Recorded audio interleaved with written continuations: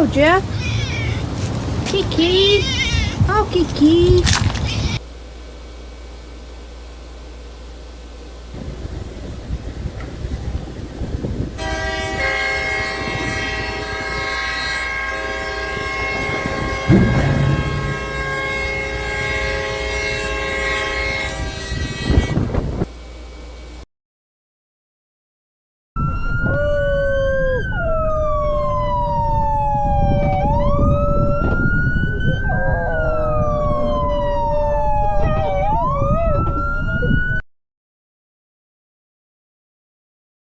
I've been single for 10 years. It's not a long shot. Somebody just needs to grow a pair and step up. I'm shockingly available. 8 police officers. I deleted the wrong video. I spent an hour making a video, and I deleted it. And I closed the program. That's okay. Welcome in, everybody. How you doing today? We'll get right to it, and we've got JJ Vance, of course, and Rockford, and Jenn from Criminal Confidential. Let's see if we got them in the back rooms already there. And that's not it.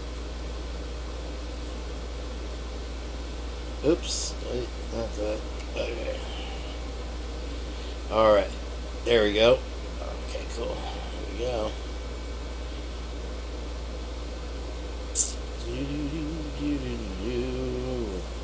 That's too bad. That was a good video, too. I can't believe... I knew what I was doing. I wonder if I can't still play it before we get JJ on here. I don't think you can once you delete it.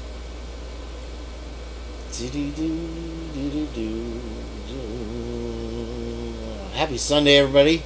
Sunday fun day. We got a lot to talk about, for sure. And I don't even know where my recycle bin is. Let me check. That one in there? No. Where you at, JJ? JJ. He's muted. Alright. And now I gotta get my settings up.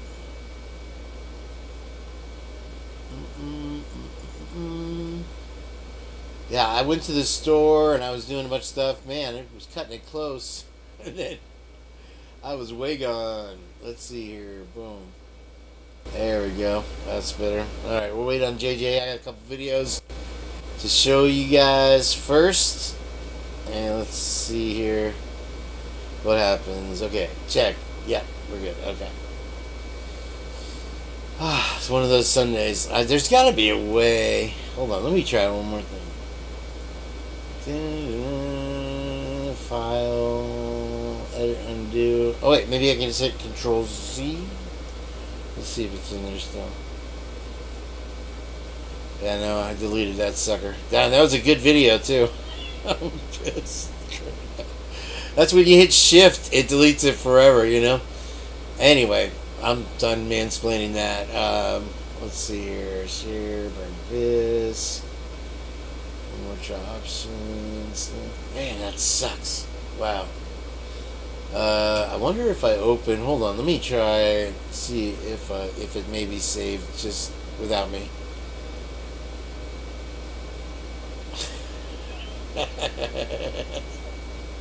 That's life for you. All right, we got Brea Silva out on the boat today, watching. I guess having a couple throwbacks. Why did I open GIMP? Okay.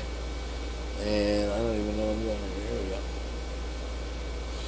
Here we go. Darn, that was a good video. I hope it's there. I'm really pissed about that. I did not even open GIMP. Alright, we're just going to start over in an hour, I think. Whoa, okay. Let's see if it did. Maybe it did. And I can export it while we talk. History, empty, Kane, I didn't save it. Man, that's what you gotta save these things, Kane. Exports, properties, filters, playlists, Hold on. Projects. When was this? Some files are missing. Some files are missing. Ah! It's gotta be... I'll bet it's somewhere. If I was the FBI, I could find it. Darn, man. I'm so... Open... Let's see. Open recent, maybe? No. Doesn't have... Man. I suck at life. It's not there. Oh well. Woof. Okay. Get that out of here. And get right to it.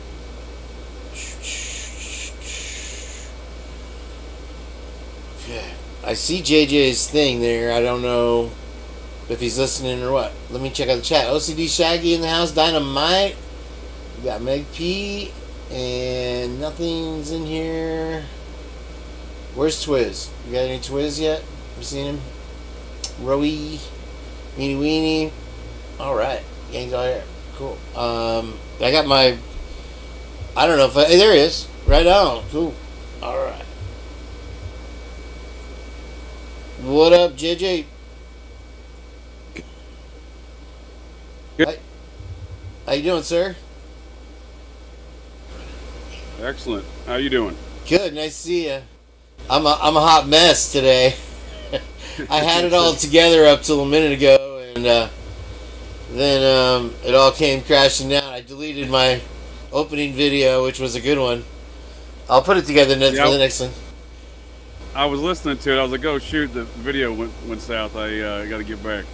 Yeah, I appreciate it. Get you on early. How you been? Good, dude. How you doing? I'm good.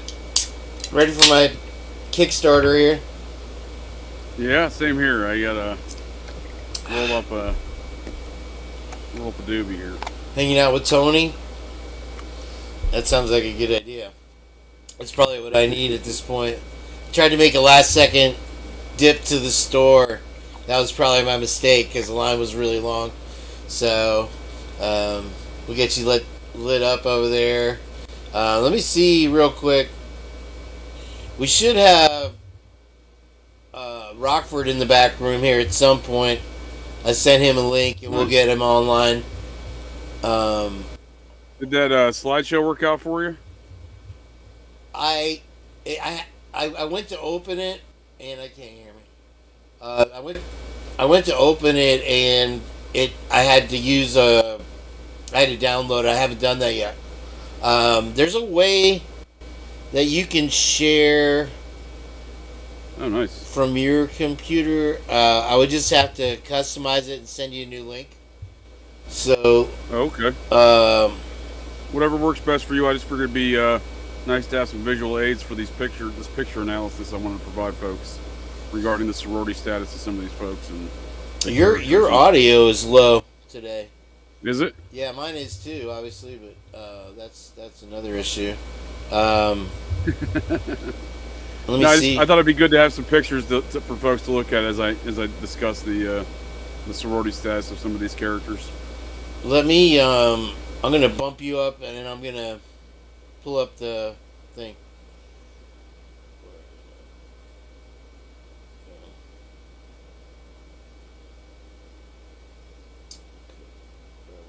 Okay,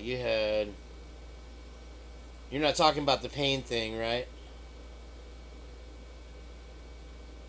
We can start there.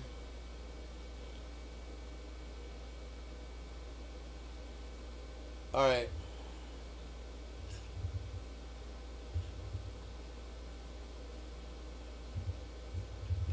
Okay, so I have this up right now.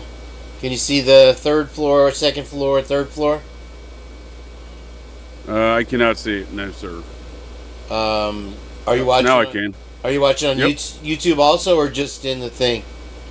No, I'm watching on YouTube also. I can see it now. Okay, cool. Is that the one you're talking about? That is correct. Awesome. All right. So what do we have here? Well, the first slide, I just wanted to include that. That's actually it started getting circulated in news articles back on December 16th, 2022. I just thought, given the new revelations and shifting locations and timelines and events, it would be important to kind of recap this magic show and how it's being perpetrated. So back on December 16th, we had the both Bethany Funke and Dylan Mortensen on the first floor being told up. This is before the affidavit statements by Brett Payne that would be released, a few weeks subsequent to this.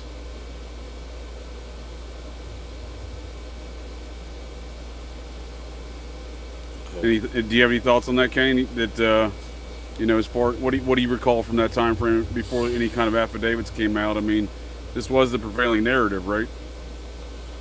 Well, I was saying today that I don't understand. Oh man, what is up with my audio? Hold on, my audio just went south. What in the world? Here, hold on. There goes. Hello. Wow. Loud and clear on my end. You're louder now, but I went completely kabonkos. Let me see. Let's see. Hello. Man, I cannot vibrate. Let's see here.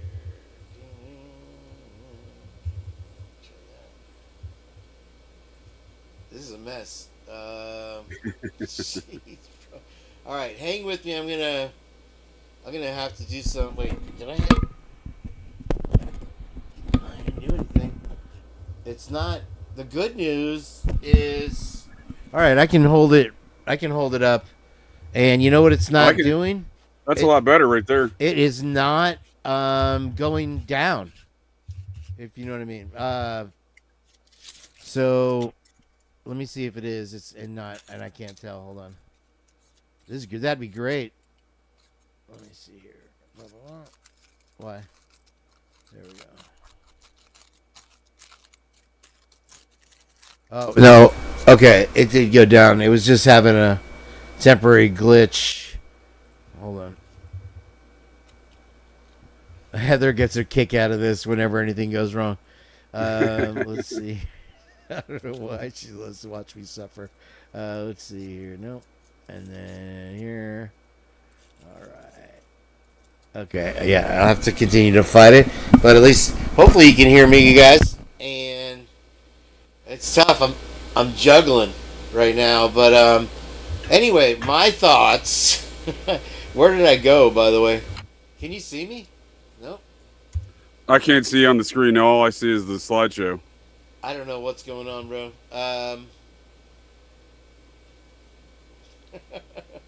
Okay.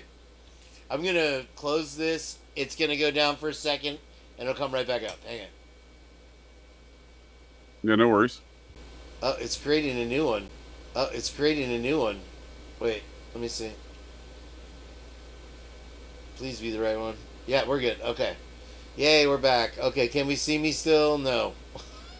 What in the world? Oh, my camera's pointed into the sky. Dude, I'm freaking out. Okay, I should not probably drink Celsius before a show anymore. That's a new rule. Alright, here we go. Alright. So my thoughts earlier were, I'll get you back on the screen here. I see you. Yeah, I was pointing at the sky. She doesn't fit the, I don't know if you'd call it character of most of the other roommates. In general, the people that she hangs around are really, to me, kind of sleazy. She seems to have another agenda. I think she comes from a wealthier background than the rest of them, more notable background.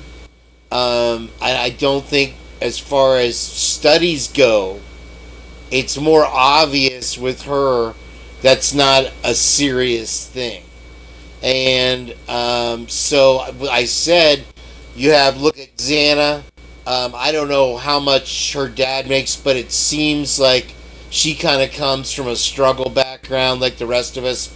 maybe, and then Kaylee, obviously, they try to create the image of being wealthy, but I think barely able to send her away. And then looking at Maddie, I think her father is able to handle any bills that comes their way. And isn't that the connection with Dylan was Maddie? Am I right? Well, in a sense, right? So I agree with your assessment there on Dylan Mortensen, her activities and associates, and the background of the victims here. Yeah, so allegedly, Maddie was the big sister to Dylan Mortensen to Bethany Funke, to Bethany Funke in the sorority. Dylan Mortensen is an outlier, right? I don't know, I have photographs of who her big sister was. I don't believe it. I don't believe that she was in the sorority. She's still doing anomalous activities relative to that same sorority. We kind of discussed last time with the Halloween video that was released via her alleged. So Dylan allegedly has a little, and I got those pictures, and I got the pictures of her little. Her little's little, right? So once a little sister becomes a big sister, then the big sister to the now big sister, which would be Dylan in this case, with these other two girls that posted those videos. It's a continued relationship, but a lot of these details they don't add up with Dylan Mortensen. But yeah, I'd agree with you on the background for sure. I don't know. Madison Mogan and Kaylee Gonzalez grew up together from all reports, along with their boyfriends. They all come from the Coeur d'Alene area, where Dylan comes from Boise. Zayna, I believe, comes from the nearby counties there to Moscow, but not Moscow specifically. And Bethany Funke comes from Reno, Nevada. But yeah, the interesting dynamic with them. But yeah, as far as this, this first floor narrative went, though, right? This was the kind of the prevailing narrative, right, before any arresting affidavits or anyone heard the name Brian Kohberger, right? The narrative? Yeah, the Bethany Funke and Dylan Mortensen were like on that first slide that they were on the first floor. I'm getting a little bit of in and out on your mic. If you could maybe just move it a skosh closer by now. Just FYI. Thank you. How's that? Much better. Perfect. Was saying, yeah, as far as the narrative goes, first of all, they based the entire timeline apparently off these roommates' phone texts, which we didn't know. They kind of presented it as, oh, the G family said this, and we had this guy and that guy. But if it was me and A.R. Hayes, I'm pretty sure that all those texts and our testimony, if it had been what they said, would have been used against us to throw us under the jail, as opposed to what they did, and they're innocent. It doesn't make any sense why they're believing them. Do you want me to show that second slide? Sure. No, that's a great point, though. It doesn't make any sense, and I agree with you. In any reasonable, capacity, they would be suspects. These statements would be used against them because their statements have seemingly, as we now see, conflicted. Now, is it their statements? We don't know for certain. Brett Payne asserts that it's their statements in his affidavit of arrest for Kohberger. Okay, so I have a slide pulled up. It's a little difficult to read. I can't. Let me try to download the PDF that you gave me. Hold on. I was gonna say, if you want to zoom in on that, I can point out what in there is of relevance. We'll just go ahead and talk about it. It'll save us a little time. This is the search warrant affidavits that were attached for the search warrant request for Kohberger's campus apartment over in Pullman. So this is Whitman County, Washington, court documents. But you'll see here that they're claiming here that they're looking. Well, when the judge issues the search warrant, it says you are commanded to. Hold on, wait. And then if you look down at line 2, it says not look for knives and sheaths, right? JJ, Why they're looking for a hold on. sheath, being commanded to. Is the chat running? Can you see me streaming right now? Oh, Am I still I streaming? can see you. Because my chat's not working. Oh, there it is. Sudi Basic. Okay. Sorry, I didn't mean to interrupt you. I was worried they were off air. Okay. No worries. Say again. I'm a mess. I said I'm a hot mess today. I apologize. Well, no worries. So this kind of, like, the last slide was just kind of laying the baseline of showing this kind of continued magic show from the beginning, right? With Sure. this, changing narratives with the roommates and whatnot. Because we're going to discuss the roommates today in greater detail, but the surviving roommates. But yeah, so this was, I mentioned this in our last conversation. This affidavit from the search warrant in Whitman County for Brian Koberger's apartment is schizo in nature, just like the rest of the reports. So when the judge issues the search warrant, he's commanding the police to look for, you'll see it in line 2 there on the left side of the page, knives and sheaths, right? Right. The sheath thing was what really bothered me. Why are you looking for another sheath? Right. Exactly. So it's a long document. So further down in the same document I have on the right-hand side, and that's the signature from Don Daniels, the assistant police chief over there at Washington State University. Right. Mm-hmm. And then in that statement she makes in her closing statement, right for her signature there on the right-hand side, it says, "But I'm specifically asking the court." This is where she gives herself an out. Remember, I was saying all of these documents read of plausible deniability, and this is her out relative to the knife sheath and the alleged DNA of Koberger, right? It says, "But I am specifically asking the court to not," capital letters, not, "consider the supplemental disclosure as evidence supporting the existence of probable cause." The supplemental disclosure of evidence, as outlined in that same document, is the alleged knife sheath located at 1122 King Road with the alleged DNA of Brian Koberger located on it. Say that again for the people in the back. Yeah. So this search warrant that was submitted over there in Whitman County by Washington, the affidavit signed by the assistant police chief there, Don Daniels, she cites that she's specifically asking the court to issue the search warrant, but to not consider the supplemental disclosure as evidence supporting the existence of probable cause. So what she's saying to the court is the supplemental disclosure, as outlined in this search warrant request, is the evidence of the knife sheath and the alleged knife sheath, because I've never seen it, and the alleged DNA of Brian Koberger on the button, right? Right. She's telling the judge in Whitman County, look, we're going to tell you about this evidence. However, don't consider that in issuing probable cause for the search warrant, search warrant to be issued. So she's saying even if we're not going to consider that, the judge should still issue this search warrant, is what she's saying. So she's giving herself an out to say we can still have probable cause even if you don't consider that knife sheath and the alleged DNA evidence. So does that mean they're literally throwing away the knife sheath that's found at 1122? Well, what it told me was, so this was filed December 29th, the day before Koberger's arrest. So what it told me was that they don't want to commit to that evidence, right? And they don't want this probable cause for a search warrant of his apartment to later be ruled inadmissible if it's based upon that evidence that may be ruled inadmissible later. But since they found nothing in the apartment, they went ahead and married themselves to the knife sheath at 1122 in the car and the phone data records. Exactly. So they can't.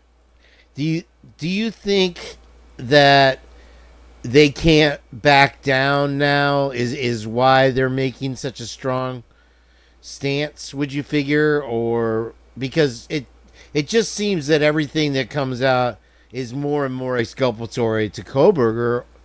I'm not saying that he had nothing to do with it. I don't know, but I haven't seen anything other than this alleged DNA on the knife sheath that implicates him. There's no motive. There's no means. and there's no weapon.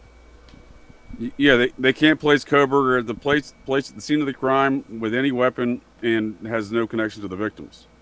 So, you asked some great questions. I think from moment one they couldn't stand down from this case, right? And now I have my own opinions that Koberger was pre-selected long before December 30th and likely even before November 13th as the fall guy in this case, but nonetheless. They needed somebody, as we kind of briefly went over last time, Kane, the economic impact of the university and not having students on campus.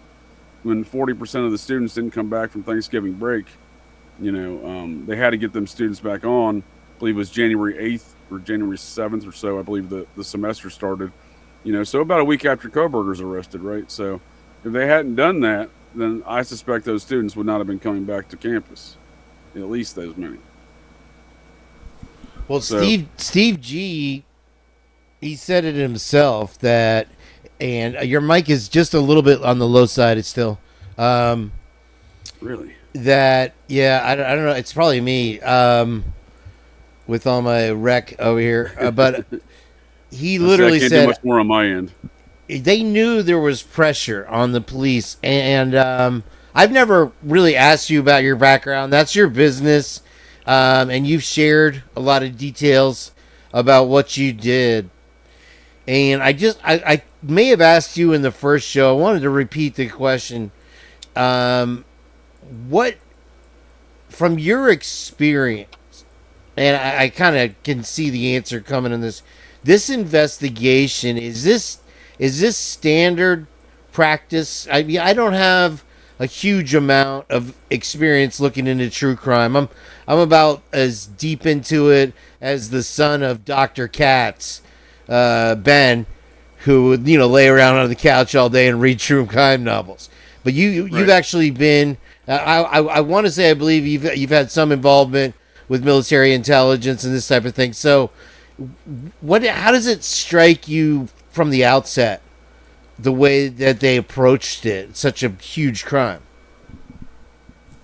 I mean, it's a good question, and I'll tie it into that point of we were just talking about why they can't stand down from Koberger in this case, or this whatever. You could insert any suspect, but they have Koberger as a suspect, so Koberger. Now, my background, I don't mind talking about it. Not military intelligence though. I got 20 years as Air Force MP. But I did just about every duty they offered within that area, and I like to joke that I was the poster child of the Air Force MPs because early on in my career I had a very meteoric rise to various positions and the poster child. Yeah. When you open the dictionary, they put me on magazine covers and wrote articles about me and shit like that. So cool. I like to joke that I was the poster child. But But I look at a lot of things financially, which is why I focus on this case. So, at one point in time in my career, I was managing the military police budget at the Air Force headquarters there in D.C. So, I dealt with some large-scale budgeting stuff and financial matters. The numbers just come easy to me. So, looking at this again, so that you can't get back off Koberger because of the financial impact just immediately of getting students back on there. They had to have somebody in custody, et cetera. Again, I think there's a lot of other things why they can't drop this case, et cetera, political pressures. But those political pressures have impacted this case from moment one and not following proper protocol, right? So it's been evident to me since moment one when I started looking at this case that this case is being impacted by external forces. For example, the November 16th first press conference when they called it an isolated targeted attack. But they could later never substantiate these statements to any media for the subsequent 2 weeks, which I suspect is why they cut off the media from their press conferences 2 weeks later, because they couldn't answer these questions because they had no answer why it was an isolated targeted attack. And to emphasize how those political pressures started the case, they're still impacting the case, right?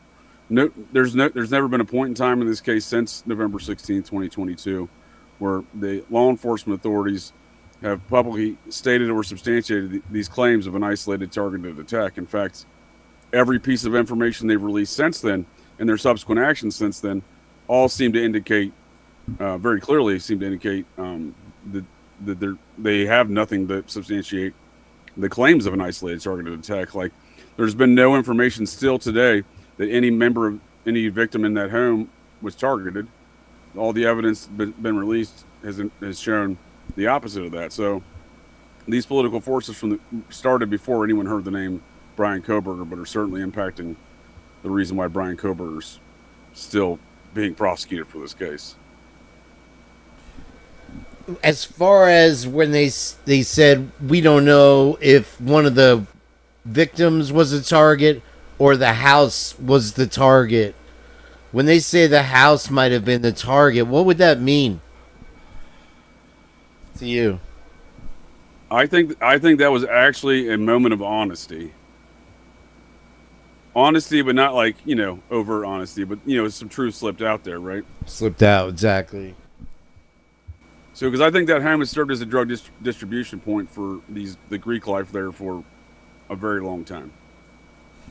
Well, from what I understand, it's been that way. It's been a party house since the 80s. That exactly. it was kind of taken over and it had that run. And you have to wonder, though, as whatever landlord transitions they've made over the years, how you would try to shed that reputation and get better or different people in there. But once again, it's situations make strange bedfellows, right? So that's why you end up with Dylan Mortensen in the house with what, on all appearances seems to be pretty and perfect other females in that house, one coming from gymnastics background and that type of thing. It's an odd blend to me. No, I agree with you. It does. It seemed to me too. Again, just the consideration of Kaylee being a part of another sorority and living there. Just these sororities they usually keep to themselves, at least as far as living arrangements go. Yeah, I think it's been called an off-campus or off sorority house, and it may have something to do with the girls leaving their sorority. Sorry, I got loud there. I'm not sure. Any thoughts on that? I've been convinced of it from moment one. It's the greatest common denominator amongst the victimology of the murder victims there. So you make a good point with the ownership of that home. So I tracked down to this most recent owner. I think he got about the home, and the one that gave the home to the university for whatever reason. I tracked the ownership and residence of that home back to, I believe, 1998 or 1999. That's when that owner that gave it to the university acquired the home. And the residences of that home since then, roughly from 98 or 99 to 2017 or 2018, I believe it was, it was all fraternity members. But it served as an off-campus, Greek life home.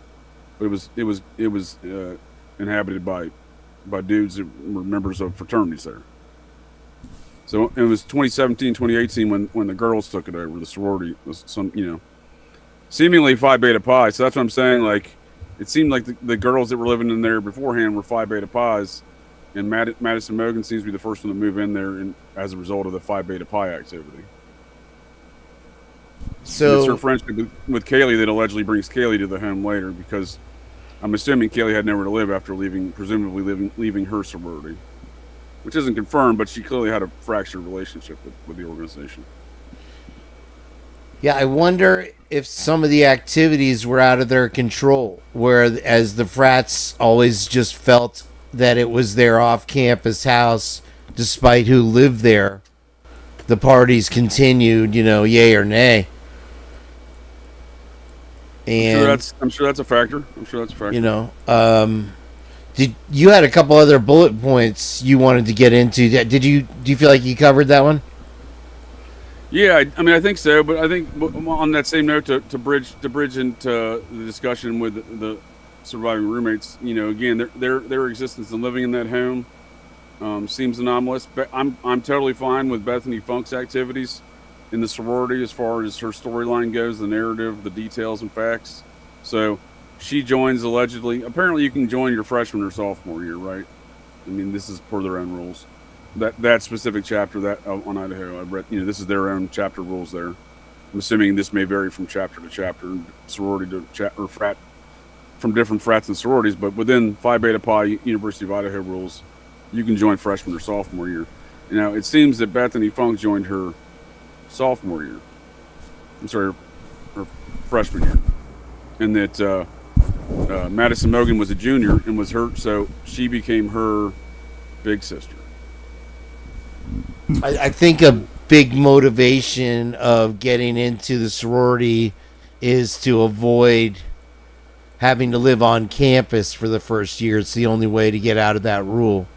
And so that's unique that Bethany would join the sorority a year after, whatever led her down that path. Do you feel a year after?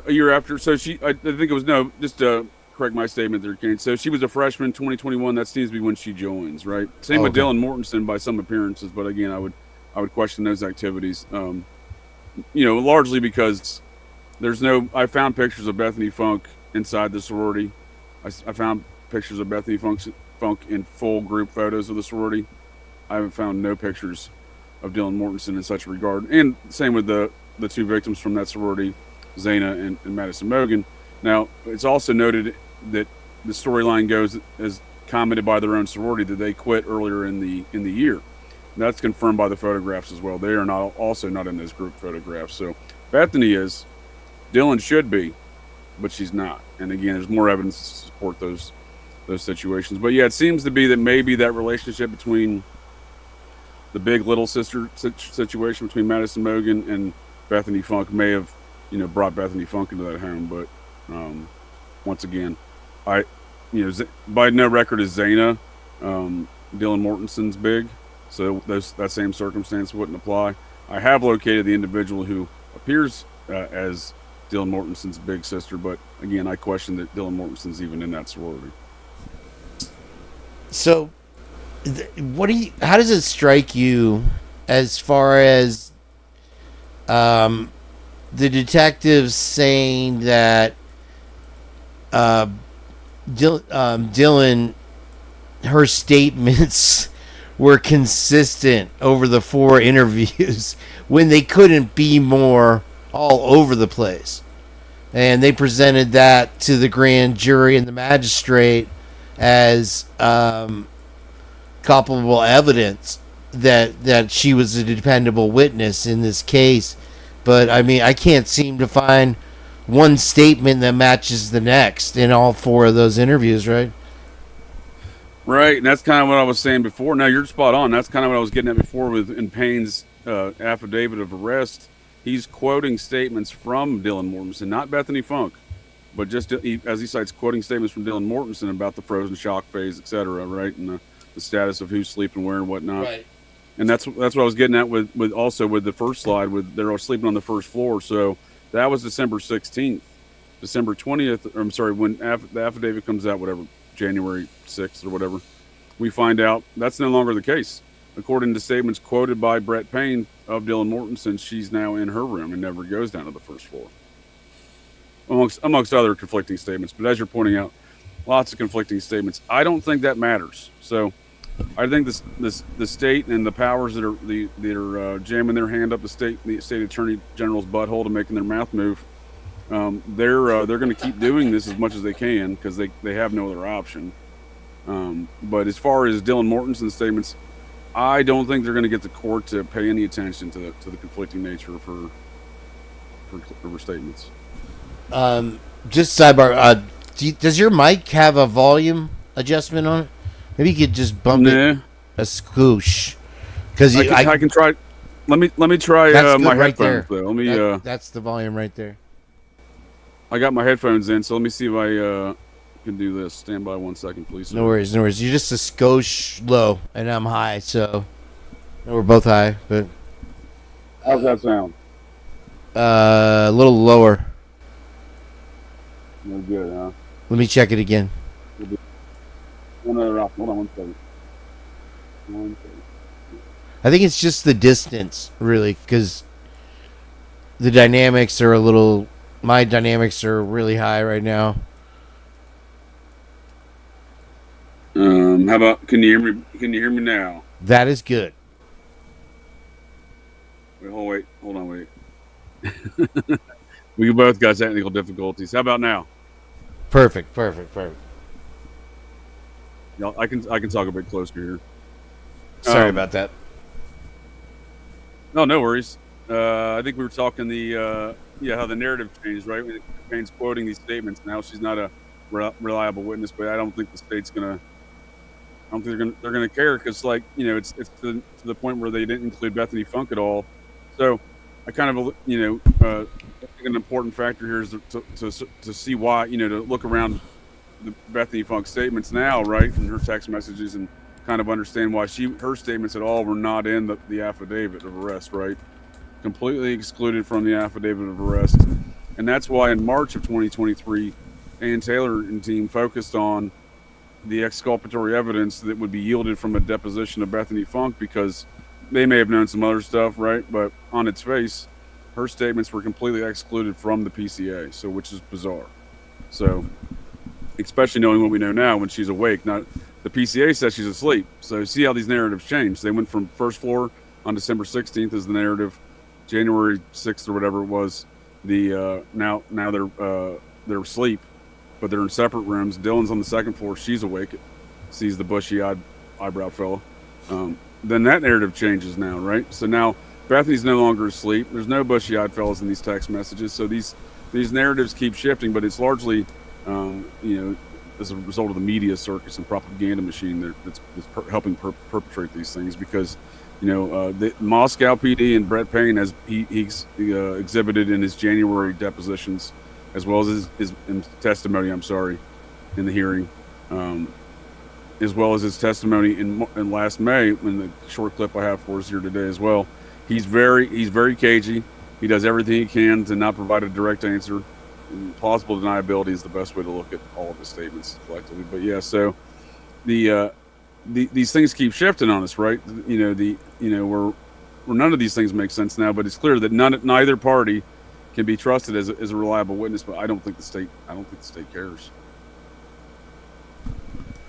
It's true, and you make a really good point there as far as the defense saying from the very, very beginning that they believe Bethany Funke has exculpatory evidence towards Brian Kohberger.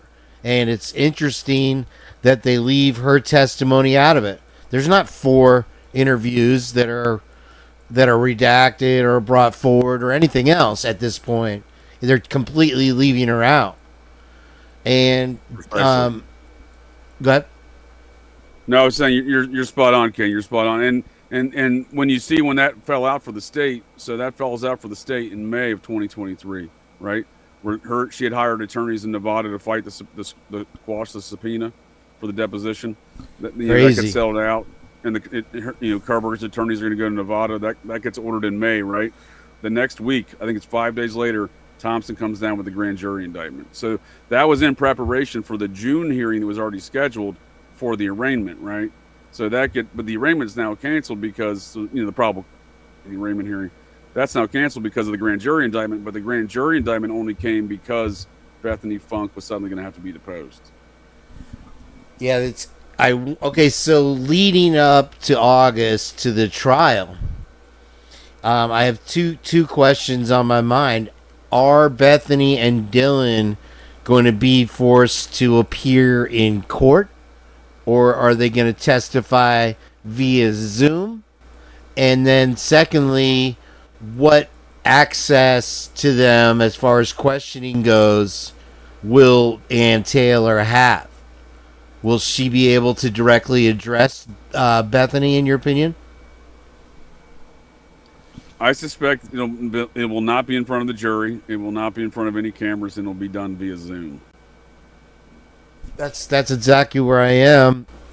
And so you think it'll be okay when they have a secret hearing or whatever, that's one thing, but to not let the jury see the testimony and the cross-examination, That's kind of a big deal.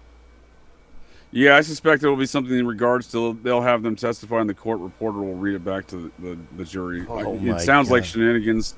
I don't think it's, to the best of my recollection, it's not the first occurrence of such shenanigans. And on top of that, when has this case not been shenanigans? Well, they've lawyered up, like you mentioned before. And Dylan even sent a message asking whether if she returned to the state, she would be arrested. What the fuck are you going to be arrested for? Why would you ask that question? Right. Yeah, Bethany, right? Yeah. Oh, it's Bethany. I'm sorry. Attorney? I don't know that Dylan's got an attorney. Well, her mom's an attorney, right? Right. But I assume they both lawyered up to keep themselves from coming back, which on the outset, appearances wise, that's a bad look. You should be wholeheartedly in, considering your life was spared and all your friends went down, and you're not in 100% mode. And some people might argue that it's because they're afraid, but everybody in that town should be afraid, because just to transition into the DNA and the blood evidence, to get off your bullet points, sorry. May I put a book in on your Bethany Funke statements there? Yeah, please. You have a very reasonable assessment there, and she shouldn't be afraid, right? Like, that's obviously seems incriminating to some regard, right? But if you look at the activities of Bethany Funke and Dylan Mortensen post November 13th, 2022, the limited available public, data and whatnot, and again, Bethany Funke's claims to not want to come back to avoid arrest. I think these people are acting very, they've gone two separate paths, in my opinion, and they're acting two separate ways. One has lawyered up and is moved out of state and claiming not to come back. The other one's just chilling in Moscow, hanging out with the sorority, partying, etc. So there's a lot to be said about these things, I think, and the way they're acting. But nonetheless, I think it is very indicative of the fact that Bethany Funke is afraid to come back, and it's not. I don't think it's about the murders. I think it's because she knows a lot more of the shit that went down, obviously, than this whole false public narrative and court narrative, right? So she knows the details, right? Whether or not she wants to talk about him in deposition or not, she knows what went down. She was scared enough to, and rightfully so, to leave state and leave the sorority. That goes back to my question to you, as far as what access, even if it's away from the jury, in the cross-exam, will Ann Taylor be able to ask her this questions? There's so many motions in limine, I'm not even sure if that was excluded. I mean, let's be objective about it. I mean, the jury can be there or not, but she can ask questions. The prosecutor can object to every question, and the judge can sustain them. You know what I mean? And we know which way that goes. Right.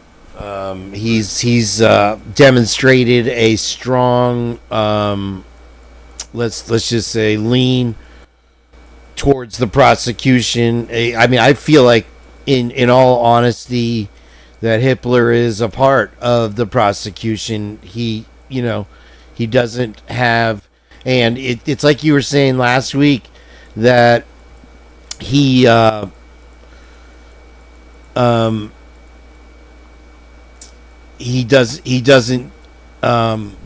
he's releasing things and making it giving it the appearances of transparency, where it's actually just distraction.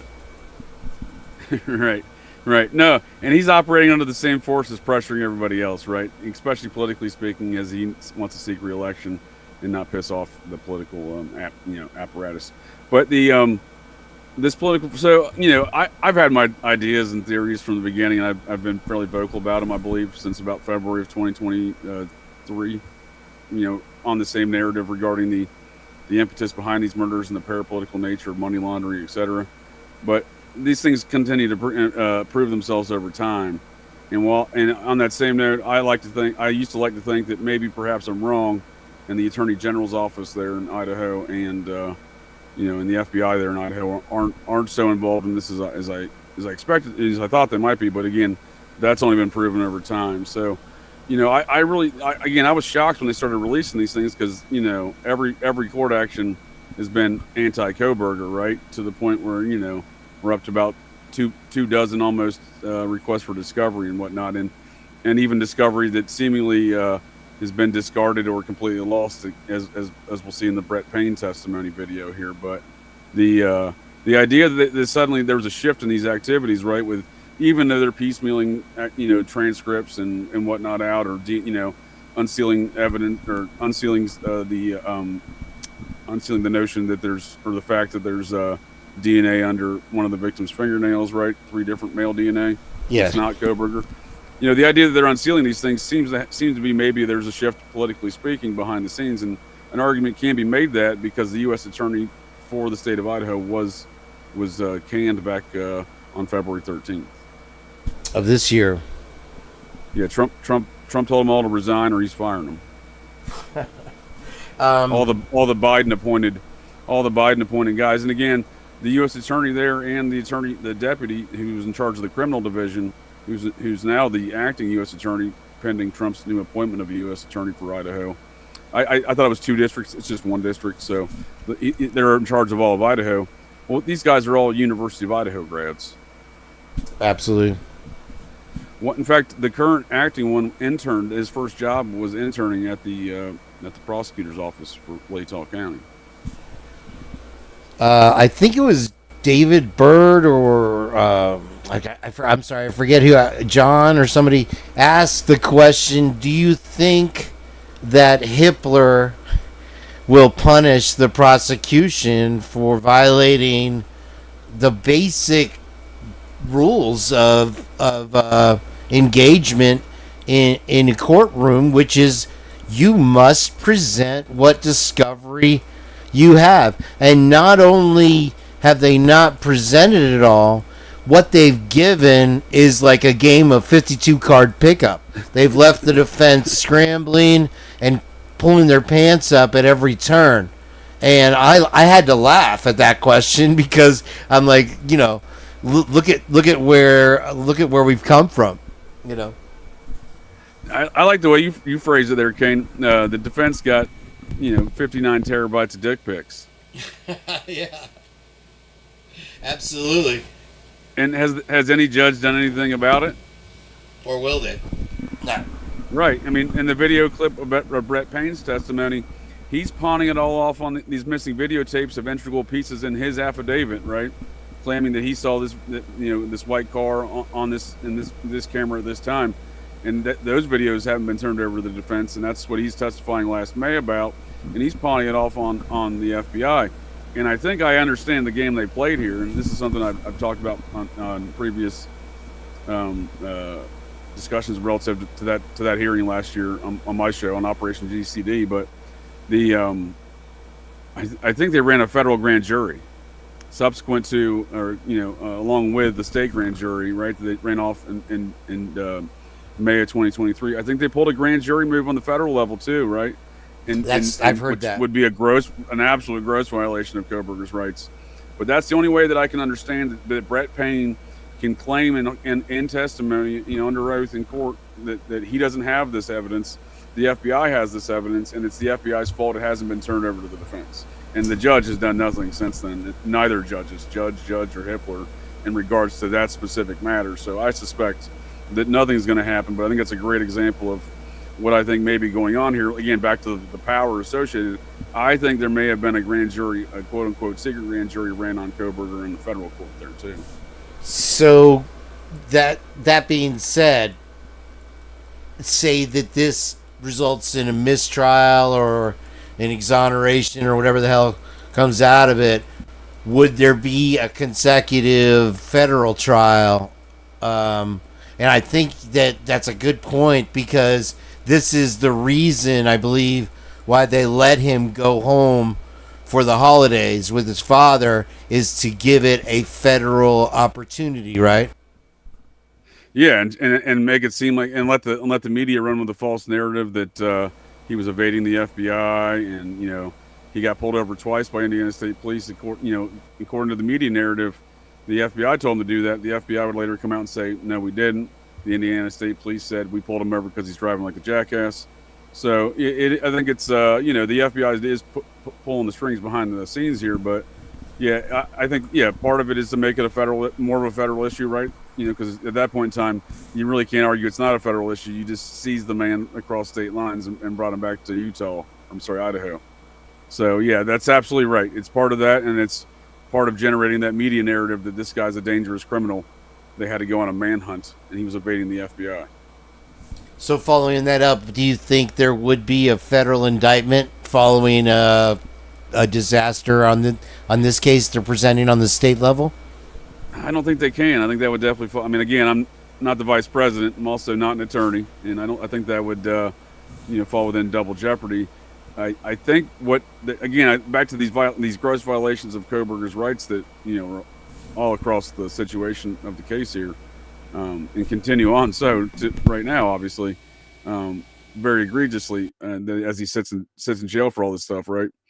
They're just gaming the system. They're using whatever tools that they find that they have necessary to them. So the U.S. Attorney's Office can lawfully do a secret grand jury. They don't have to issue an indictment on that. They don't have to close it out. It can be an open grand jury, right?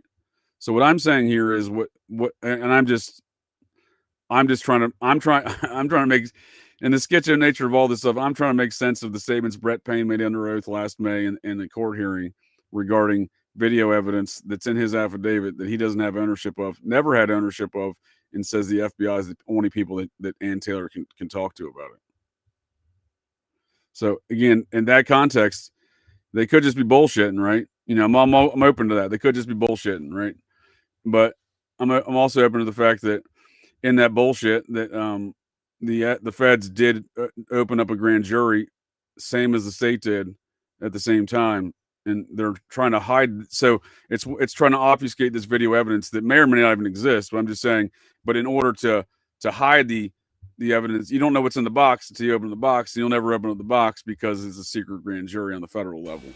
But it is the way I think Brett Payne can lawfully argue in court that the feds are the only ones that they can talk to about it, and the judge not do anything about it. Because Ann Taylor hasn't really pushed the subject since then, as far as compelling or any sort of, and maybe it's gonna, it's she's yet to do it. But I'm just saying, like, it seems to me that the most reasonable thing there is that they would violate Kohberger's rights even further by doing a secret grand jury, leaving it open, not having to tell anybody about it because it's secret, it's sealed. On the federal level, it's even easier to do that than on the state level in most states. They're real good about their secret grand juries in the feds. And, if that's the case, this shakeup at the U.S. Attorney's Office may impact the case further, right? That may be what's impacting the case now. Yeah. Not that I have any love for the FBI. Believe me, I don't. But it does seem peculiar that they would seek some type of case with Kohberger if there wasn't something substantive to something that maybe it is right there in front of us right now, or whatever the case may be. What do you think on that? So I think just Kohberger's. I think Kohberger's is just an all around patsy. Mm-hmm. He never saw it coming, right? I don't think he knows any of these people. I don't think he knows any of these characters. He was assimilating into campus life in a new state across the U.S. away from any friends or family, and he was the perfect patsy in which to depend this on, in my opinion. And on top of that, so if so again to this power, right? So I mean you make some very reasonable assessments here, Kane, because in theory, these things, you like to think that the FBI and everybody else didn't just make all this shit up. They had this guy's at least involved in something or something like that, right? I think is probably a very reasonable assessment of the situation. But given all the details, they seem to just be making all this shit up, you know, especially, you know, in regards to, you know, we've heard already 3 different conflicting accounts of how they got to Kohberger, right? It just keeps shifting. It just keeps shifting. And speaking to the political power again, another example I've outlined in previous conversations and on Operation GCD, my analysis of the FTX bankruptcy being the triggering event that caused this because of the bank they owned that was doing a significant amount of money laundering just north of both campuses, asserting that perhaps the drug trade on these campuses amongst the Greek life is tied in with that money laundering. And both the money laundering operation at that bank with FTX came to town the same time Scott Green did. Well, would you believe that the 2 law firms that Scott Green ran before he became the president of the University of Idaho, he ran 2 multinational, you know, corporate law firms. Not an attorney, he's a businessman and finance guy. Very linked into industry and banking. With a lot of love for the Vandals, right? Big time. Well, he grew up there, went to school there, you know. Apparently at one point in time his childhood lived in the murder home, or at least his folks owned it. But nonetheless, would you believe that the 2 law firms that Scott Green ran, both represent FTX? No way. Yep. Wow. The last one he ran, where he was the chief operating officer and the finance officer for the company. They've been with their client. They had FTX as a client from early on. I don't know precisely when, but within FTX's first year. So one thing that company did, not only finance stuff, but they also did regulation stuff. So FTX hired them. If folks of the interwebs want to go back a couple years and see Sam Bankman-Fried before he was arrested for a $50 billion fraud, he was testifying in Congress about banking regulations regarding crypto regulations within the banking industry, right? Trying to bridge the banking and crypto, the same thing he did by buying out that bank, and unlawfully, by the way, slightly unlawfully. Paid off the state folks, forgot to pay off the Fed folks, so they end up paying some fines later, because you're not allowed to marry crypto and banking within the SEC and federal banking regulations. So he did it anyway. But he was on Capitol Hill in Congress testifying about these things. His attorney, his law firm, Scott Green's law firm, and that regulation it makes you think. I think your mic, if you turn it, I think that the diaphragm is facing sideways currently. I see the. I think that's a lady part, Kane. I don't think that's a microphone part. But how about now? Is that better? Yeah, that's awesome. I flipped the switch here. I didn't know I had. Excellent. Okay, great. I feel like I'm louder. Anyway, that attests to the fact that he is great in these key positions, Scott Green, because damn, if that's the case, he is a mother effer. Kids go to bed at keeping a fucking secret. Yeah, so they were involved in the regulations there. Like I said, is that law firm? It's Hogan Lovett, I believe is what it's called. Multinational. They got a headquarters in New York City and London.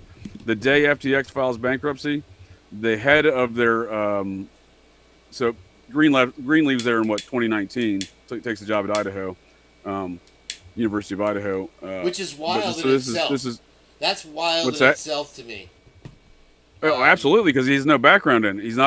He has no master's. Well, he has a master's of business, but he's got no PhD. He's not an educator, right? He has no history working in higher education. And he was a controversial figure from the onset within the state's board of education with that hire, and they had some problems with certification, and then later he made that purchase of University of Phoenix, and they had a lot of problems with that because he did that against the rules and regulations of the state of Idaho. And he did that with another fellow that's deeply involved in these large-scale financial Ponzi schemes dating back to the BCCI scandal, no different than Sam Bankman-Fried's business partner there of that Moonstone Bank in Farmington, Washington. They bought out the money laundering bank. It's since been shut down, but his business partner there John Shelopin, the creepy French dude who invented the Inspector Gadget cartoon, he's connected to all that BCCI stuff too. So the guy that Scott Green goes into business with for the financial backing for the procurement of University of Phoenix by the University of Idaho, putting the state into significant debt at a time when they're already in debt. This deal makes no sense on paper, and that's exactly what a lot of folks in the state of Idaho said at the time. And again, lots of hearings on the subject within the state of Idaho, because again, he went up and did it anyway, even though they told him not to. But the guy he got backing from was a guy by the name of Leon Black. Leon Black ran the largest Ponzi scheme on Wall Street until Bernie Madoff. The only one preceding him in the Ponzi scheme was Jeffrey Epstein's Ponzi scheme in the 80s. So, and Leon Black's directly connected to Jeffrey Epstein, apparently one of his clients in the Black Book, and has paid out upwards of $100 million in settlements to Epstein victims that he's apparently wanted to keep quiet. That's Scott Green's business partner in the acquisition there. Again, another person connected to all this money laundering operations for many years, Leon Black, connected to nefarious shit with Epstein.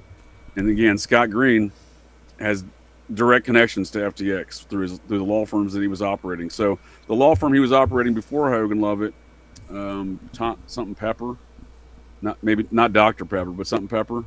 Does he come in a can? They represent FTX in the bankruptcy. Amazing. Twiz, I think you've talked about it before, but Twiz is asking, where is Moonstone Bank now? So I believe Moonstone was officially shut down. I believe the Farmington State Bank, which was so Sam Bankman-Fried came in with, I think, a 20 or 25% ownership of this bank in 2020. Pardon me. John Shelopin buys it in 2019, I believe. Deltec Bank out of the Bahamas, Miami. Sketchy. He runs a cryptocurrency. Oh, very sketchy. Very sketchy. Always sketchy, Bahamas. This is the guy that created Inspector Gadget. Again, he's been connected to these weird financial dealings for decades. It makes you wonder, what the hell is Inspector Gadget based on? What is this dude into in life, and what has he seen? But nonetheless, he's a creepy French financial guy. But so he buys the bank, and for some reason needs more money. This is how the story goes. This is the story they sold to the feds, and then Bankman-Fried comes in with this secret. They would later call it secret $50 million loan in March of 2021.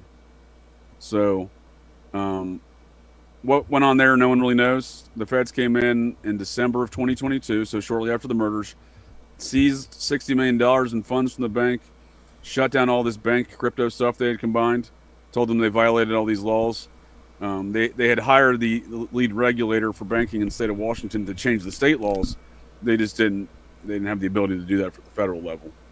And again, long before these laws, regulatory laws being broken with mashing crypto and banking, Scott Green's firm was representing Bankman-Fried on Capitol Hill to discuss those same matters to attempt to get legislation passed so that he could do that stuff federally. So these are some long-standing situations that date back, obviously, to the time of November 2022. But the Moonstone Bank was clearly doing money laundering the moment it was purchased out by the secret loan from Bankman-Fried and his partner, the creepy French guy, John Shelopin.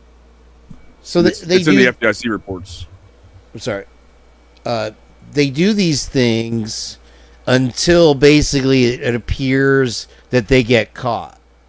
And then I see what's going on.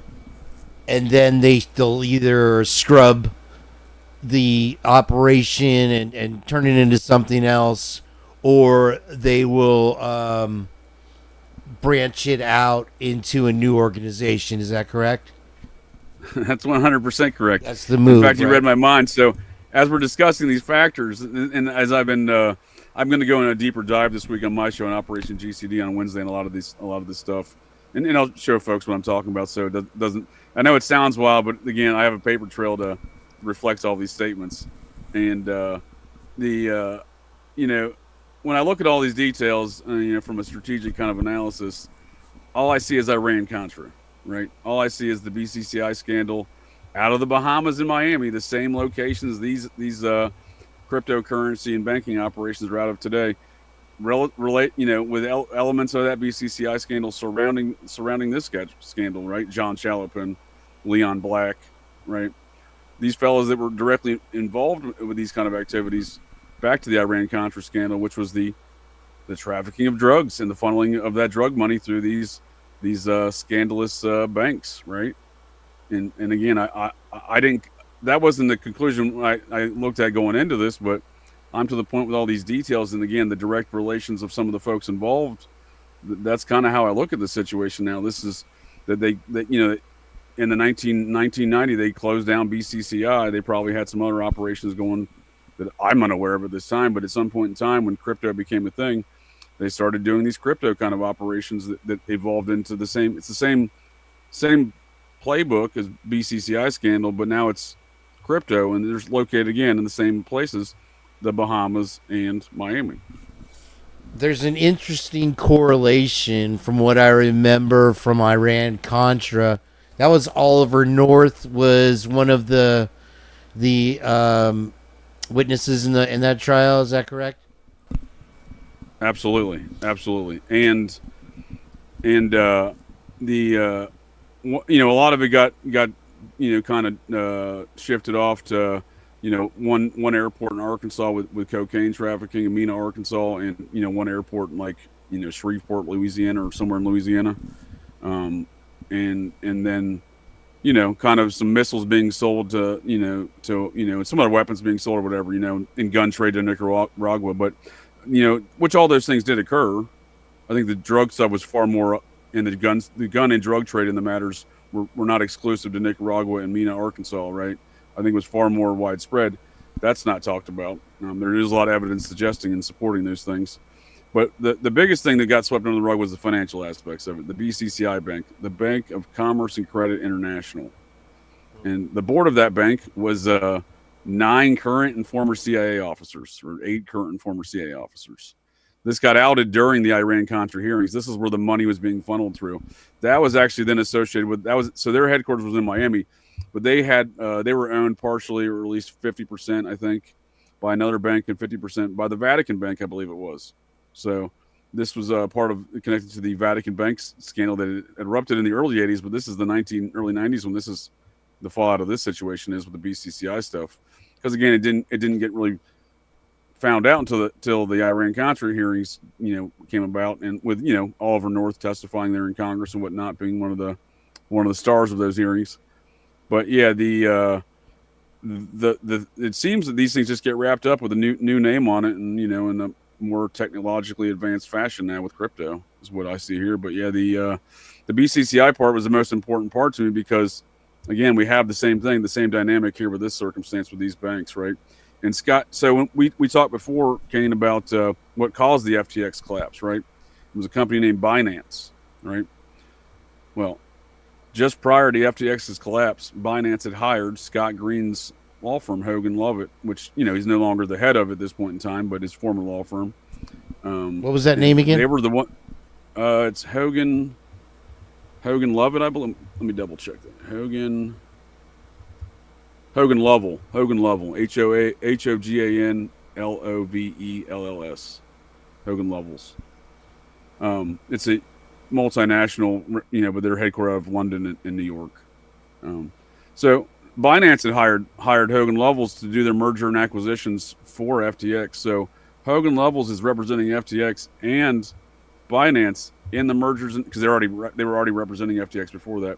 And they're the ones doing the merger and acquisition, apparently, in that deal, right? The one that fell out that caused the bankruptcy, right? So they play a very important role. And the guy who ran that mergers and acquisition department for that law firm quit the day that FTX filed bankruptcy. Conveniently. Right. A lot of factors going on there for sure, but it seems to indicate to me that, that there was a lot more play going on behind the failure of the intentional failure of FTX, and it seems that Scott Green's law firm played a major, if not the primary role in that.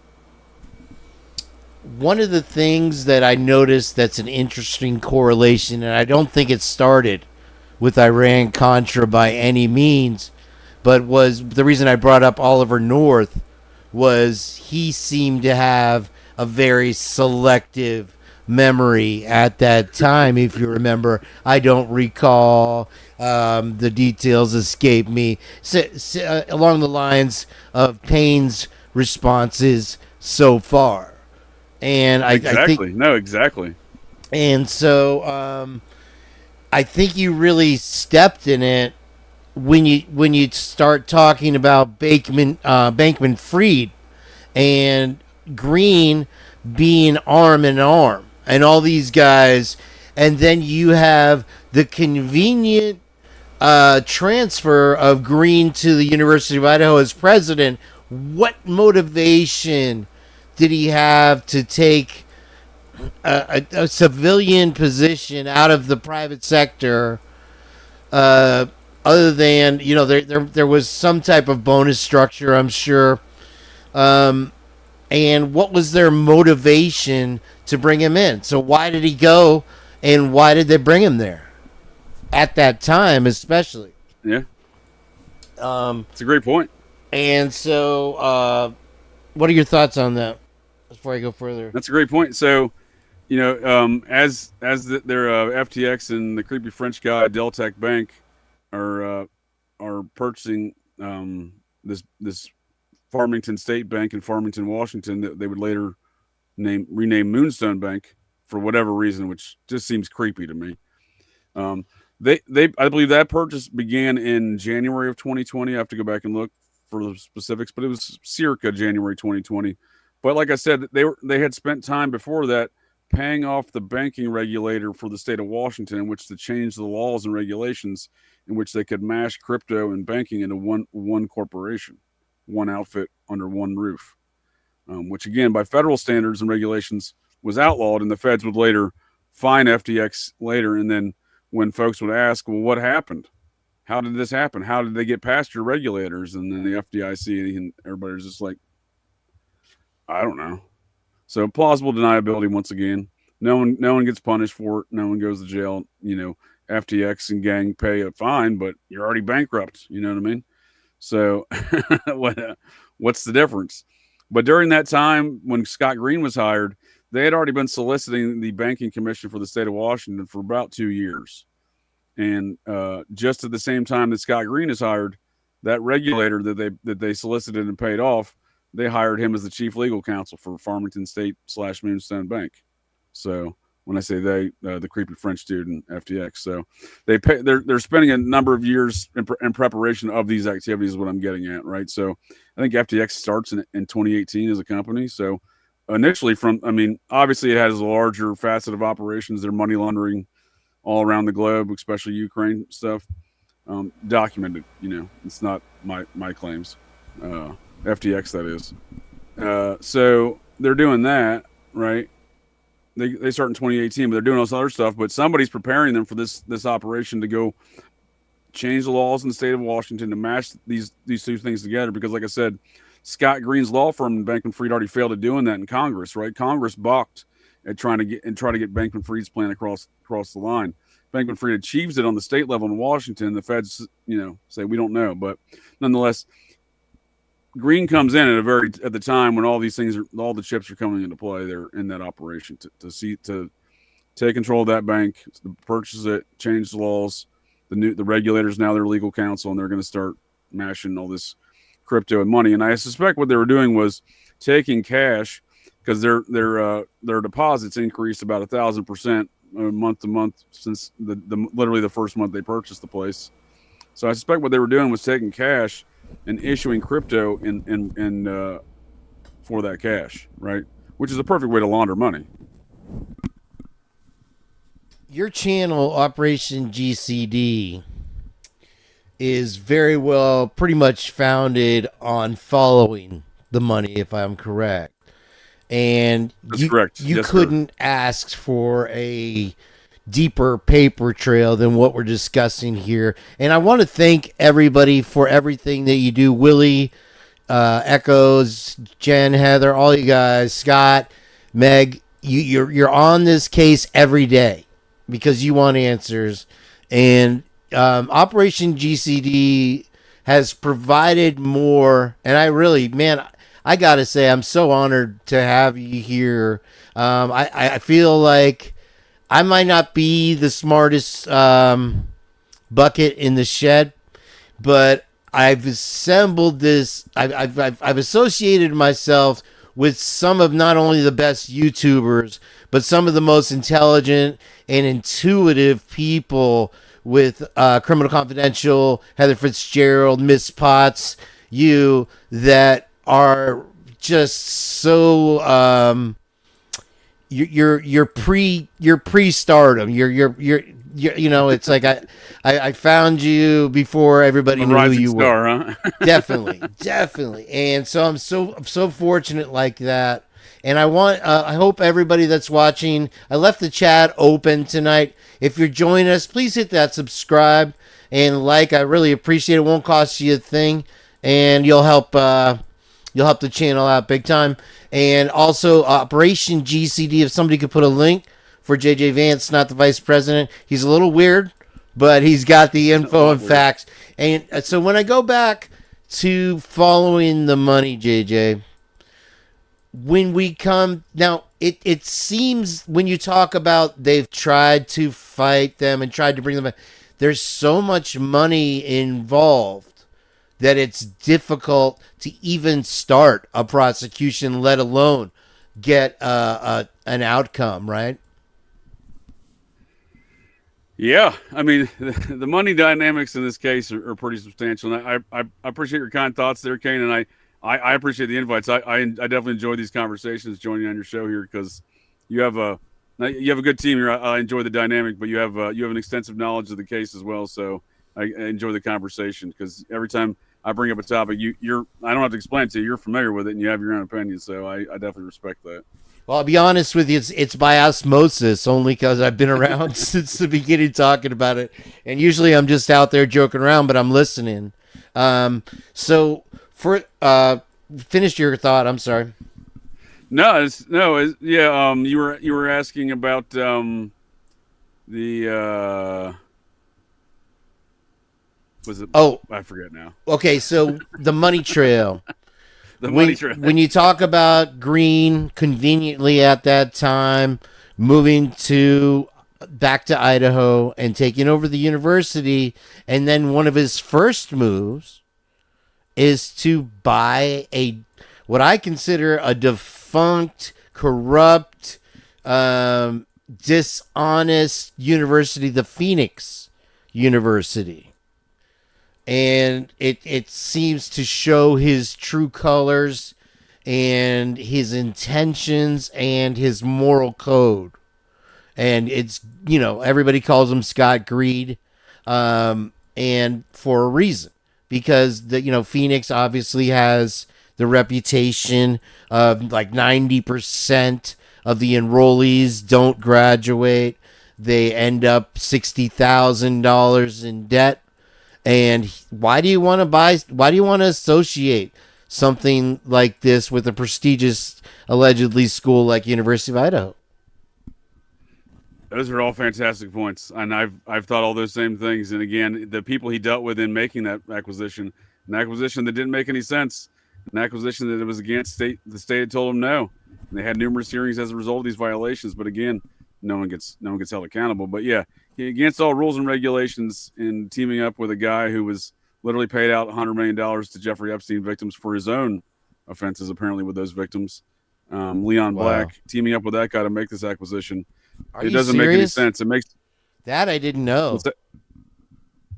Oh yeah, the Green's an industry and finance guy from New York, right? So I don't know exactly when him and Leon Black first met, but I have some good ideas.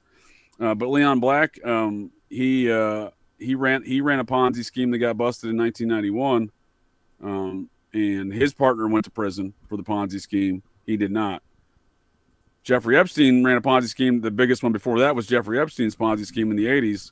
Mm-hmm. Him and Steve Hoffenberger, I think it fell out maybe early 90s as well. Him and Steve Hoffenberger stole $450 million in a Ponzi scheme. Hoffenberger paid full restitution, went to prison. The next biggest one was Leon Black and this guy Michael Milliken. Michael Milliken pays restitution, goes to prison.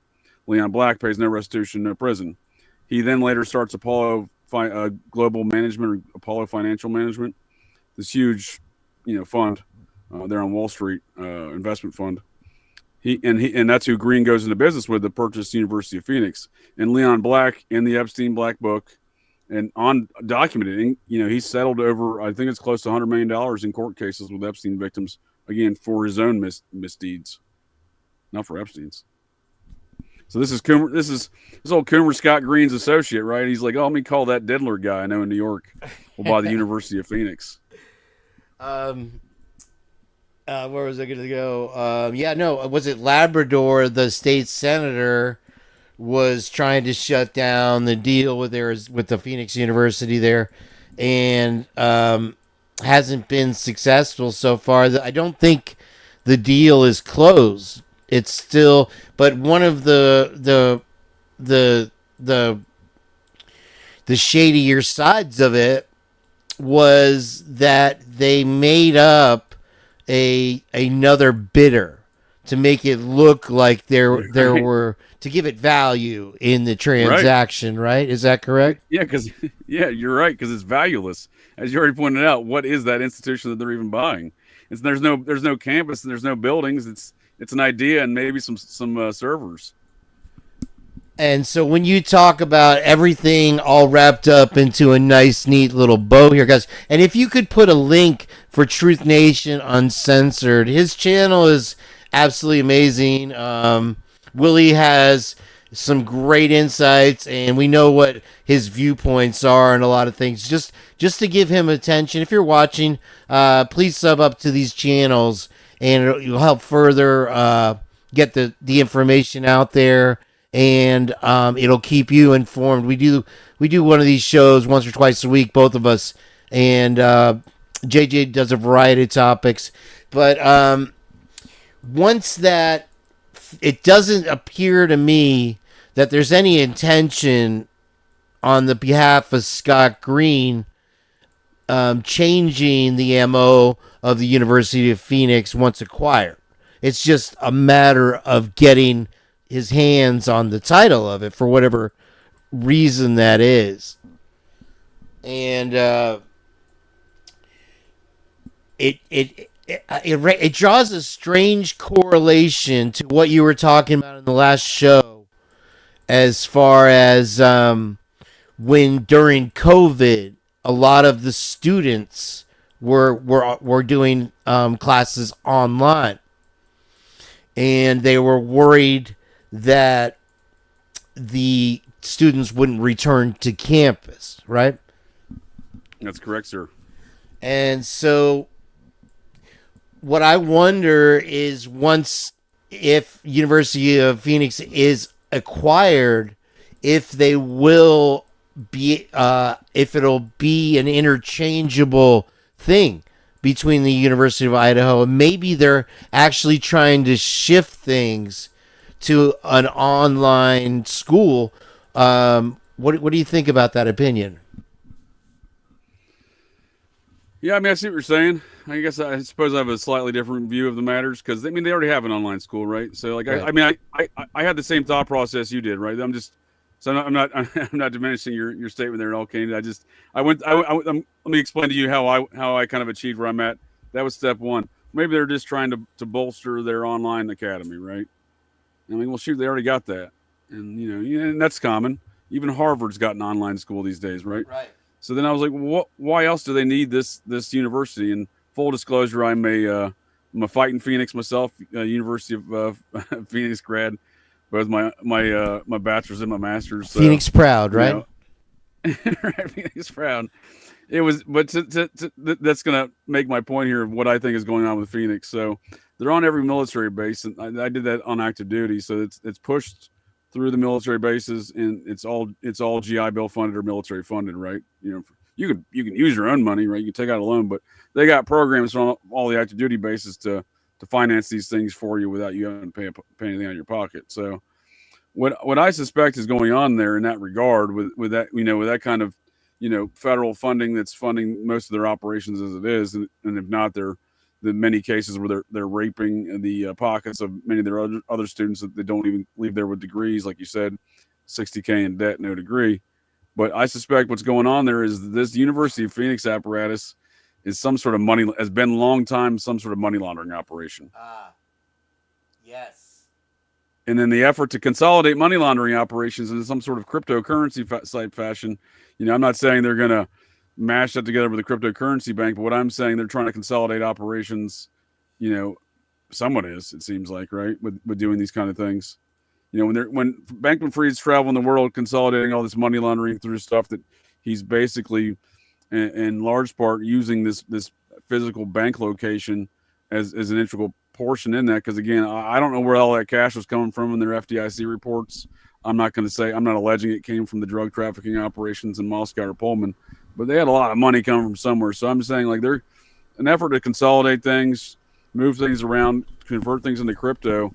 Well, in that same regard, there's probably something on the back end, financially speaking, that they can consolidate into some of those operations that is within the University of Phoenix apparatus. Because again, Phoenix largely operates off of these federal payments, and then their Lord knows what they're doing with this stuff. Because again, my understanding, I know for a fact the instructors I had, despite being very skilled, a lot of them were professors and whatnot. They just hire people. Like, one guy was a retired assistant director of the FBI in my grad school, which I had most of the 18 months or whatever I had. But nonetheless, like, they're not professors, so they're not paying these people a lot of money, and so they're making lots of money. And again, a lot of free money, or as they look at it, free money from the federal government. Something tells me they're already engaged in some sort of money laundering operations within that whole apparatus of University of Phoenix. And that to me, that makes the most sense of what Scott Green's interest was, because and Leon Black, for that matter, again, an infamous money launderer and friend of Epstein. But yeah, because again, to what benefit would that really mean to add more to their online school, right? They can already, in a sense, they would already have accreditation issues with getting that accredited within their system, right? Which again, the Idaho Department of Education, very butthurt, so that's probably not going to happen. So they're already facing uphill battles with accreditation, so it just didn't make a lot of sense to me, logistically speaking, to go out on a limb against all rules and regulations of the state, against everyone telling you no, go hire a kid diddler to finance your operation to acquire this thing. So a kid diddling money launderer, you know what I mean? All right, so to put this thing up into a nice little box here, what's in the box is you have a history associated with people closely associated with the case that have a long history of power, hiding, and money laundering through various sources and means within the United States and overseas. Absolutely. And so when you talk about the powers that are putting the pressure on the state to do things, you couldn't ask for a better candidate. What other candidates are there? This is it. Do you agree? Right. Okay. I absolutely. I think it's as I look at more and more of these details that I'm explaining here tonight, as my thoughts on these things have evolved, and I've acquired more these details. Not necessarily looking to confirm these details. I just you just Google search Scott Green's law firm, Hogan Lovells, and FTX. You're going to find your own results. You know what I mean? It's that obvious, right? So and again, dating back to the onset of FTX back in 2018, 2019, the onset of their operations. So these things, to me, they just make sense, because again, somebody's forcing that square peg to the round hole from a very upper echelon level. And again, if I admit I was very shocked at these recent releases and this attempts for Hitler to separate themselves from the secrecy of the case. And again, I think they're attempts. They're not objective attempts. They're just attempts. It's not a wholehearted effort. No. Yeah, exactly. So you can look at it with all this context of if all this power is pressuring the U.S. Attorney's Office, for example, for the state of Idaho, there again, the attorney got fired / resigned on February 13th. When did Hitler issue an order separating himself from the secrecy? You know what I mean? It was after February 13th. So yeah, the correlation is definitely there. All right, I've been riding you like a borrowed circus pony here tonight, and I appreciate you dropping and sharing all this information and your insight into everything. Let's give everybody a quick smoke break. I hope you'll stick around a little longer because I wanted to. I'd love to, Kane, for sure, man. Awesome. I'm enjoying myself for sure. Kick ass. I want to play a DNA video, and I'm gonna take a 10-100 real quick, and we'll get back at it because we kind of touched on the DNA, but there's so much out there, and I have a couple things I wanted to share with everybody, and I'm sure you have some opinions on what is on the sheath, what is under her nails, and that type of thing. So we'll take about 10 minutes. I'm going to play this quick video, and then we'll come back to it when you're ready, brother, okay? All Perfect. right, cool. All right, we'll get back to JJ Vance. I'm going to play, if I have it, this video here. First of all,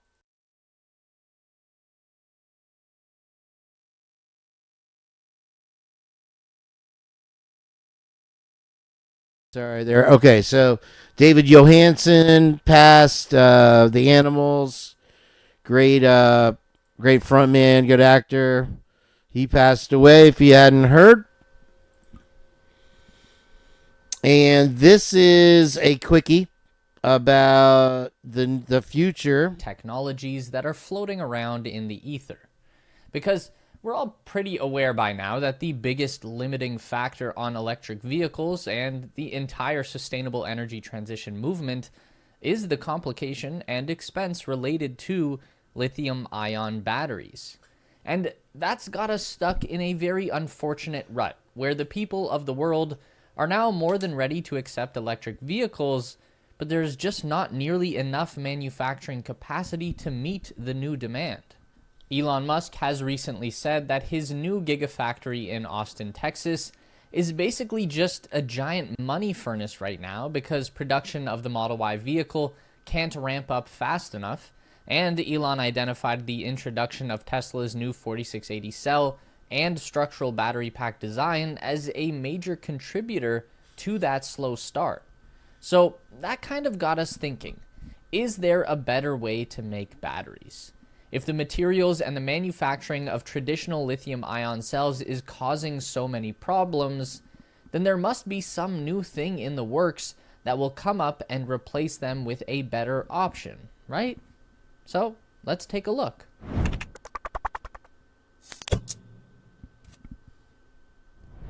Okay, this one is so outrageous that we've got to address it right off the top. Can we use nuclear diamond batteries to power the sustainable energy transition?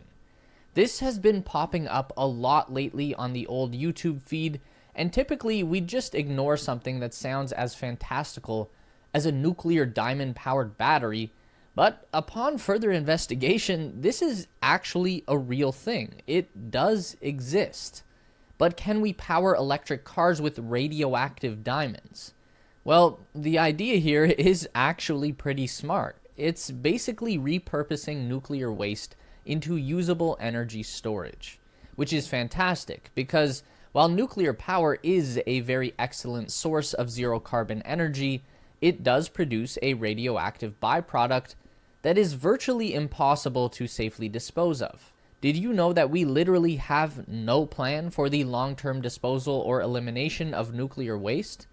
This is kind of mind-blowing. There is currently over 90,000 metric tons of radioactive waste in the United States alone that are just chilling in temporary storage. And by chilling, we mean the containers holding this material are rapidly degrading and corroding after several decades of just sitting around, allowing nuclear waste to leak out. Basically, what happened was the people back in the day had no clue how to deal with this stuff.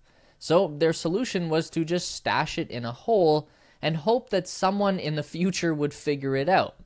Well, we're in the future and all that same waste is still sitting in the hole where they left it 70 years ago. Someone should probably do something about that.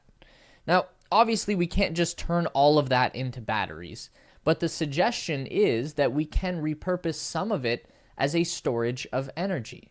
This is a concept proposed by the University of Bristol, England's Cabot Institute, and they're specifically using spent graphite blocks which served as neutron moderators inside nuclear reactors. Graphite is just a crystalline form of carbon, and this nuclear graphite waste contains a very important radioactive isotope called carbon-14, which can produce energetic electrons as a byproduct. And that's what we want to harness and use for energy. By superheating carbon in a low-pressure environment, we can transform it into gas. And then by cooling and repressuring that gas, we can create diamonds. In this case, a radioactive diamond. Then you place your radioactive diamond inside a battery cell with a semiconductor material like silicon, which collects the stray electrons and allows an electric current to flow out of the cell.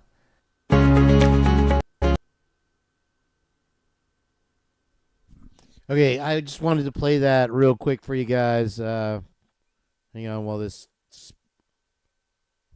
Whoa. Sorry. Hang on while this spins out on me here. Hopefully I don't have to close the window. Pretty interesting stuff, right? So that would be a great advancement here. What the heck is going on? How can you treat your worst allergy symptoms? Flonase and Flonase Sensimus treats not only nasal congestion, but this converts radiation into electricity, which sounds dangerous. So that's something I hope that actually comes to fruition. Let me get to my next video here. Did you see that? Let me refresh it for you real quick. One more time. So I believe that was the News Nation video about Brian Koberger was taken down. It was either Court TV or News Nation that I had queued up to play for you guys, and take that as you may. All right.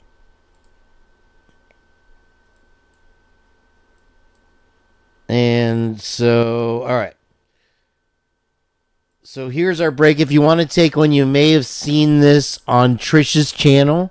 Thank you at Echoes of Clarity. Hi, Danger Zone.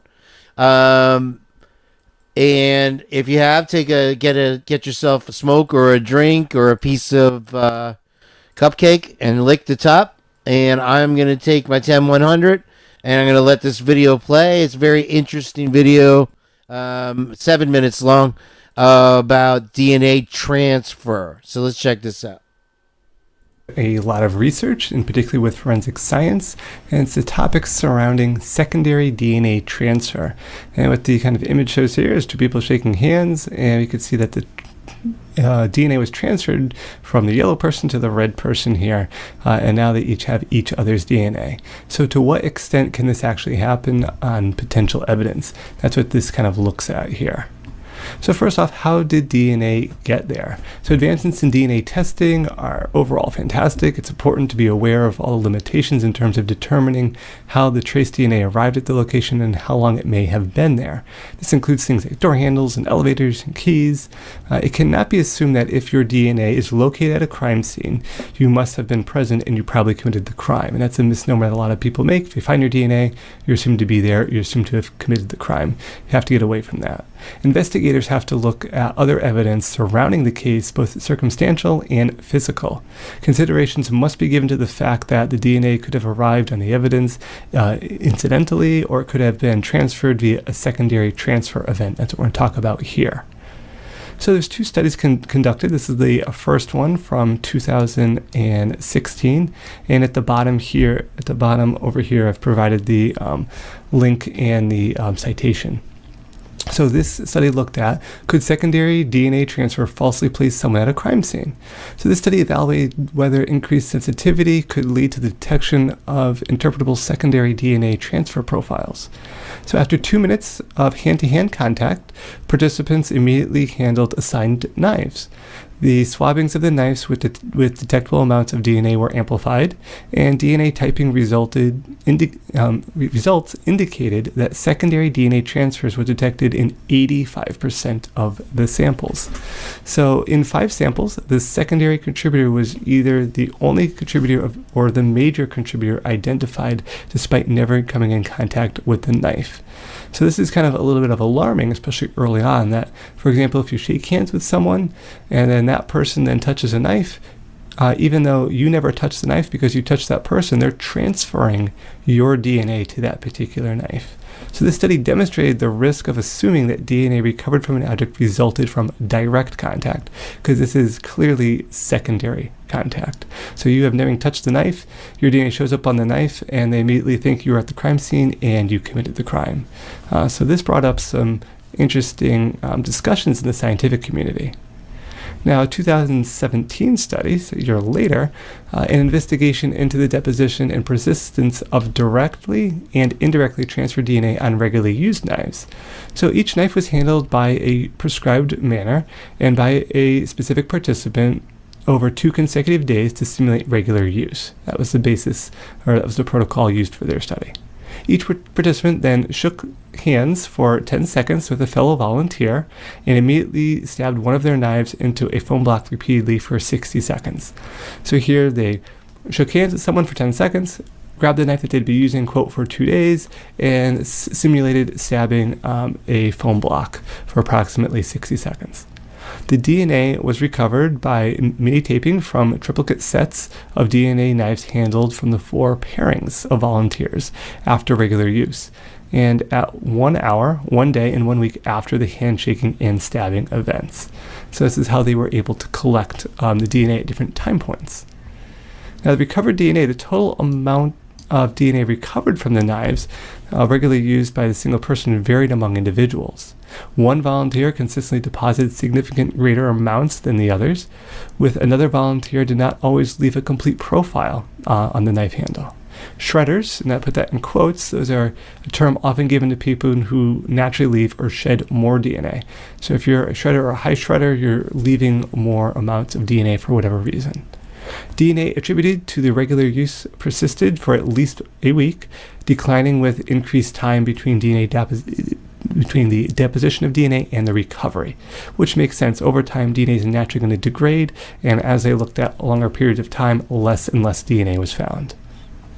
So the non-donor DNA was co-deposited at less than 5% of the profiles recovered. So except for one volunteer who consistently left DNA from their romantic partner on their knives at approximately 25% and 11% of the profiles before and after handshaking and stabbing events here. So it's important that here's someone that wasn't even participant in the study, and they ended up having their DNA show up on some of the knives through this testing. This is why secondary transfer can be something that needs to seriously be looked at and investigated, because just because you find DNA there doesn't now mean even that person necessarily was present at the crime scene. So the results from their study here, in 3 pairings of volunteers after the handshaking and stabbing events, alleles that could be attributed to the respective handshakers' profiles were detected in partial minor profiles, equating to about 10% of the profiles recovered. For the 4th pairing of volunteers, only complete single-source DNA profiles matching the regular users' profiles was recovered. So this is a little less alarming in the sense that full profiles at least weren't found, but it does indicate this concern about secondary transfer when we're looking at finding or concluding results based on findings of DNA at a crime scene. So the important note is that when indirectly transferred handshaker DNA was detected, it declined with increasing time between DNA deposition and recovery. So this is important if you're going through and a crime scene was immediately has occurred and you're taking DNA, then you're going to find the highest amount of DNA. Over time, or as that crime scene ages, you're going to find less of it. So the general summary, this data provides an initial insight into the detection and persistence of directly and indirectly transferred DNA that extend the data already available on forensics DNA transfer. These results suggest that the sooner the item is sampled after an offense has occurred, the greater the chance of recovering indirectly transferred DNA, which has implications for forensic science reconstructions. So this is just kind of that idea of if you're immediately coming into a crime scene sampling it, your odds of getting secondary or indirectly DNA profiles are much higher because they'll degrade quicker with time. General highlights: DNA recovered from similarly regularly handled single-user knives varied among users, and DNA from a user's romantic partner can be deposited indirectly via the user's hands. So again, this goes back to the point that just because you find DNA doesn't mean it was from that person that was at the crime scene. Non-depositor DNA on single-user knives is a minor profile even after handshaking, and persistence of directly and indirectly deposited DNA does decline consistently over time. So again, these are just some of the highlights and some of the concerns, and just something to keep in mind, the secondary transfer of DNA when you're going through and evaluating a crime scene in a DNA profile.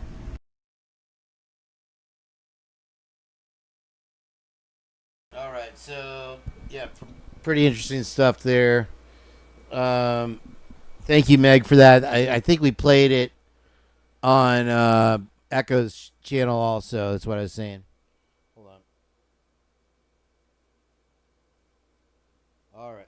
So let me get Rockford up here. Rockford, if you're listening, if you'd like to do the Rockford files, I appreciate it. Give us a little breather from the stress that brings this case brings to us every day. And I'd like to have you on here. Let me check to see if he's in the back room yet. If you click on that link for me, Rockford. And we'll get to it. Hold on. Sorry. Hey.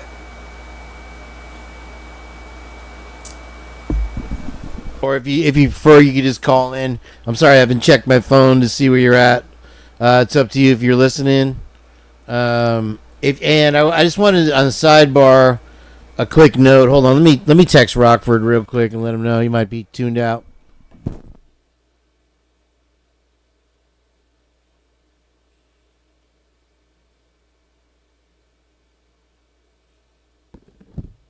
What do you call it? What was I saying? I forgot. Oh, you may be noticing that I have quite a number of moderators in here now, and these are people that are familiar to me, that I trust. Okay, great, Rockford, thank you. And I want to do. I know we're at an hour 38 right now. So what I want to do is, like in Dickie's IMO, the what is it? The third hour, I want to make it an hour where we can interact, and you post, you can put up pictures of your dog or something related to the case that you think is relevant and you want to share. And then just remember, it's a privilege to be a moderator here. A big privilege, whatever. Let me turn my face back on here. So I appreciate all of you, and I want you to know that. And that's why I did that, and I want to interact with you. So if you have something you want to share on the third hour, we'll focus on that. We're going to get back to JJ Vance here in a minute. We'll get Rockford to click in here, and we'll do his thing, and we'll move on from there. And if you're new to the channel, hit that subscribe if you're watching. Jump in the chat. I left it open tonight. If you just want to chat, that's fine. Hit that like button. Make sure you subscribe to those channels. Truth Nation Uncensored, Operation GCD. You'll be glad you did, I'm sure. There's JJ Vance back. JJ, I was going to try to do the Rockford files. I don't know if he's having technical difficulties. We could give him a minute and get back into our discussion if you like here. And he can join in at any time. So we'll make it a panel thing. But let's get back to you since we have you. I don't want to waste your valuable time. Let's get you back up. and hopefully Rockford could jump in. I'm sure he has insight, some stuff too. So, all right, now we kind of left off at Scott Green. Hey, Mark B.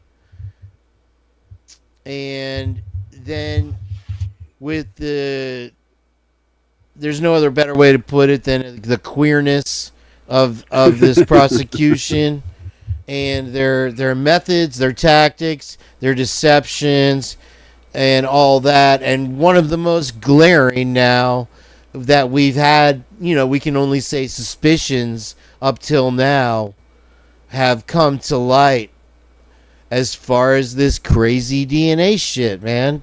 What do you think? Right. No, it's a good point there. The crazy DNA shit being the evidence of 3 males underneath the fingernails of was it Madison Mogan? For God's sake, bro. Yes, exactly. Yeah, I think the idea again back to this whole power thing with leaving the bridge where we left off with Scott Green, the idea that you can ignore that evidence and go through all these hoops and other shenanigans to develop the evidence against Kohberger.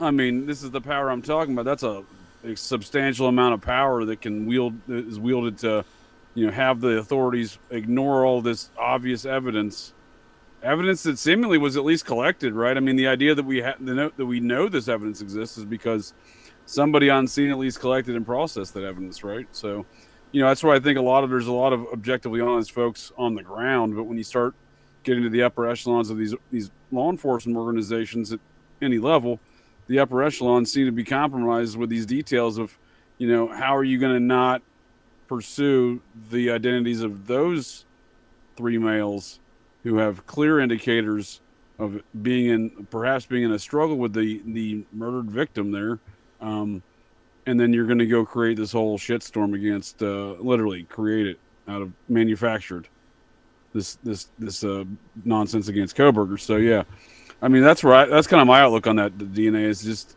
I mean it'd be great to know who they are and whatnot. I know they've provided some bullshit answers as to why they can or can't, the limiting factors surrounding why they haven't done that or can't do that. But to me, it's just indicative of this case that they're manufacturing against Kohberger. Kohberger's a completely innocent party, and Patsy in the matters, not connected to any of these things, just happened to be there and happened to be perhaps associated with the PD over there to identify himself locally, put himself on the radar to be selected in such a role.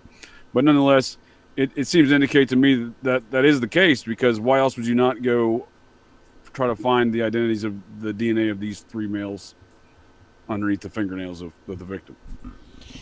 Before we get into that, and I hope it's not too far off, as far as being a patsy and being selected ahead of time, where do you think that results from? Because a lot of people have suggested that to be in the program he was in, you have to apply at both police departments, both Pullman and MPD. Do you think something along those lines or something that happened in that situation? Of course, we don't have records that are public to find out if he did have a role in either of his organizations. What would you say led to him being picked as the guy?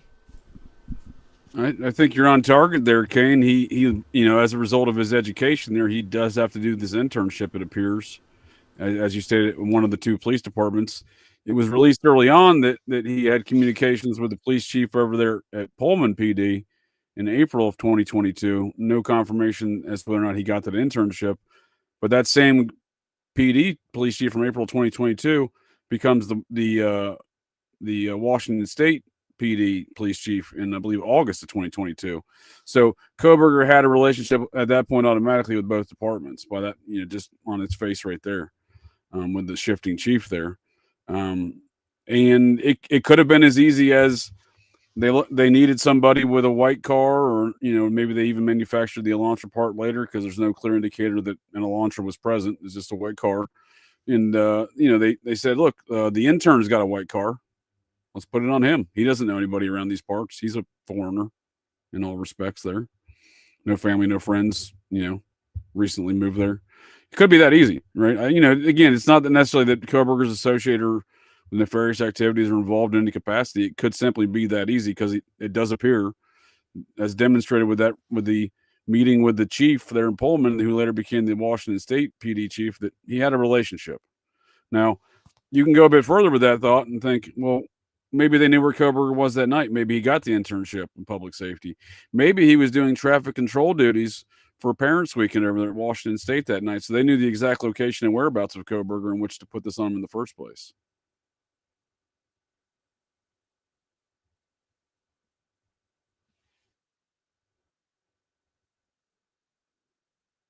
No worries.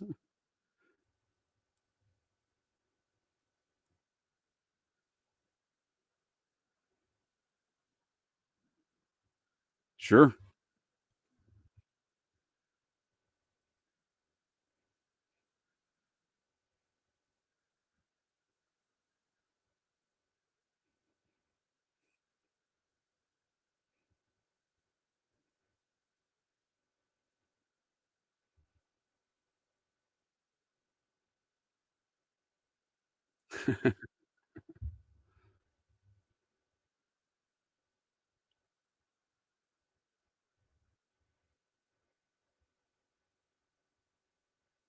Yeah, I did 20 years in the Air Force MPs, and I ran a PI.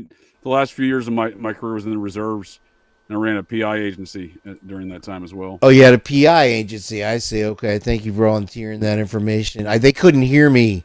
You could hear me. They couldn't hear me. I was muted for a second there. In your experience in law enforcement in 25 years and beyond, as far as the divide, because I've heard that the dark side is always there. It's always available. Even in military, I'm assuming, in the military level of law enforcement, which has, it seems, more serious consequences than the public sector, the corruption level, is it a small percentage? Is it a vein that kind of runs in itself and self-destructs at certain points when certain people want it to? What's your opinion on as far as corruption in law enforcement in general goes from your experience? I think it's a microcosm situation. So the macrocosm being how these law enforcement organizations exist within the civilian capacity and the civilian world and how they operate. And I know you played some videos last show about some evidence walking out of evidence rooms, and there's lots of examples of that, lots of examples of malfeasance at every level of law enforcement, state, federal, counties, etc. And when it comes to evidence, especially when it comes to drugs, there was a case up in Massachusetts maybe 3 or 4 years ago where the cops were just doing the coke out of the evidence room. You know what I mean? Mm-hmm. So yeah, we played that video. These things yes. happen. Oh, you say you're familiar with that case? Okay, absolutely. Crazy. They have the video of them handing the drugs through the hole in the wall. And they don't give a shit though, right? They didn't think they were going to get held accountable, right? What is it? I always want to say diplomatic immunity, but qualified immunity does go a long way, because even though they're busted red-handed, there's not civil consequences. It's just you're fired, you're transferred, or a slap on the wrist, prison sentence. So that's a good way to put it. So the military police operates the same way.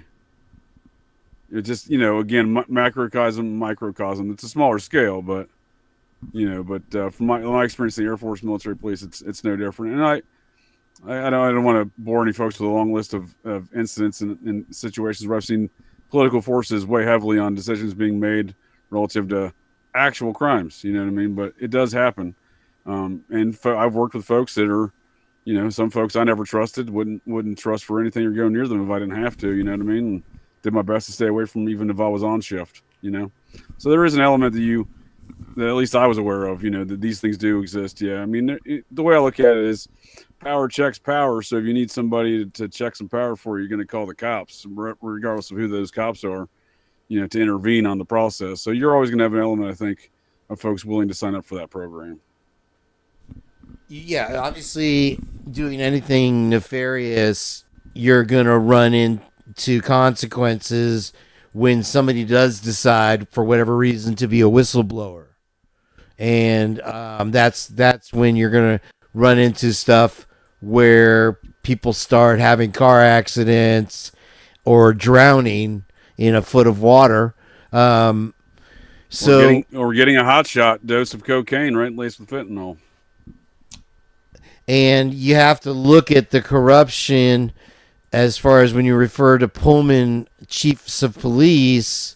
This current one is now under investigation and has resigned because of domestic affair. Well, you know, whatever relevance that has, you know, and add that to the list of people we've had retire and so on and so forth. You have to think, one thing JJJ did is resign his senior, whatever clemency thing, that his senior program, and just go right directly into retirement, which in his career path seems off the beaten path. I agree with that assessment. Yeah, I agree with that assessment. And regarding Washington State and Pullman PD, that Jenkins fellow that I was talking about that had communications with Koberger and an interview for an internship, he moved over to Pullman under scandalous terms, right? They were doing some credit card fraud, some other financial fraud over there in the PD. And another case I wanted to cite was something that did involve Moscow, Idaho, and we haven't gotten any names or any prosecution on it yet, was the guns that they were selling, the confiscated weapons, as just in correlation to the cocaine from the evidence room. They were selling out of the backs of their trunks from Phoenix to Idaho to Seattle. So yeah, that's a prevailing thing, and it speaks volumes about who we're dealing with, doesn't it? It does. And you just hit another highlight. I'm not sure if I'm familiar with that narrative, Kane, but when in reference to the Iran-Contra scandal, like I said, they were shifting drugs and guns, right? So, I mean, we're presumably drugs here surrounding all of the circumstances, but I have yet to see a lot of drug running, so that's a nice new factor that you brought up to my attention. Well, we played the videos, a news thing, and a lot of other articles and news stories have drawn our attention away from that. But to do in this case, that went through Idaho, huh, and it affected Moscow? Yes, sir. At Coeur d'Alene and Moscow. And to use a phrase from that Ollie North era, it's like a trickle down, where now law enforcement is stealing the moves of the feds and making, because it's your ass that you want to protect. So you want to make that money. How did they do it? How did they get away with it? Well, here it is. And it happens. It's in our faces. And it seems difficult to find any repercussions for the bad offenders or the bad actors in these cases. Yeah, that's a good point you make there. And the infiltration of the you bring up a thought in my mind. The infiltration of the FBI into every state and local law enforcement agency in America. So the reason why I think they're able to perpetrate some of the things that they've perpetrated here is because they've already had infiltration of these organizations, right? Makes it a lot easier. I'm not saying they couldn't do it without it. I'm just saying it makes the process easier. For example, the current police chief, the alleged initial lead investigator on the case, right? Blaker. He arrived there with Sergeant Blaker arrived there with Corporal Payne, but for some reason Corporal Payne took the lead. But Sergeant Blaker is now the police chief, right? After Fry retired. And, he's a graduate of the FBI Academy. he's not the only one there in Idaho. I just think it's interesting. We do now have a guy that's one of the guys that's a graduate of the FBI Academy. So the FBI Academy offers a few hundred seats across the nation every year for local and state law enforcement officers and federal. I had an opportunity to go to this, an opportunity for the same program as an Air Force military police dude. Didn't take it. I mean, the FBI, the Federal Bureau of Uninvestigations, if you ask me, that's all they do is uninvestigate things. But Blaker took advantage of that. A number of other folks there in the area. So, these folks go to the FBI training academy at Quantico for, I think it's 16 weeks, 20 weeks. So they go through the full agent training, and they're indoctrinated, incorporated within that fold. So if the FBI needs somebody in Moscow, well, they would say, we got a guy called Sergeant Blaker. They got Blaker in place. And, all right. Now, okay, so originally the narrative was we found Kohberger's DNA on the snap. And they didn't elaborate on that fact. And recently we found that there was other blood on the sheath. And I'm having trouble. I'm having trouble processing whether or not, I don't know which to believe, because even two of our most fabulous creators there, Lana or Lonnie from Truth and Transparency and Miss Potts, seem to be at odds as to whether Kohberger's DNA was actually even on the sheath at all. But there appears to be mixed DNA on the sheath itself, which we always wondered, like, is it possible that this sheath was clean and then the victim's blood wasn't on it? And apparently it is. So that to me adds a little credibility to the sheath. But if it turns out that Kohberger's is not even on the sheath, wow, what a freaking huge narrative lie that they've proliferated since day one, man. I mean, that would be everything. That would shut down the case to me forever. Yeah, I think they are lying, Kane. So here's my position on it. Show me the knife sheath. I don't believe there was a knife sheath, first and foremost. Show me the knife sheath, because as you're saying, as the information does get unsealed and made public, and again, this is a public court hearing. It should be public. There should be no secrecy. It's the public's right to know. It's not, Kohberger's obviously right to know as well as the defendant, but the public has a right to know the actions and activities of the justice system. That's what our nation's fundamental laws are based upon, the public's right to know of those proceedings. So the idea that we have all this secret stuff is just, it's Looney Tunes. But as things become available, information becomes available, you're right. It's, more things have changed. There's now blood on there, there's other mixed DNA. And it's to my understanding that the amount of DNA that was allegedly on there from Kohberger was less than the speck of dust on the butt. 70 pixels or picoles or something like that, right? Right. So this is such a minute thing that, and again, that's to say that the knife sheath exists, right? Because, again, going off of their own sworn affidavits, there's there appears to be varying accounts. Again, very ambiguous. They don't commit to things. They paint very ambiguous pictures around it. And it's not only is it the ambiguous nature and seemingly conflicting statements made by Blaker and Payne, and again, Officer Smith, and whoever the fuck was with Officer Smith, because to the best of my understanding, every statement just says Officer Smith was amongst the first officers arriving on the scene. There's no clear indicator, to my understanding, that we know everyone that was on scene first or the exact time frames. But the stories seem to all conflict. They're ambiguous statements, but my point being also is they shouldn't be ambiguous. It should be, the affidavit should clearly state this individual found this knife sheath at this exact time. It was then bagged by that individual into evidence and signed over to this individual for transport. Those things are not present in any reports or affidavits that have been made public. So the idea that these things continue to shift again afterwards, it makes me want to believe there still is no knife sheath.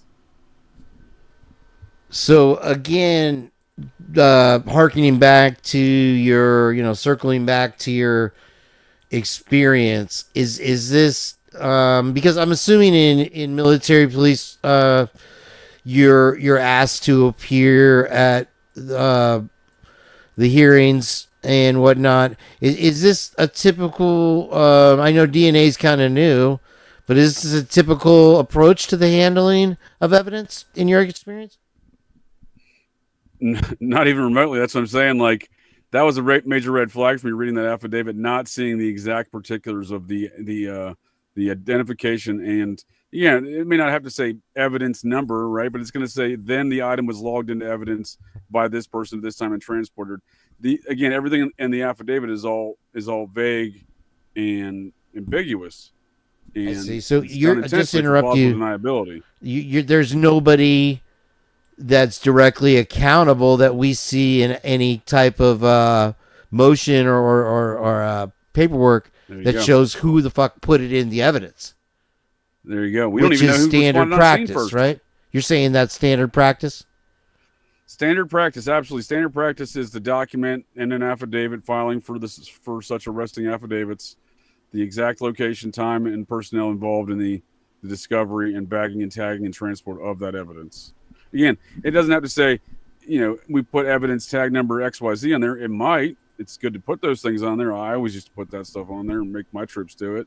Because again, it's accountability, right? You're tracking these things so you can, if you're asked questions later, I've testified in federal court in civilian cases as a law enforcement officer in the Air Force, in the arrest and apprehension of civilians on federal property, exercising proprietary jurisdiction.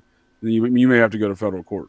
And for example, I inadvertently busted one of the largest crack trafficking rings in Dayton, Ohio, years ago on patrol. Because the vehicles, the incident occurred on proprietary federal land, so it was a park near the base there. So again, I'm familiar with a lot of these processes, and again, even the kind of the civilian aspects of those things through circumstances such as that, and going to testify in federal court on these matters, because those people don't get state charges; they get federal charges, criminal charges, and that's scenario. So yeah.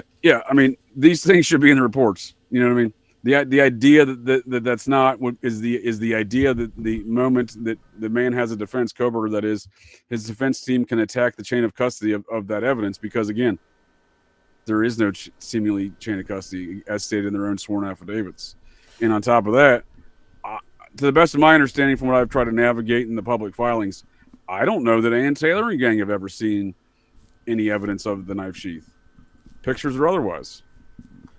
Well, from experience, from what we've seen in Moscow, they're very famous for filing no report in extreme situations. And then when it comes to a dog barking or a naked man in the street, their report filed, ridiculous stuff. But right. It seems like I've seen the same thing. That's a good point, though. That's a very good point.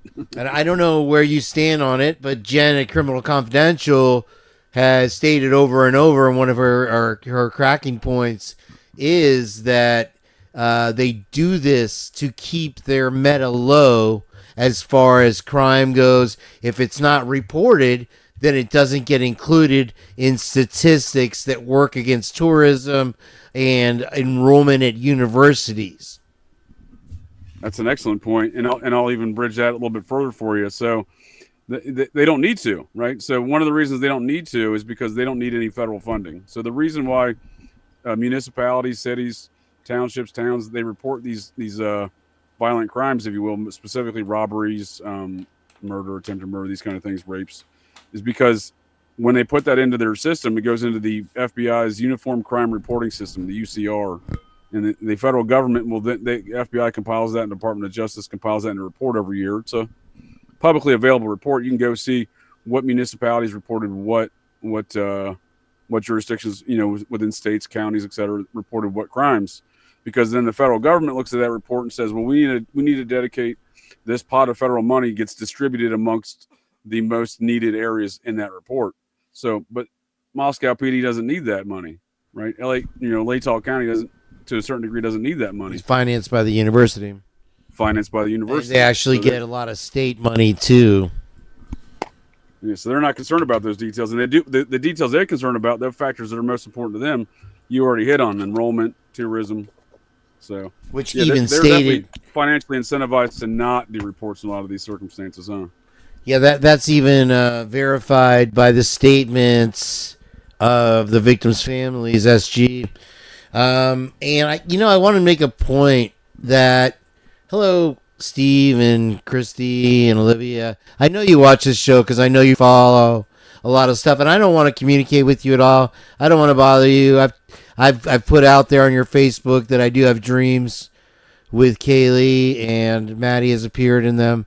But I just wanted to ask you one question.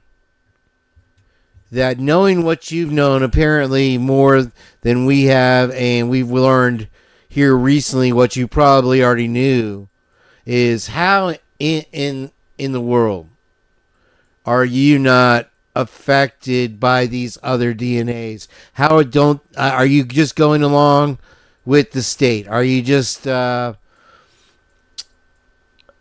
hopeful to get somebody blamed in this case? Because it doesn't make sense to us. And I'm not trying to pick on you at all or anything. And I'll tell you that I know you watch this because I know every single creator that's involved in Idaho 4 watches this channel religiously, more than just the regular patrons of YouTube channels. So I know it's important to you what happens on this channel. So it's just a question from all of us to you. So secondly, you have the fingernails, and you brought that up, JJ. And we seem to have three different, a variety of DNA that came from that.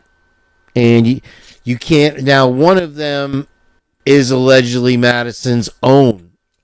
And, first of all, circling back again, of all the victims that would have DNA under their fingernails, does it strike you as odd at the one that appears to have been the most wasted and more than likely the only one that was possibly incapacitated or asleep or passed out at the time has defensive wounds or defensive DNA under their fingernails? Does that strike you as odd right there? Schizo in, schizo out, Kane. This is the individual that's supposedly asleep up against the wall where they found her deceased, right? Was allegedly asleep, and when they found her body was, over against, kind of pinned, right? So, yeah, it doesn't make any sense. Again, schizo in, schizo out. So, I'm not willing to believe any of these. I'm not saying I'm not willing to believe if crimes have occurred and these murders occurred. I'm saying I'm not willing to believe any of these details of how these people found the bodies, right? Because again, we don't even know the officers, and we've already kind of hashed a lot of those problems. But what I'm willing to believe is we don't know how these young adults were murdered. We've been fed a narrative that repeatedly makes no sense, and it continues to get more schizo as time and information is available. I think I can stamp that as an answer for you. The queerities of this case is garbage in, garbage out. And we can't, at this point,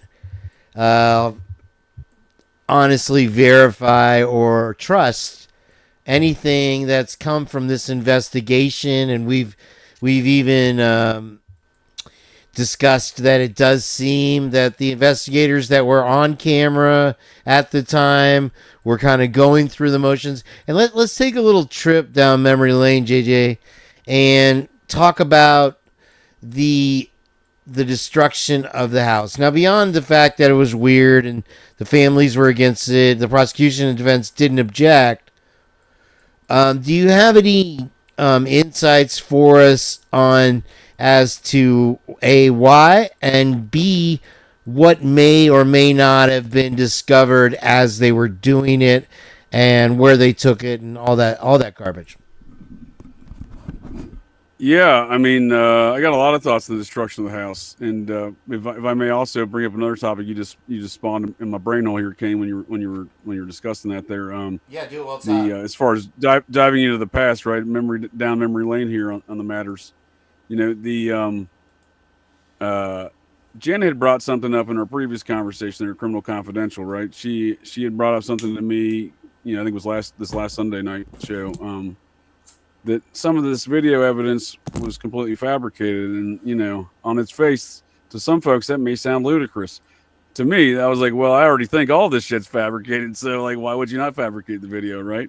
And it's been seen in other cases in contemporary times, such as Delphi, where they believe Disney was involved in some sort of quote unquote enhancing that Delphi video.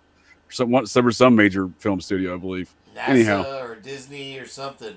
Yeah, NASA and Disney, I think, maybe even, right? So the idea that these things may be fabricated, I'm on board with that for sure. So, but what I'm saying here is that statement caused me to, since then to think, and you just spawned that thought, was because one of the things I thought when I wasn't considering the videos were fabricated and whatnot that night was, who was the last party to see these folks that didn't live in that house, right?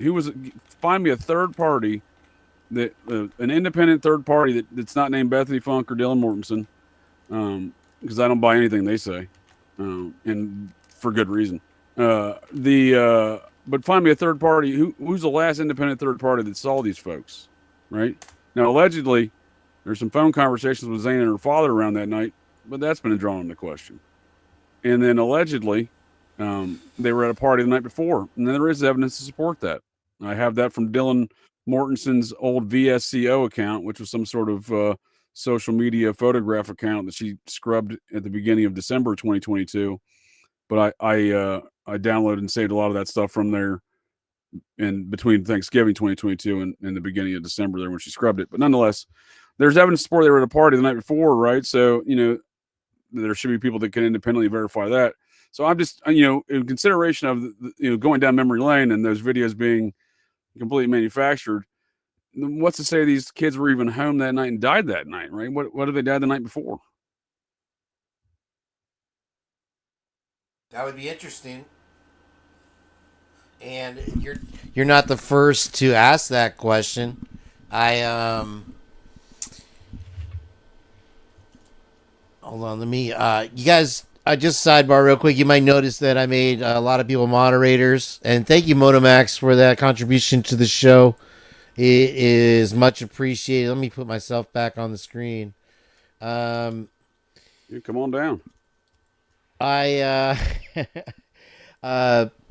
Where was I going with that? Oh, starting. So many people are making such great comments here, which is I absolutely love our chat, and I'm so glad a lot of people have transitioned over to yours, because you have so many great panel guests on there, and you guys have insights in all kinds of stuff, and a lot of times you do refer it back to the Idaho 4, which is something that is unique to a lot of channels. So we have a good time here, and I'm trying. I appreciate that. I enjoy it here too. Y'all have a fun crowd here, Kane. I like your all's dynamic here for sure. You guys got some good stuff. Yeah, we've definitely put the time in, each and every single one of us, and I always say that I know everybody involved here has given up something to pursue this case in their own lives. And so we have a personal stake also, of course, not as much as the victims and families, but in seeing a proper, truthful outcome. And it seems so elusive. And how do you feel on? Hey, Wade Bird, how are you doing? How do you feel? Oh shit! What was I gonna say? I get distracted so easily. Forget it. Let's go on with what we're talking about. I'll remember in a second, as I usually do. Well, you asked me about the home. So what are my thoughts on the destruction of the home? So, I think when Ann Taylor took the case over, and this has been a lingering kind of question mark in my brain hole here, that what occurred here, because I don't know exactly what occurred, and maybe you have some insight. But so Kober gets arrested in Pennsylvania. Typically, and seemingly according to the rules of Idaho, you have to go have a hearing on an indigency before you can get assigned a public defender. Right. And somehow she seemed to take the case over before that hearing. So I've always found that somewhat odd. Wait, rewind there for a second. Ann Taylor before Brian Koberger had given up his waived his right to whatever you do when you get somebody out of state. I forgot the word. Extradition. He waived his extradition. Had already you on the one hand you do have her as one of 8 little pretenders that can represent the defender, but it does strike us odd. I didn't realize that she'd already taken the case before he left Pennsylvania. And to the point about yes, sir, and to the point about the house. So they had the hearing when he got to Idaho, and and again she was assigned as his counsel, but typically you can't have that counsel assigned until you had that hearing to ensure that you don't have the money to hire your own counsel. The hearing of indigency, which they call it. I don't know what they call it there, but that's what they call it here in Ohio parts. So I'm mostly familiar with the court systems in Ohio from running a PI, a private detective agency here for a number of years. But nonetheless, she filed a motion. Koberger was, to the best of my recollection, Koberger wasn't even in Idaho yet. I don't think he was in a plane yet. She filed a motion to stop the destruction of that house, I believe the same day he was arrested on December 30th. Oh, really? Yeah, if you recall, they already had the cleaning crew in there before. So December, we will rewind it back a bit there, Kane. So December 7th, call to action. Everyone needs to help out in the world to find this white Elantra, 2011, 2013, right? Please help. That same day, James Fry has got a shit-eating grin on his face, and he's driving a U-Haul over there to empty the place out, right? So they don't, as we know now, and no one knew Brian Koberger's name then. As we know now, they didn't seem to know Brian Koberger's name according to their own reports. So they're emptying out a crime scene before they even have a suspect identified, right? So what I think happened here was that crime scene was already compromised. And then Ann Taylor gets on the case. She may have even volunteered, right? When she saw him coming back, like you said, she's on a short list of attorneys that can represent that case. She may have volunteered, put herself in the arena already, because, again, I don't understand how she filed that motion before she was officially assigned after that hearing with Koberger for his counsel. So, but yeah, she stops the destruction. So that was, I believe, was scheduled for destruction that day on the 30th. Initially, that is something I didn't know, JJ. The narrative, and maybe I'm watching too much mainstream, was that nobody objected to the house coming down at all, even the defense. Well, you're right. She would later consent to the destruction after they did some investigations and ran some tests in there, et cetera. But again, what were they going to do? The place was already destroyed. They had torn out floorboards, walls. Apparently, they had moved everything out. It was ready for destruction by the time Ann Taylor was even on the case. But yeah, she did initially stop it. That was her first move. Her first move before, by all stretches, it seems, or by all my assessment, it seems she should. Again, I'm not an attorney, and certainly not in Idaho.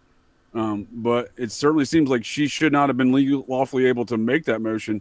But that's what I'm saying. Since she's on a short list, maybe she volunteered, and somehow that's all legally possible. I'm not saying that, but it is important to note that she did her first action before she even met Brian Koberger was the motion to stop the destruction of that home. That's crazy, bro. Because he hadn't even had the opportunity to step foot on Idaho's soil, let alone find his own, maybe like we've discussed before, he could have had some out-of-state high-powered or power-seeking attorney step up in his defense. But here, it makes you wonder also, I don't know, a lot of people have said that Meg P, that Ann Taylor had was still kind of part of the trilogy, and so it may just be an illusion, her whole defense. And of course, you're only as smart as you're told as a defendant. He hasn't really, to our knowledge, had any visitors. I don't know what communications he's had with his family. And so as far as he knows and we know, he's got great representation, but it could be a different story, you know. Yeah, I see what you're saying, and I think by all appearances, I think he does have good representation. This at least this is an early indicator to me to at least give this. As you're pointing out, she's a public pretender, so I wasn't very optimistic going in there when I saw that situation popping off. But when I saw her stop the destruction of that home, I'm like, well, in her subsequent actions since then, she's doing a good job.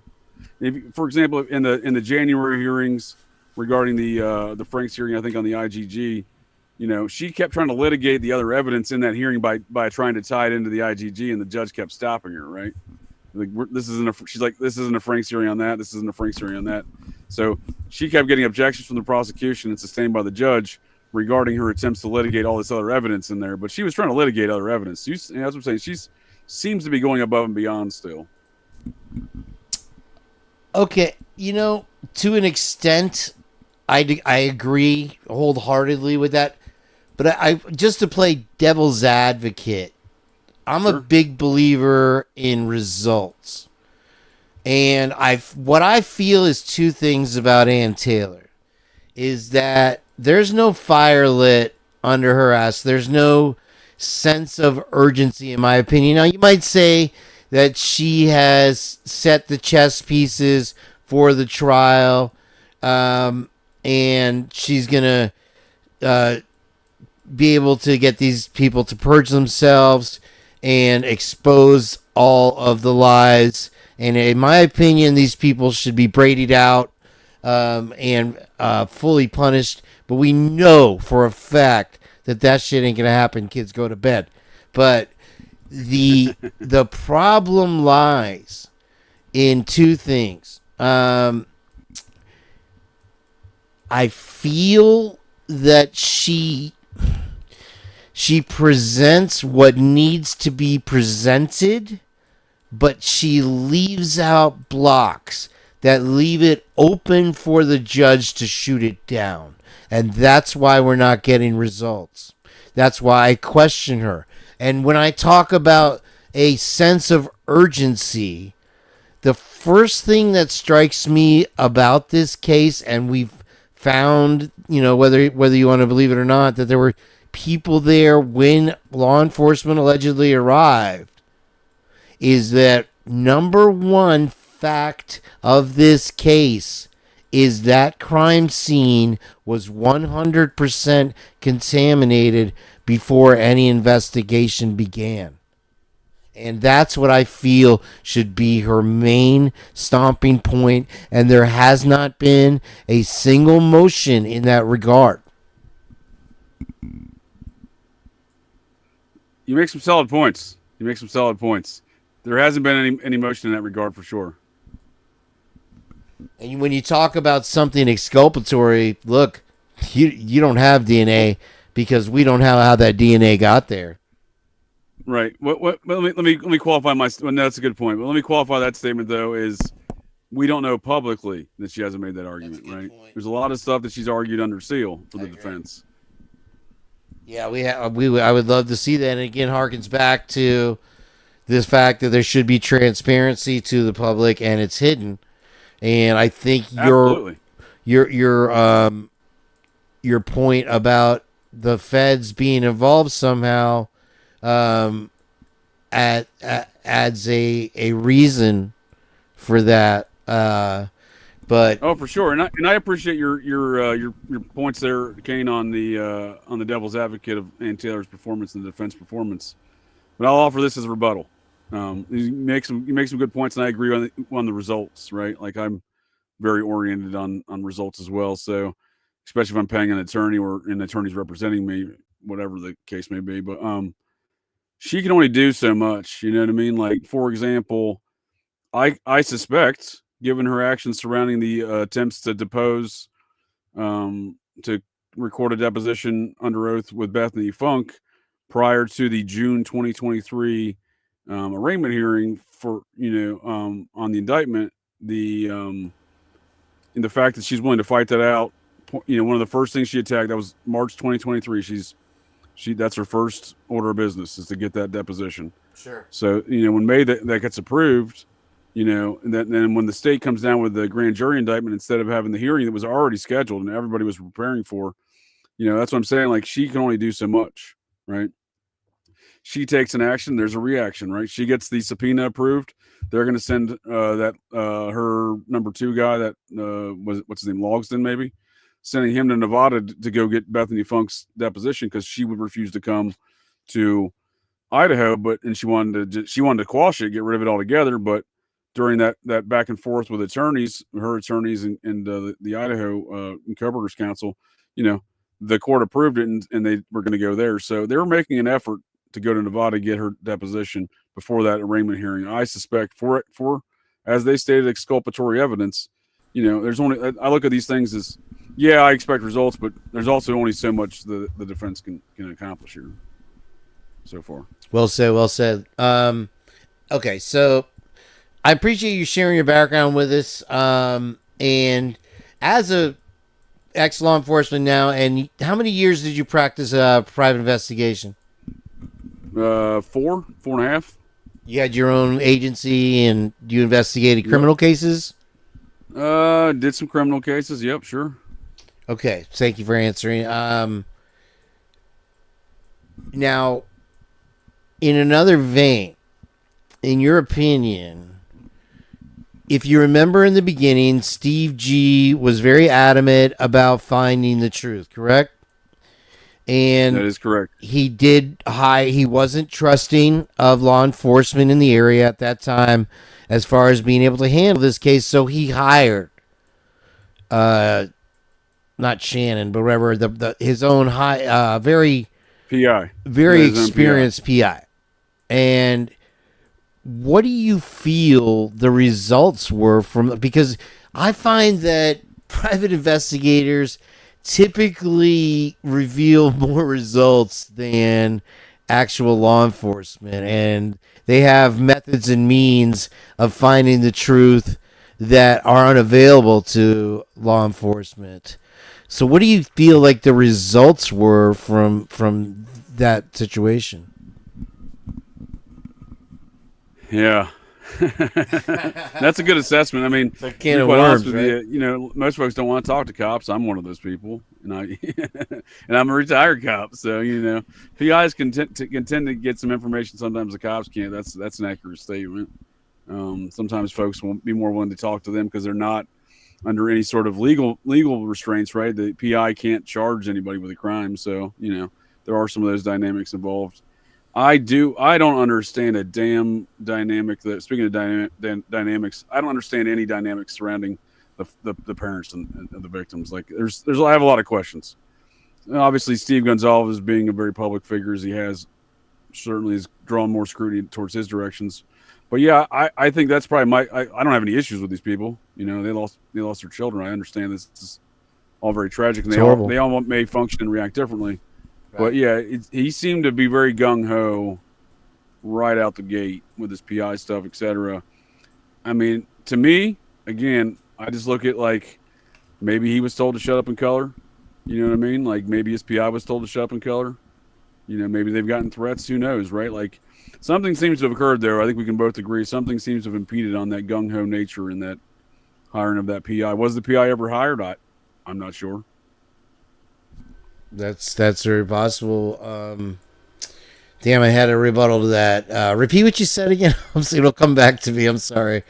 No, I'm confused by all the family's activities. Again, I know they all grieve in different manners, but the fact that Steve Gonzalez was so gung-ho and doing interviews, saying he was going to hire a PI, and then seemingly took a different turn, like took a U-turn. Yeah, when you said shut up and color. Shut up and color. There does seem to be maybe some kind of pressure down on the families because, look, one of the motions in limine is to keep the freaking victims' families out of the courtroom. I saw that. Great point. I've never, ever heard of that. Of course, like I said, I don't have a lot of experience in these cases, but I've never seen any case that was publicly broadcast that didn't have victim impact statements, and I don't know what event happened that they're being barred from the trial itself, but my God. Yeah, I agree. That's completely anomalous, Kane. I've never heard of such an instance. I've studied a lot of court cases. I got my graduate degree in the administration of administration of criminal justice. So in doing that, a lot of it was studying criminal cases. It wasn't law school, but it was almost like a pre-law type program. And I'm not familiar with any case where the court is trying to bar the victims' families from attending. Usually, the state wants the victims' families there as a impetus for the jurors to see the emotions and make decisions based upon those emotions of the families. Yeah, and coming from a family where there were control issues or whatever, I recognize it. And it seems to be a power move for whatever reason. Big time. And Big time. I don't know that it states all the families or all the families involved or just specifically the Gonzalez's. If anybody can clarify that for me in the chat, what the motion in limine. I've been working a lot and I missed a lot of Miss Potts' reads, unfortunately. But from what it appears to me, I would say it's directed at the Gonzalez's. The Chapins are very quiet, the Mogans, and the Kernodles have been outspoken, but haven't, in my opinion, stepped out of line. Okay, so that's a good take on it. I agree with you there for sure. Yeah, I agree with you. It seems to be targeted. Maybe that is, even if it is said for the families, and maybe it's targeted towards Steve Gonzalez. I think it definitely is. I think he is a man that knows too much, and I think that he's good at playing the game. And that's why we see conflicting statements. I think that's an accurate assessment. I have a very similar view, and he may know too much, and he may not know what he knows that's too much. Or he may be a little cocksure on top of that with another viewpoint, and maybe he doesn't realize that what he's saying is dead on balls accurate, but there you go. From what I see from him since his statements on that interview in front of MPD, since that day, his viewpoint seems to suck out loud, where they just want a conviction, they just want this guy unalive, blah blah blah. And a lot of people have said, and there's video evidence in some respects to prove it, that they're just kind of reading along a script. So I don't know if that's handed to them or if that's part of the game plan. I know for a fact that they want justice for their kids, and it twists my mind to think that they wouldn't, back to the DNA, be shouting from the rooftops, to use that coin. But I hear you. But and if I may offer some response here, Kane, as far as the way I look at it, I try to put. I'm not trying to put myself in the shoes of Steve Gonzalez, but try to look at it from his perspective, right? Early on interviews, I recall him and his wife had varying disagreements, even on camera, about even after the arrest of Koberger, right? He wanted more investigation. He was very critical of the current investigation. She wanted to fry the guy. So you got to think of that. He's got his wife, who's obviously got an opinion that I'm sure he respects and is trying to, come to terms with at times that seems to conflict with maybe his opinion. He's got, I recall December 2022 interviews. He's saying the investigators are saying X, Y, and Z. That's very effective. They're very effective investigation. And, I wonder how that's bore out for him because, as you're saying, with this DNA evidence and stuff, it seems to contradict the statements he's being fed. So it makes you wonder where his head's at today. But nonetheless, he's got people in his ear, be it his relationships and communications with his wife, and or the investigators feeding him this information, telling him one thing, and his eyes are telling him something different, perhaps. So he may be very conflicted in those regards. But I would agree with you that he probably knows more than maybe he understands, and that contradicts all of the narrative that is going on in the court case there. And maybe part of the direction under Shannon is his attorney to make the statements that he's made to shade his true intention. Wouldn't be the first attorney to try to nefariously control their client. That's all I'm saying. Well, to digress a little bit back to the DNA and kind of get back in the Wayback Machine. With the 70 picograms of Kohlberger's alleged DNA, there seems to be a point in which on the way the FBI sent it to Othram, the sample doubled. Are you familiar with this? I am. So what do you think? Is that because they put it under a magnifying glass and tried to cook it like an anthill, or is it because they replicate themselves? Do touch DNA cells replicate themselves? Maybe they're really banging it out before they got it in a plastic I think somebody bag. fed them after midnight. Yeah, don't pour water on them. You definitely don't do that. No, I mean, I kind of. You guys. No,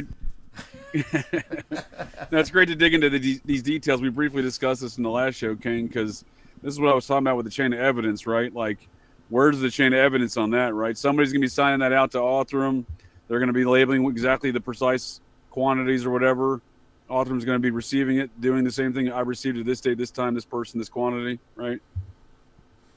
That's where the chain of evidence comes in handy. It becomes very important. And accelerated in this particular situation to them not logging their necessary steps along the way. You have a federal level now involved. So perhaps that is the reason that the feds took over the sample, because now that does not have to be disclosed. Right? When it's on a federal level, they can do whatever the fuck they want. Kids go to bed and not have to show their. They don't have to show their math, right? Yeah, they haven't had to show. They haven't had to show evidence of this assessment of the last public statement made by Ann Taylor. She had yet to see the videotape, which the FBI analyst analyzed to determine that was Brian Kohlberger's car. Or at least it would determine it was a 2020, could be a 2015 white Hyundai Elantra, right? Because or any Hyundai Elantra, the defense has to see that evidence.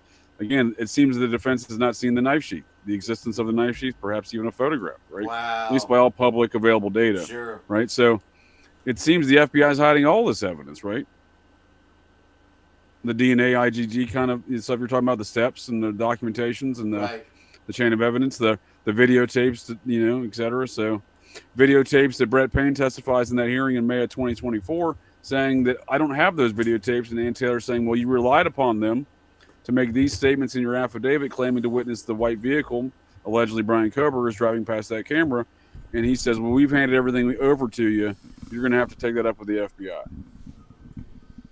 What a cop-out. Literally. What an easy out that is for him.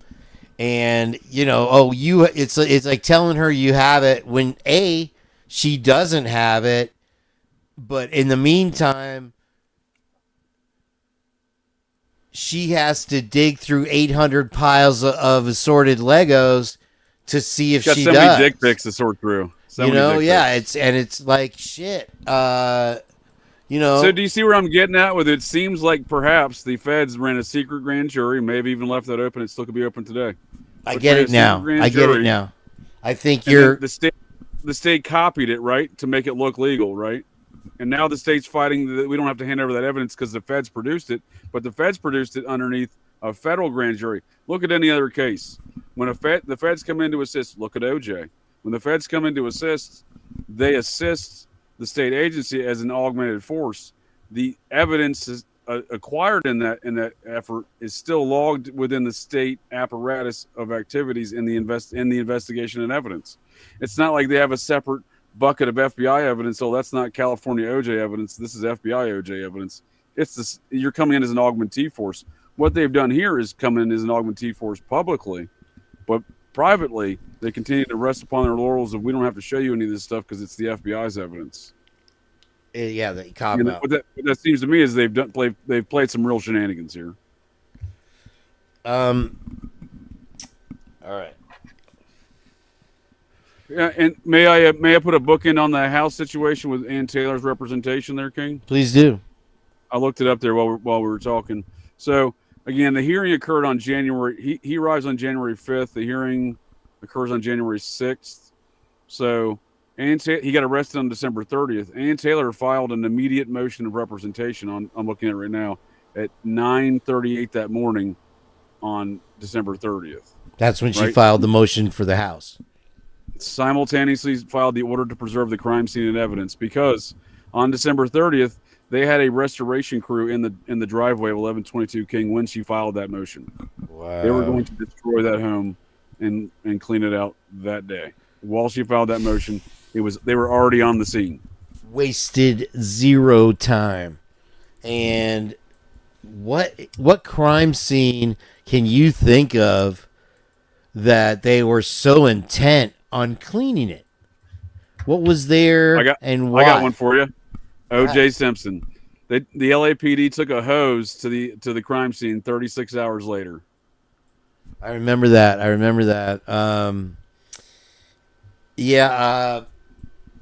Well, okay, there's an example of it, and you've exposed major corruption in that investigation, and that seems to be the only viable reason why you would have any intentions on cleaning a quadruple murder scene prior to a trial. And even Steve G has called that out, which I respect him for. Go ahead. Let's look at it chronologically, right? So November 13th, allegedly, there's students in and around the house when the police arrive, right? I draw all that into question. Show me the students. Show me the police arriving. Name the police that arrived. But anyway, as the story goes, the house is contaminated. The crime scene is contaminated. December 7th, Moscow PD's all up in there with, not any booties or gloves on, literally removing elements of the crime scene, putting it in the U-Haul truck. December 15th, they have... Odd. What's that? Very odd items. Shoes, bags, tables, shoes, mattresses. I mean, these are key elements, in my opinion, of the investigation right out the door. Yeah, and they moved a lot of shit. It wasn't a small amount. I believe it was the whole U-Haul and the back of two pickups. And driven by the chief of police himself. Yeah, at a time when there's no suspect, and he literally that day asked for the entire public's help to help him identify the primary suspect in the case. Look this way and smoke and mirrors the other. Yep. So it's contaminated that day. The Cowboys come in on the 15th. The feds of whoever they were, the unidentified force there. They obviously, they're not gloved or bootied up there, so they're obviously tracking in the crime scene. Then on December 30th, they're gonna tear the whole damn thing down. So put all these things into context. I mean, to Ann Taylor's again credit, she stopped that process because whatever's left of the crime scene after it's already been contaminated, right? So hopefully she's making these arguments. But yeah, the crime scenes. Yes, I mean, so they had the hearing. It's just odd to me that they can assign her as the attorney before that hearing, but she did. I mean, again, they were in the driveway of that home. There's media footage of it at 9:30 when she's filing that motion. So it's funny because in the mainstream media, one of the most important factors in their opinion is that the house would be important in trial because it was a very loud house, town traveled. Sure. The quarters were tight. So if something is happening around the corner from your bedroom, you would certainly be aware. But the most important factor is that they're destroying the evidence. And I understand murder, tourism, and curiosities of people getting souvenirs and these type of angles to add protection and put 24-hour security. And then once the house is torn down, then you take it to an undisclosed location and bury it, and then basically Genghis Khan all the witnesses, as far as we know. Well, here's another question for you then, Kane. What's your thoughts on why the cars were never part of the crime scene? That has bothered me immensely since day one. Right. It's one of the most important factors. If there's anything surrounding, connected to or involved in the house, which I think a lot of people were left out of the investigation, I have seen pictures of them investigating the cars, though, recently. So I'm not 100% that they didn't. But there doesn't seem to be. Go ahead. No, I didn't mean to interrupt you. I agree. No, I agree with you. I've seen some of those photographs of them processing the cars. But what I'm getting at, they moved them to a location unattended and open for anyone to do whatever they needed to do to them. So that it goes back to that point I was making before about chain of evidence, chain of custody. Right, and so one of the vehicles, or two, I believe, were in control of the defense, which is an odd factor. I can't remember. Somebody in the chat will remind me, I'm sure. I've never gotten an effective understanding of whose car was which. You know what I mean? I've seen some varying reports on some of those cars. And to the best of my knowledge, there's at least one car no one's ever identified. That's what I understand. And that's another question I had for you as far as the alleged sixth roommate, Jody. Yep. Have you heard that name before? Josie? I'm sorry, Josie? No, I have not heard that name before, and it's certainly not the name reported in any media outlets. Right, and this is from Jenn at Criminal Confidential recently, was the real sixth roommate.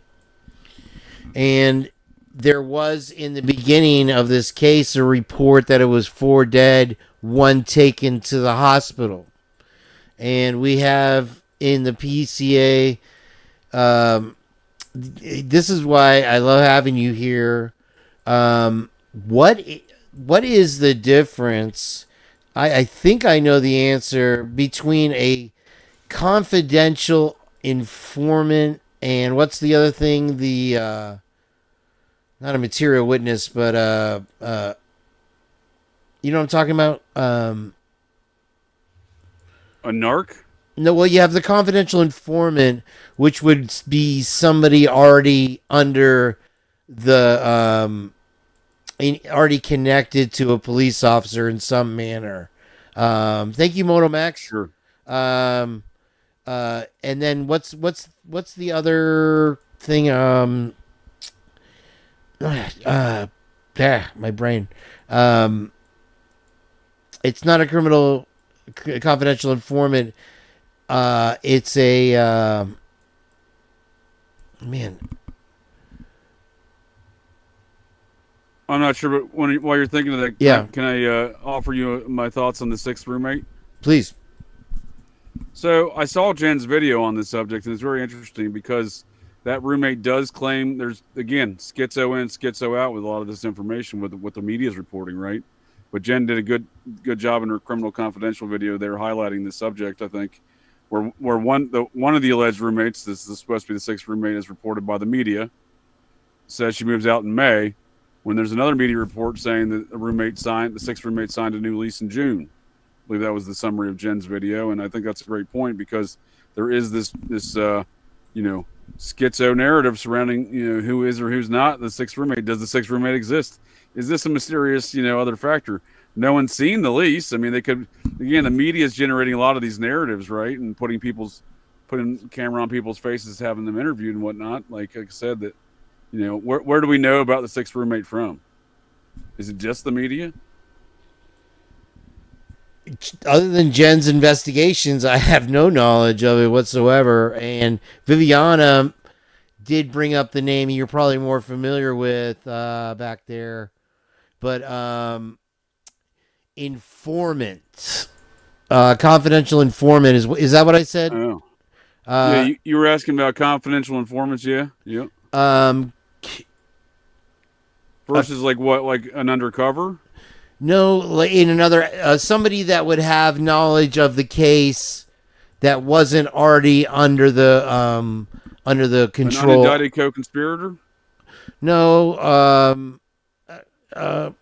you know what I'm saying though. Oh, wait, what is an unindicted co-conspirator? Is this Jeopardy?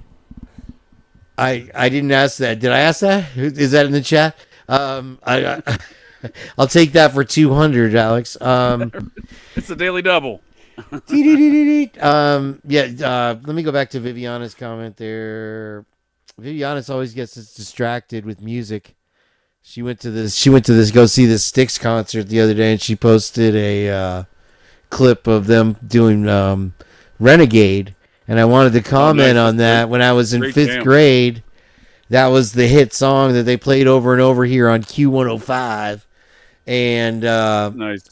One day I really wanted to hear that song and they weren't playing it, and I called the radio station 100 times, and I was a little kid, so they probably knew it was me. And the DJ gets on the radio, and next after this commercial, today's most requested song, and I was like, yeah, Renegade. Anyway, thanks for that, Viv. But let me see here it is. Ashlyn is in all that we know was the sixth roommate, but I wonder. To the best of my understanding, that's who that's my assessment. Yeah, but not co-defendant Jenn. Darn it, it's in the PCA. It's something that Pavarotti talks about all the time. The criminal informant. Somebody that was a witness to the crime that is keeping their identity is being kept secret, whatever the name is for that. Like a witness protection situation? Sort of, yeah. Yeah, that type of thing. Yeah, so I mean, you might have that with like an unindicted co-conspirator or someone involved in the crimes who's now testifying for the prosecution. In that kind of circumstance, they would be under some sort of witness protection situation. Is that what you're inferring? Yes, there's a name for it, darn it, and I can't put my finger on it.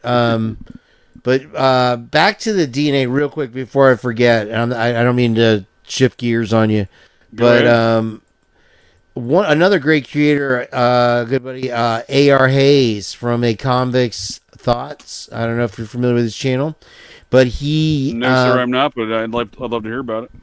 He has conjectured that even going forward on this case, that Ann Taylor will not lawfully be able to test these other person's DNAs that were found at the scene.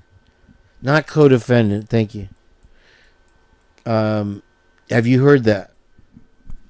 Yeah, I suspect that's probably the case because it was never entered in as evidence. The best she can do is argue that it was never entered in as evidence. And furthermore, they are trying to, as a motion in limine, prohibit her from talking about the alternate suspects. Which that makes sense. that just rolls rolls the ball right down the alley, right? Doesn't it? I mean, you couldn't ask. Sorry to talk over you, but no, you're good. I was just laughing at it.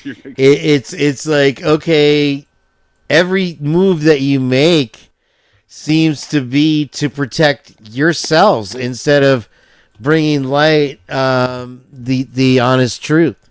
Don't you think? Absolutely. So I didn't see that. I'm not surprised they've already argued to exclude that defense. I mean, that's a lot. I mean, that's not that uncommon of a situation, and prosecutions will often argue to something can't be brought up in trial. These stipulations that do go on in every court case to a certain degree, but to the degree that he can't argue a certain defense, I'm not surprised they don't have many other options really other than to do that at this point, right? Do you feel that at this point the prosecution is in desperation mode, grasping at straws, or it seems to be very, very urgent, like it just occurred? Because again, like whatever's going on, something happened. There was some precipitating event that caused them to start acting different. Again, I'm not saying they're acting honest. I'm not saying they're acting objective. They're certainly not dropping the case. That's never going to happen. No. Koberger doesn't stand a chance in hell in any of those courts, in my opinion. What does seem to his best bet is again some sort of mistrial situation. When again they're building a case for that clearly, but something seems to have occurred that caused a change in the political atmosphere in this case for sure. Where I would argue it's the U.S. attorney resigning on February 13th, the change of the guard there, then Hibbler's issuing out this order saying that we're not doing secret stuff anymore. And then, unbeknownst to anybody, it seems to be. I think you agreed with me. You weren't not expecting, any release of anything from the past. Was surprised. Suddenly, what's that? I said, yeah, it was a surprise. Definitely a shock. Super surprise, right? That seems to be the prevailing opinion across the Idaho 4 communities, right? From my understanding, right? Like, at least that's, what I've interacted with, at least on Twixter and stuff like that. I've seen that opinion a lot here, right? So, it just seems like there was something happened, right? There was some precipitating event. Maybe it wasn't the U.S. attorney resigning, but something happened where there is a bit of a change. But they're going to keep prosecuting it, and Taylor can't be testing all this other DNA stuff. That's not an option. Like I said, arguing to in the favor that it's not Koberger, that's all she can do. And the fact that no one investigated it, and of course the state's going to try to exclude that. But it'll be interesting because if this change in attitude might dictate changing responses to that. Where again, as I'm seeing in these most recent releases, it has the air of defeat, where they're laying the landing for a soft landing in the case for the state. That is they're going to lose, almost like throwing in the towel, right? But they're not going to throw in the towel, but they're going to make sure that they don't get anything left on them. Plausible deniability across the board, including the way that they're thinking. But yeah, it seems like something has occurred. They have changed their mindset. I don't see anything pro Koberger coming out of it. None of these releases are really pro Koberger. You know what I mean? But it does seem to reflect a different trend, and that trend may in fact be some sort of future mistrial and soft landing for the state the way they're handling it. Because I can't. I know we discussed the likely Zoom situations and some sort of seclusion of the witnesses, right, of the surviving roommates, but I struggle to see them going to do anything. I can't see how it gets to that point. The state never expected it. The state never expected to get to that point. What better way when you've got too many things coming out on one side than to drop a nuclear bomb on another city to distract from that situation and tie everybody's heads up in that. Now, okay, I feel like I've needled you to death here on all the stuff I want to talk about. We started with your bullet points, and I don't have them up in front of me. Would you like to get back to a few of those? Because you had some excellent points that I'd love to share with the audience here. Sure. Which one would you like to start off with, Kane? I'm happy to. We talked about Bethany Funke, but in your first bullet point, I remember you talked about her connection in your family, and where is she now, and her connection to the LDS Church with her family. Yep, tracking. So let's do Bethany Funke first. She's a slightly shorter story. Where are they now, right? Where are the roommates now, right? They've been shielded, as you discussed. They're shielded. There's a protection layer around them, which I'm not criticizing that necessarily, but they have been not. They've not been. They've obviously, let's say they lived through this tragic event. Let's say they were even there, which I don't believe. They're obviously would be affected by that, and they can go on and live their lives whatever way they deem necessary. But they've taken two different trajectories, right? If you want to compare their, the people involved, so these two surviving roommates and their what they've done since then. Because again, Bethany Funke excluded from the PCA, right? Moscow PD said this witness testimony is not important. So, and again, that's what Kohberger's and Taylor stopped the destruction of the home.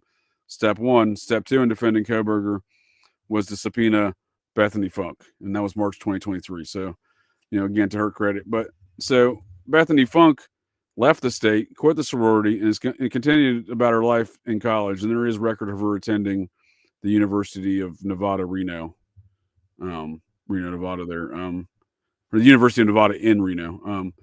She's no longer in a sorority. She seems to be dating a fella in the Jewish fraternity, ATO, but they're an unofficial Greek fraternity. So she seems to have left the Greek system altogether, right? Like the ATOs, they're like it's a Jewish fraternity for college students.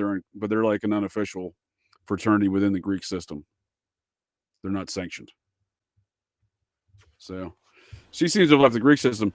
Dylan Mortensen, on the other hand, right, and Bethany Funke, as far as her family goes, there's nothing. I haven't seen any Mormon stuff with her. It was Dylan Mortensen, but I can't seem to point any fingers there in any kind of nefarious activities, no kind of drug stuff or anything with her family. Her father's a dentist.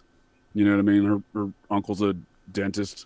You know what I mean? Like there's say what you want for dentists, they practice some sort of medieval torture, in my opinion. But there doesn't seem to be anything nefarious, seem to be going on there. But Dylan Mortensen does not seem to have left the Greek system. Media reports have her living in Boise. I suspect that may be true. Her family, her mom, mother, and father live in Boise. Mother and her father and stepmother live in Boise. However, as we talked before, she was in that Halloween video that came out in 2023, right? Dancing and, quote unquote, acting like a bad bitch, I believe it was, or a murderous bitch or something like that. So that's what Pi Phi, them are Pi Phi girls she's dancing around with. The girl that released that was a Pi Phi girl. And in fact, that's supposedly her little sister's little sister now, right? So, and again, back to these varying years, right? So, and I've tracked these through the photographs from Instagram and whatnot, and asked some questions, and I do have them in my slideshow. We want to bring some of that up, but it goes back to this question of: is Dylan Mortensen even in? Was she ever in Pi Beta Phi, or was she LARPing in this capacity? Because, she doesn't seem. Again, I can find pictures of her. She's got a tank top on, and one picture says "big." The girl that is her little, the former her fellow sorority sister who is her little, who is in a later picture years later in 2023 in those situations as well. That doesn't really make sense because one's a sophomore, in 2022, Dylan Mortensen's supposed to be a sophomore, and the other girl's a freshman. So, I don't know if that makes sense because in relative comparison, in all these other relationships, including within that sorority house, it's a junior freshman big and little situation. For example, Madison Mogan was, according to the memorial service back on December 5th, they read the letters from the surviving roommates. They were not in attendance. Again, Bethany Funke went back to Nevada, and allegedly Dylan Mortensen was in Boise. The memorial service was in Moscow, and Bethany Funke allegedly writes in that letter, at least as reported and read, in that service, that Madison Mogan was her big sister, right? Okay, well I'm willing to believe that. Or was it Xana? No, I don't recall. I believe Xana. You've stated Xana in the past. Okay, well, yeah, so that makes sense. So Xana would have been a junior, and then Bethany Funke would have been a freshman, right? Correct. I'm sorry, wait, that is sophomore. Wait. She was a sophomore. Disregard. So we're talking 2022. So Bethany Funke would have been a sophomore, and Madison Mogan would have been a senior. So that's the 2-year gap, right? Kaylee Gonzalez had a memorial service from her sorority sister. Her sorority sister also a 2 year gap, right? You have, Kaylee was a senior at the time. Her little was a sophomore, right? Right. So it seems this is the way it goes on. So on according to all the pictures, and again, the girl at least playing the part of Dylan Mortenson's little sister in the Big Little relationship there within the Pi Beta Phi house. She appears in Pi Beta Phi group photos of the other group activities and stuff and photos in and around the house. Dylan Mortenson only appears in photos outside that home, and the Big Little sister photo with this girl inside the murder home, right? So and very strange photos indeed. Right, and on top of that, so Dylan Mortenson is on the Phi Beta Pi Instagram page dating back to 2021, right? Which that would mean she would have been a freshman in September 2021, rushing for Pi Beta Phi, right? She's not in any group photos though, right? She's in another photo on their page on April of 2022 in a Earth Day retreat, right? But she's just sitting by herself. It's just posted on their page, right? Then the next photo, and then the photo from September 2021 is actually in front of the murder house. It's not at the sorority house. So again, the photos they have of her on there are odd, and then the photo they delete of her on there is even stranger. So I did an assessment of the Instagram page of Pi Beta Phi now the other day versus what I downloaded from it back in November 25th or whatever 2022, and there have been some changes, and it is interesting. So they deleted a photo of that's where I was gonna go. Yeah, they deleted a photo of Bethany Funke and Dylan Mortenson standing in front of the Pi Beta Phi house on August 11th, 2022.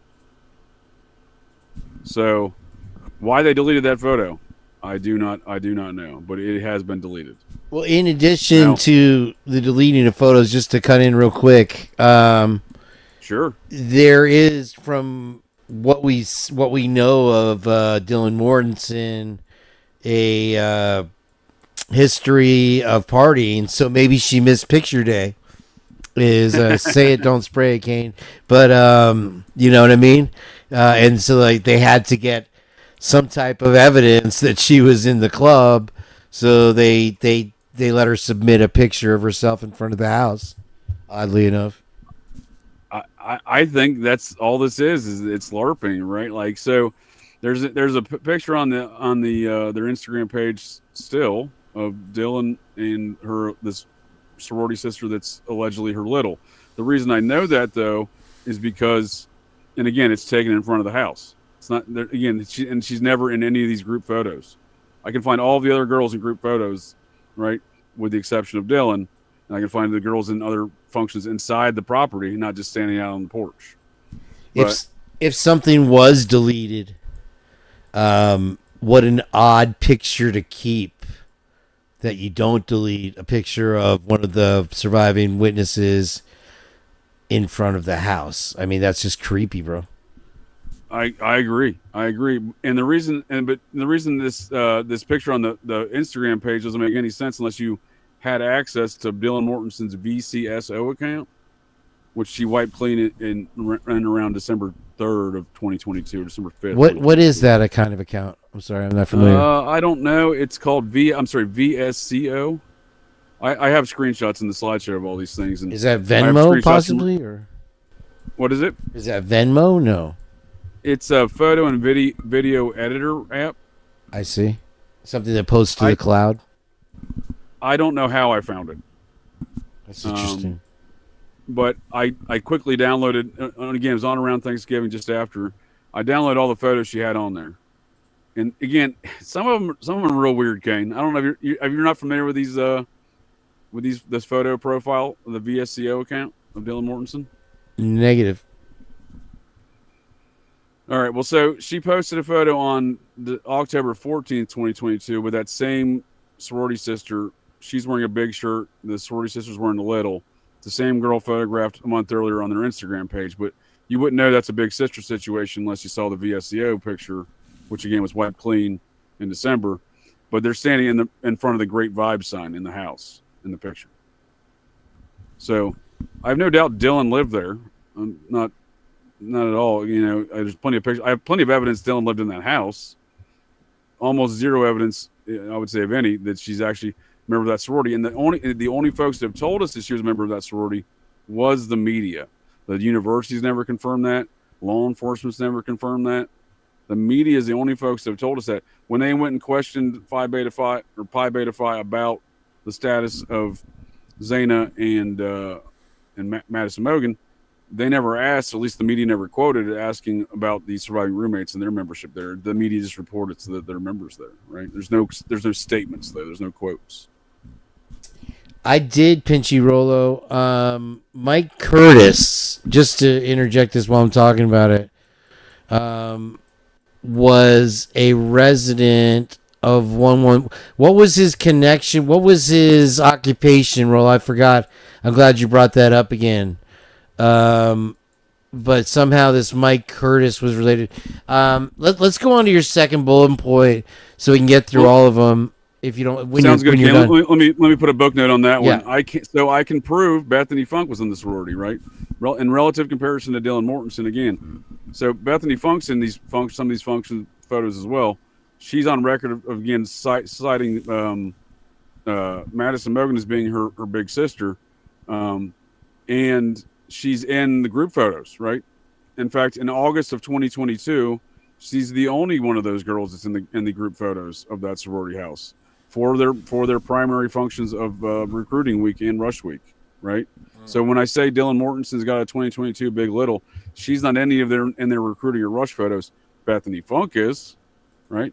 That same year. Now, again, that confirms the reports that Zaina and Madison Mogen had quit that sorority because in August and in Russian recruiting, they're not in any of the photographs.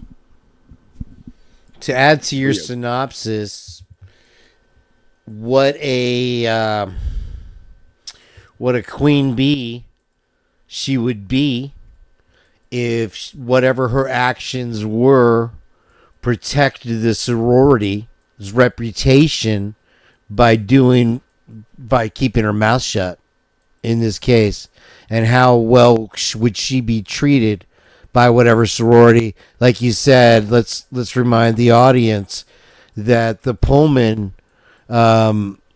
extension of Phi Beta Phi, right, was found to be printing their own, what was it, Xanax pills? It was the fraternity that was connected to the sorority over there, Pi Beta Phi sorority. So, they team up. It was the fraternity, their brother fraternity or whatever over there. Yeah, was stamping. They had a pill stamper, those are highly regulated and illegal. I don't know how they got that. No one explained that one. And then, they were stamping Xanax pills. They were getting the Xanax ingredients from somewhere, probably Mexican drug cartels. And then they were shipping the pills not only around campus, but as far away as Seattle. And these folks seem to have walked, by the way, also. Again, yeah, Correct. No prosecution. Excellent. Right. All right, moving on to your second one. So, one quick note on the VSCO account in regards to the anomalous activities, and I have again, this is all in the slideshow, and I'm happy to go over this again this week. Recap anytime any questions folks have on this later, right? On a future show. So, because this is a lot to take in, is what I'm getting at, right? So, this is my preface for whatever the hell is going on with Dylan Mortensen on the night of the murder. So, on this VSCO account, she's posting photographs, apparently from that party from the night before, because they're wearing the same clothes as the photos she had posted the night before at 9 p.m., right? She's posting photographs at 3:33 a.m. Now, it's a lot to take in, and we don't have to really unpack it now, but, in the future, it's something we can discuss further because, let's say that's 3:33 a.m. I was in East Coast time when I downloaded these things. Let's say that's accounting for time. Well, that's 1:30 a.m. Moscow time. So, where was Dylan Mortensen that night? We're told she was out partying and she got home. So did she get home at 1:30 in the morning and immediately start posting photographs to this VSCO account? We don't know what those pictures are of, do we? Yeah, well, a lot of them looks like they're from the party the night before. It looks like there's some with Maddie, there's some with this other short Asian sorority sister. I don't know her name, but she's definitely in this. She's definitely in the sorority. I can confirm that. But if let's say this timestamp's correct, so let's say it was 3:33 her time when she posted that, right? So is she sitting there during the murders and posting these photographs to her VSCO account? So that's it's not any reports. It's 3:30 a.m. And for a millennial, it's business as usual, posting pictures on whatever social media website, and allegedly, shit's about to hit the fan. And all along, the narrative was that all of them were asleep, but yet, as they're saying that out one side of their mouth, the other side, they know for a fact that they weren't sleeping because they're posting pictures at 3:30 a.m. Holy shit, kids go to bed. Yep.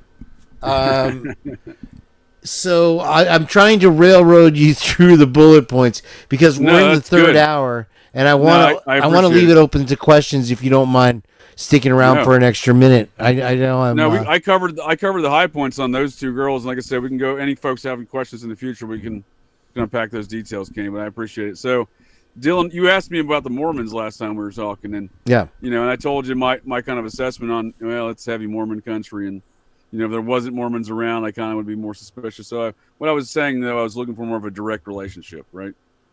Well, here I got a direct relationship for you. So, Dylan Mortensen calls her father, according to these new releases, right before she calls 911. Yes, right. Her father is a Mormon. He's not just a Mormon. He's what I like to call super Mormon. So he served a mission. His father, Mormon, served a mission. His father, Mormon, served a mission. His father, Mormon, served a mission. His father, Mormon, served a mission, but was also a pioneer in the Mormon pioneer wagons across America in 1856. With Brigham Young. These original Mormons. Yeah. The Mortensens are OG Mormons.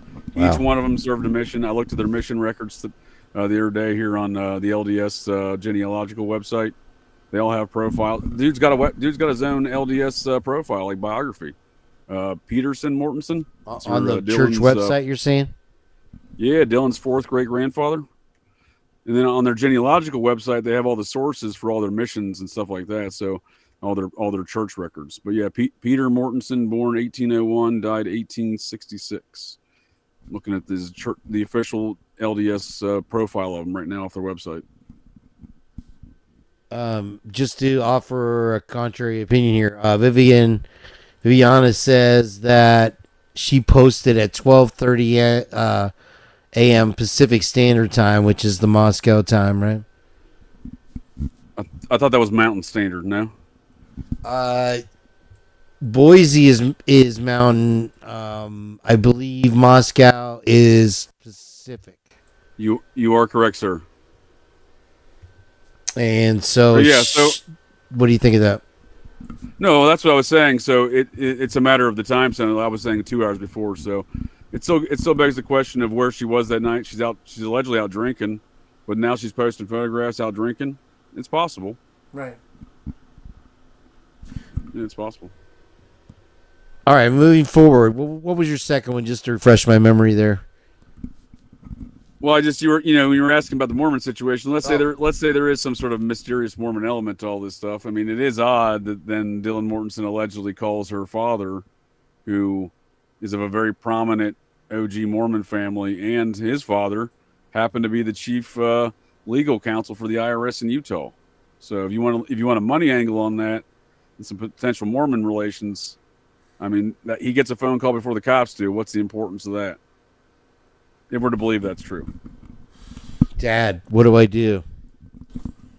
Love to hear the context of that conversation. Right. And I'm not saying there is any Mormon connections to all this, but you were asking me before, and this is kind of the first direct Mormon situation I saw, and I was a bit surprised to learn that she was the Mortensen line there was from a pioneer Mormon family who all served missions. Well, we've certainly seen and shown the connections of the LDS Church in Moscow, and it has a heavy-handed right wing, and it has as equal stance in the DEI left wing. So the traditionally the representation at state level, at least from Latah County, has been Mormon affiliated, and I believe Hitler also Mormon.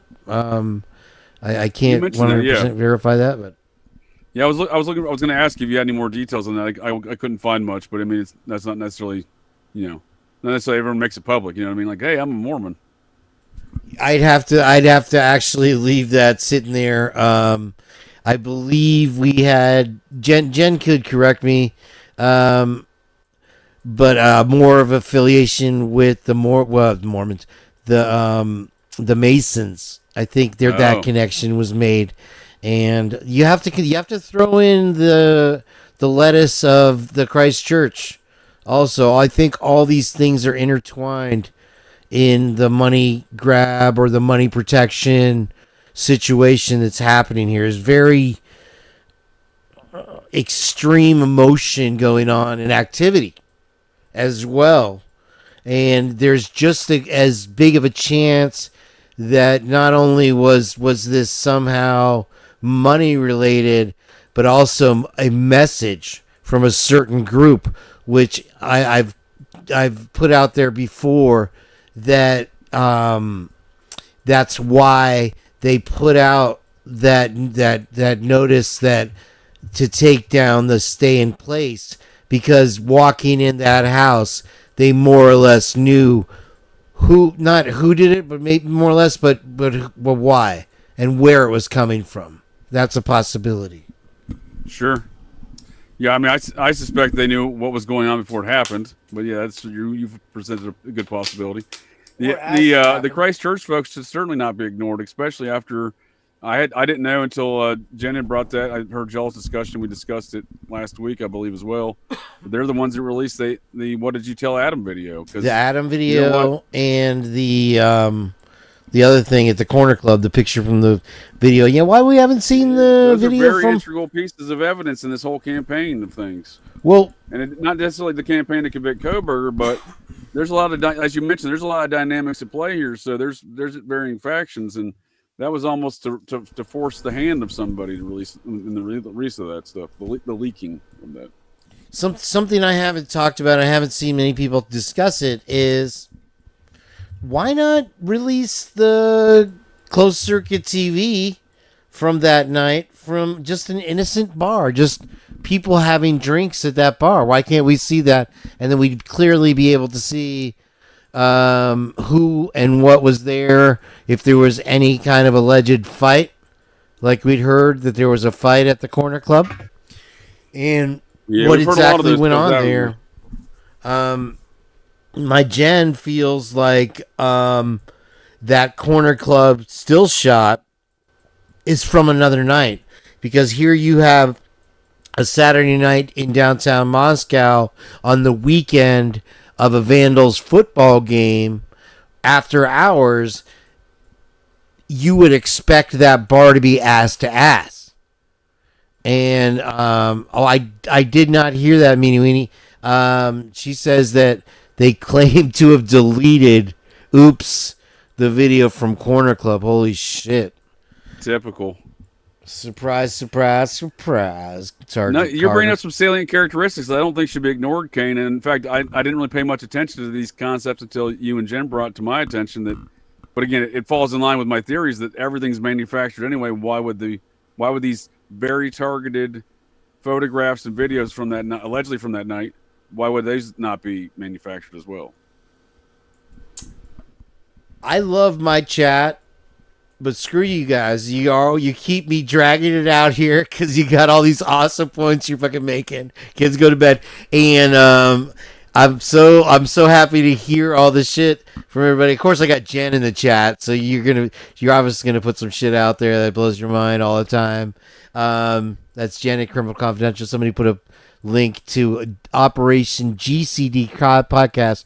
We have not the Vice President JJ Vance on tonight, and if we can get through all his talking points, we're going to get some questions from you guys. I'd love to hear more. And darn it, I was trying to keep it under 3 hours, but I can tell you this shit ain't happening now. So yeah, you're working overtime, JJ, and in the end, it'll pay off for you, I hope. And I thank you for your time. Yeah, that's true. For sure, I appreciate it. I would definitely. I think we can draw close to my talking points. I would definitely enjoy taking some questions. All right, let's fire that up. And, you have Heather here also. Don't forget that. Gosh, I want to get back to what somebody was saying here. No, nobody knows what's true, and that's a great point, Jen. That the FBI is known for manufacturing shit. Look at Waco. You know that whole shit. It's on camera, literally telling you one thing and or showing you one thing and asking you to believe another. You know, with the Bradley tank thing and the fire. God. I won't belabor the point here and boring folks, but I can tell you a tale of a guy who manufactured 9 different terror plots, got paid by the FBI, was the brother of the 9th richest man in Pakistan, and they just whisked him off away once all this stuff came to the surface. One of those cases that he set up was the Newburgh 5 there, which is an infamous terror case from the mid-aughts. The guys, were later, got out of prison, but this one dude is a paid FBI informant. Again, very, very odd character, brother of one of the richest men in Pakistan. Set up not just the Newburgh 5, but like 8 other cases. The one that blew up is the one that caused him to suddenly have to leave America. This fell out of Pittsburgh back in Okay, that was in the headlines. I do remember something along those lines, but easily distracted from and buried in the press after its initial release, right? Something. Oh yeah, and for good reason. It showed the orchestration of the FBI's efforts to literally manufacture terror and crimes. The only finger I can point is to take away more of our rights in those weapons of mass destruction type of sure narratives. Tyrants love taking away rights, but here's another commentary on that. In 2004, the assistant director of the FBI back then, his name was Thomas Fuentes. He's doing an interview saying that the best way to when he conducts the budget for the FBI, he was one of his duties. He's not going to tell Congress that he solved the war on terror and the drug crimes. He's going to tell them that he hasn't solved it, because if he tells them he solved it, his budget will be decreased in half the next year. So he said his philosophy was, like Martin Luther King's keep hope alive. His philosophy was keep fear alive. So he's literally saying that on camera while talking about how to maintain a budget and employ the folks in the FBI. So keep that in mind when you're thinking of the FBI. The guy running their budget at one point in time here in recent years, his philosophy was to keep fear alive. And that's a culture that I think permeates throughout a lot of this manufacturing of terror and crimes. Crimes manufactured like the crime they're manufacturing around Coburger, right? Is that a hot mic moment, or is that just something he stated in a speech? No, he's bragging on a one-on-one camera interview with an interviewer. I'll send you a clip. I'll look for it right now. Look for it. Go ahead. I didn't want to deter you. Let me give you another break. Make that point. Here. And that'd be great. I'd love it. Yeah, and if you guys out there have any questions for JJ or I, please try to develop those.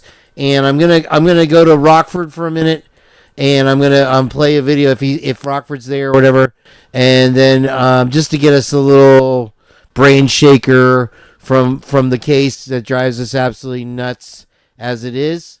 But I have another video I think here. Hang on.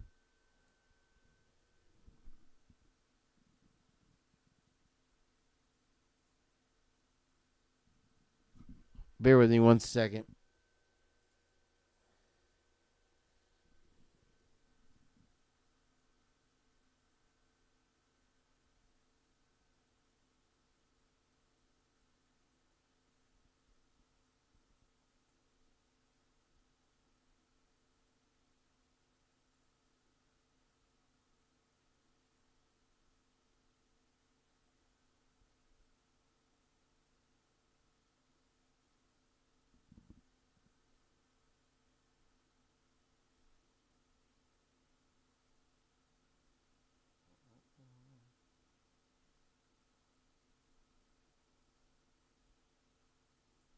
Sorry, it's all on page 2 here.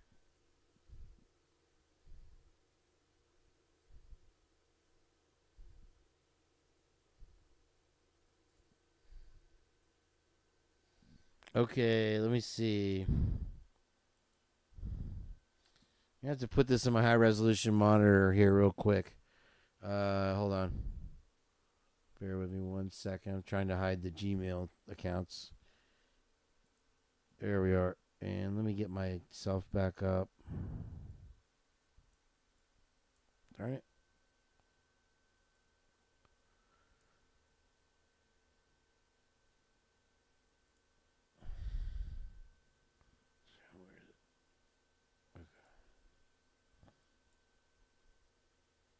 Okay, thank you for waiting. This is from Rochelle.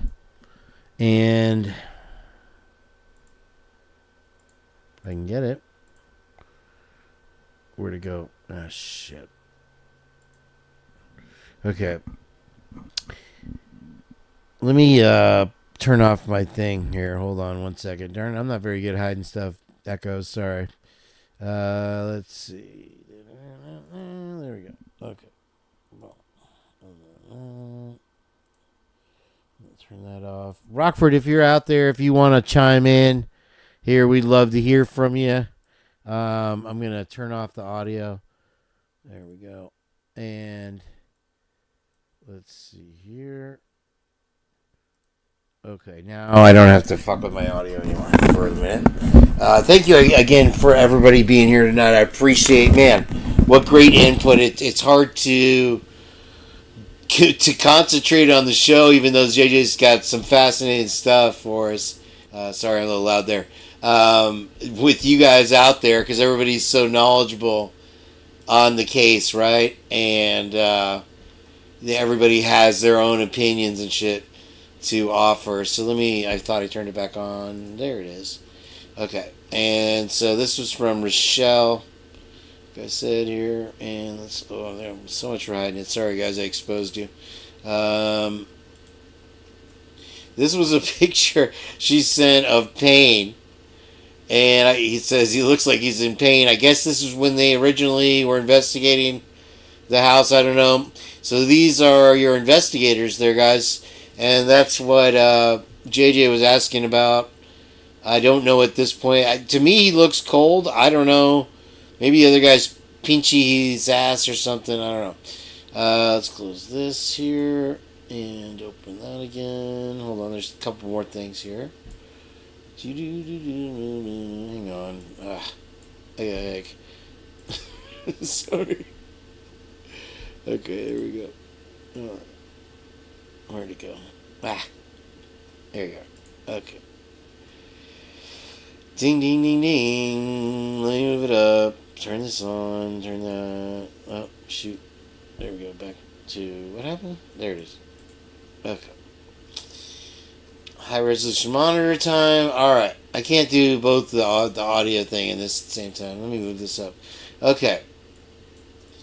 I guess it's hard to make good money in this state at this age and on a college campus and have good hours. Along with cutting costs, Storm, so the Storm aims to mitigate textile waste, blah, blah, blah, blah, in the ways according to the Green Cross America's website.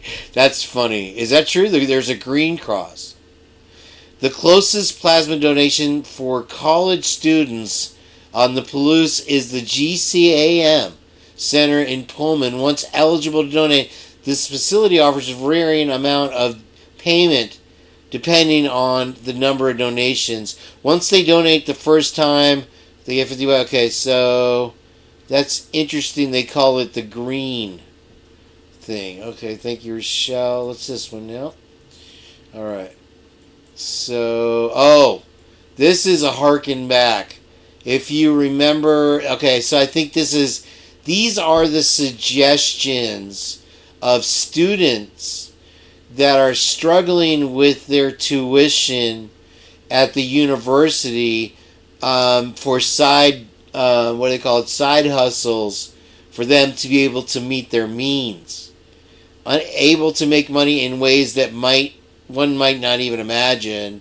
Some requests made on the websites can be disturbing, Jane said, but buyers offer large cash compensation for underwear worn for a week. Underwear worn in specific locations or underwear with bodily fluids. This is per the university, if you guys remember that little dealio. Very odd. Okay. And so college students share their methods of making quick cash. A used pair of underwear, each money-making strategy can be utilized by college students. What a strange school. The calculated tuition for an Idaho resident at the University of Idaho is $21,300. This includes room board and classes. Oh, and the board, by the way, is absolutely disgusting and atrocious from all reports. And I'm not trying to pick on Idaho. I'm just reporting what I'm familiar with. Anyone working a minimum wage job must work 8 hours every day for a year to pay full tuition. So since you can't afford it, unless you got a scholarship, here's one approach. Let's check to see if Rockford popped in yet. There he is. All right, my man Rockford. What's up, brother? How you doing? Can you hear me? Yo, bro. You're on The Purge with Kane B and JJ Vance. Oh. How you doing, bro? Doing good. What's up? Good to see you, man. Let me get myself back on camera there. Sorry, I have technical difficulties there. All right, we got Rockford on. Let me check out the thing. Hold on. Sorry, Rock. Okay, here we go. Doing pretty good. I heard some background noises.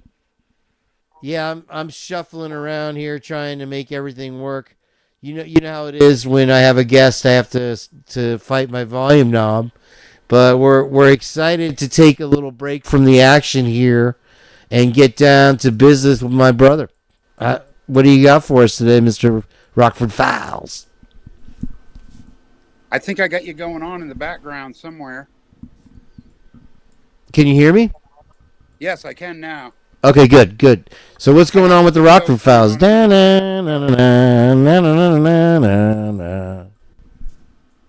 It's cool. It looks like it's on fire behind you. Just an old lamp. Right on.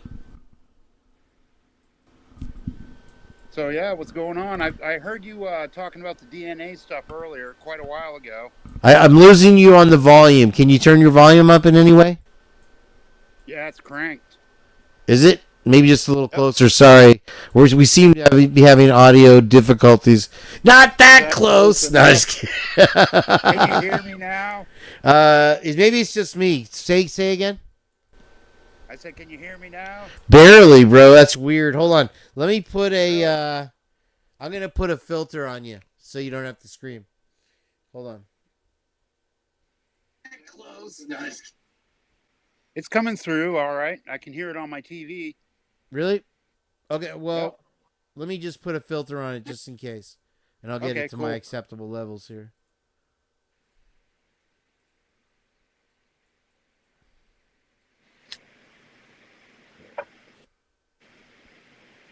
Okay, try that, brother. Can you hear me now? One more time. Can you hear me now? Perfect. Can you hear me now? Yep, you're all good. Right. That's it. Cool. All right, so, we got Rockford on. Go ahead with the Rockford Files, Rock. Well, before JD was there, you had that thing on DNA, which was quite fascinating. Because I've always wondered about DNA and how is it absolute, you know? It seems to be like irrefutable evidence in so many cases, but it is absolutely not absolute. It is, especially in this case where we were talking about, it's called transfer DNA. It is not allowed in the military. It's not allowed in Australia. It's not allowed as evidence in many states, I believe, including Indiana and Ohio. Yeah, it's just fascinating. Like we've spoke about it before, even on here, but like all of a sudden 20, 30 years ago, everybody's getting out of jail and everybody's going to jail on DNA, and it's like nobody even knows what it is. I know now we know a little bit more what it is, but the Idaho 4 case, that's a perfect example. Like, really? And now all this stuff is coming out about DNA, like, transfer DNA, and then... So, yeah, I just thought that was a pretty fascinating video you played right before, what's his name, JD? JJ Vance. or JJ, sorry. Right before he got on, I watched that little clip you put on when you took a break or whatever. That was cool. Thank you. Yeah, thank you, Meg P, for providing that video. And I think we watched it on Audrey C. DNA's podcast and also on Echoes of Clarity. So we're very familiar with it, and it's well put. It's now I'll discuss this with JJ Vance later, but one of the experts for the prosecution in this case is a DNA expert from Santa Barbara or something like that. But she is also a child's author and a artist, like a what do they call him, a bohemian folk artist. A very unusual background. In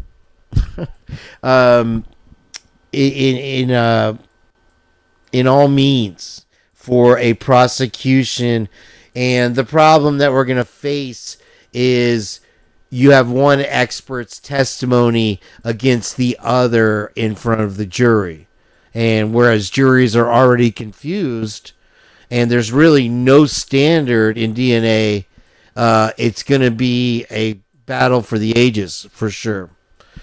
But, Interesting. So yeah, moving on. What did you come up with for me, brother? Well, it reminds me of one of the Rockford File points the other day about them finding ancient DNA, the bloodlines and stuff. Oh yeah. Wonder what they have to say about transferable DNA. So anyway, there's that. So I didn't come up with much today because it's Sunday. It's not much of a news day. Yeah, they take the weekend off. So first thing is I tried the fries at Steak and Shake today. The shoestring fries. Yeah, because they're using beef tallow now. So that's I figured right. I'd give them a try.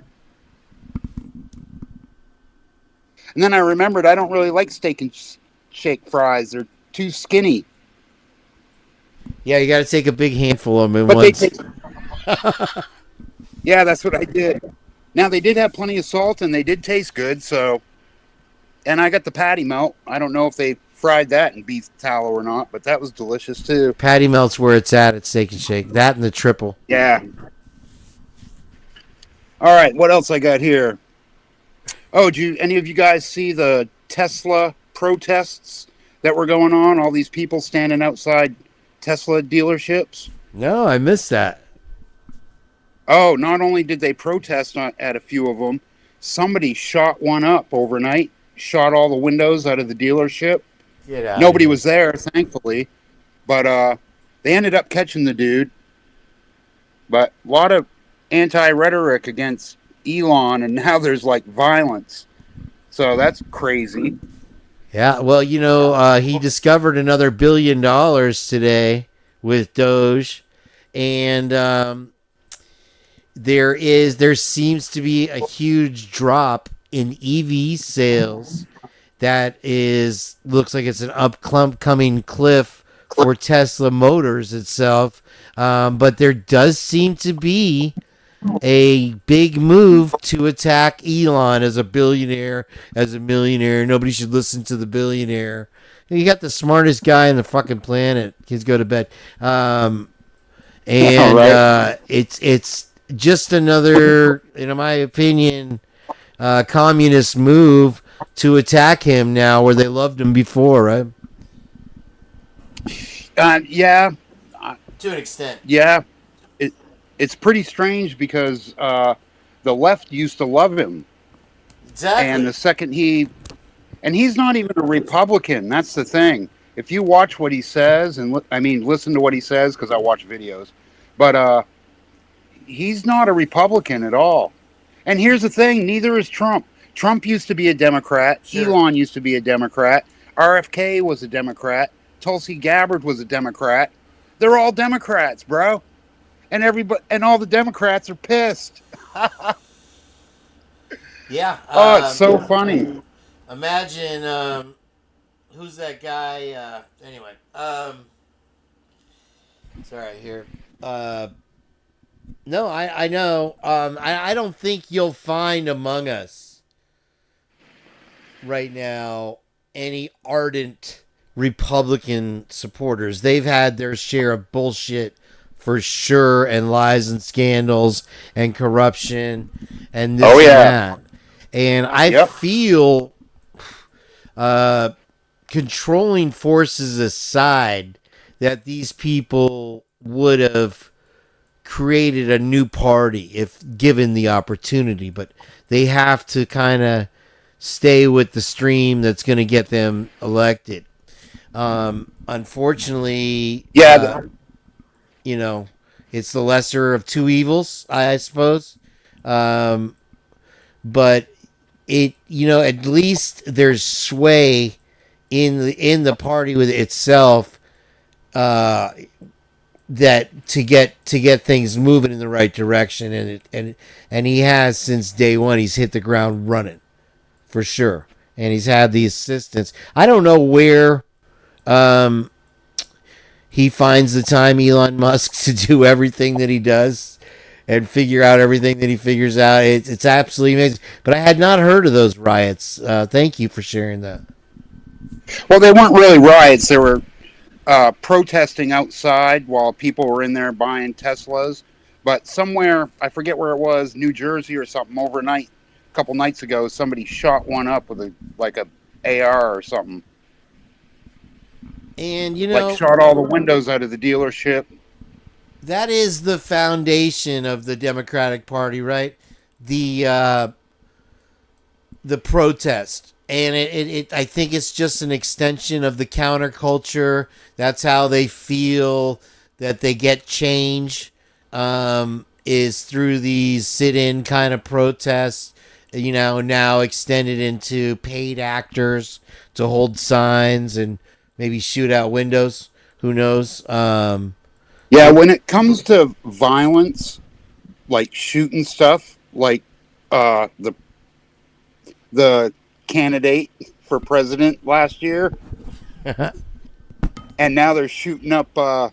Actually, there was 2 would-be assassins, and now they're shooting up a Tesla dealership.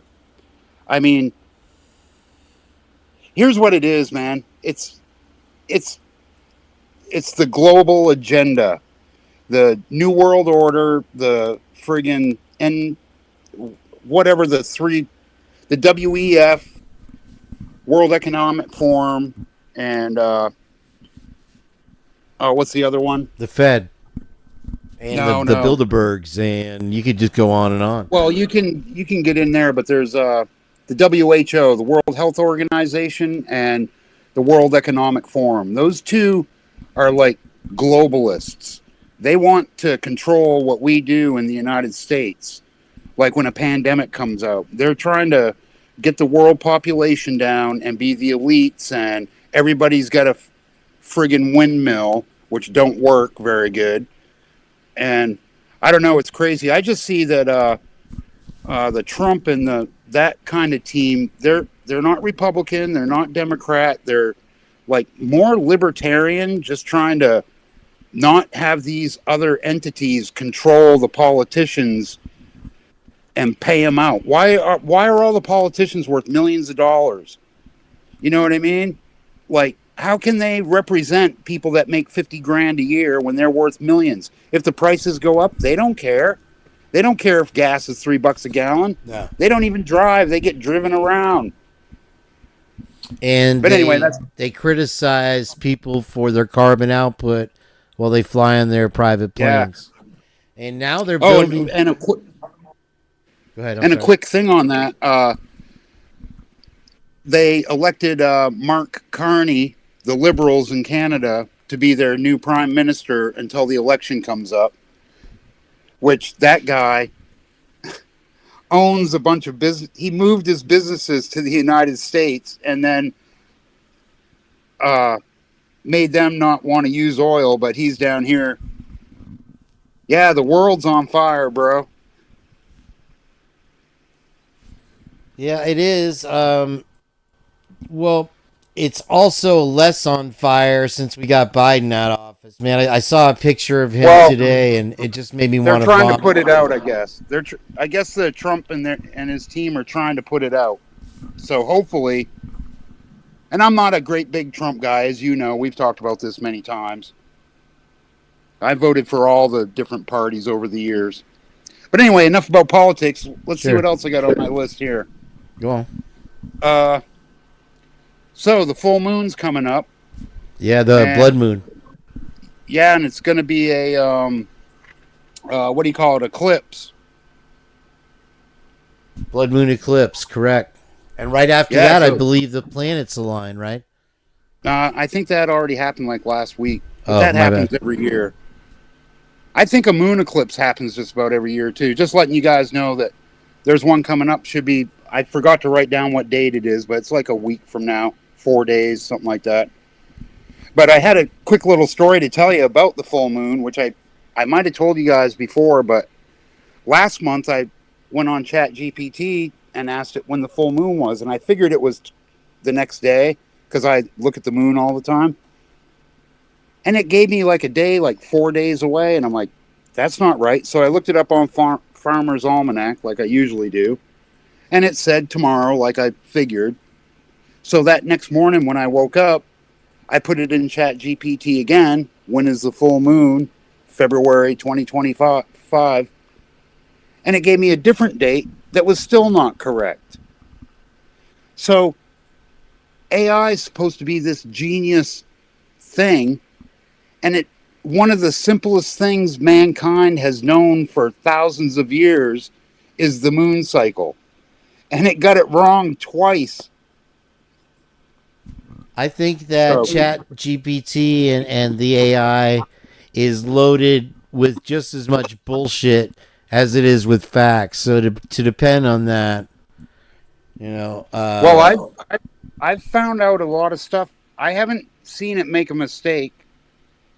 I mean, I ask it a lot of stuff, and it always seems, and it's usually stuff I know. I just forgot because I'm old. But that was really weird because computers they work on math, and math was invented by the solar system and the moon and all that stuff. So it was really weird that it got that question wrong twice. So that was pretty fascinating. Let's see what else I got. Oh, yeah, the fourth one I started out with about the DNA video. I like that. So, did you guys figure out who killed those people up in Idaho?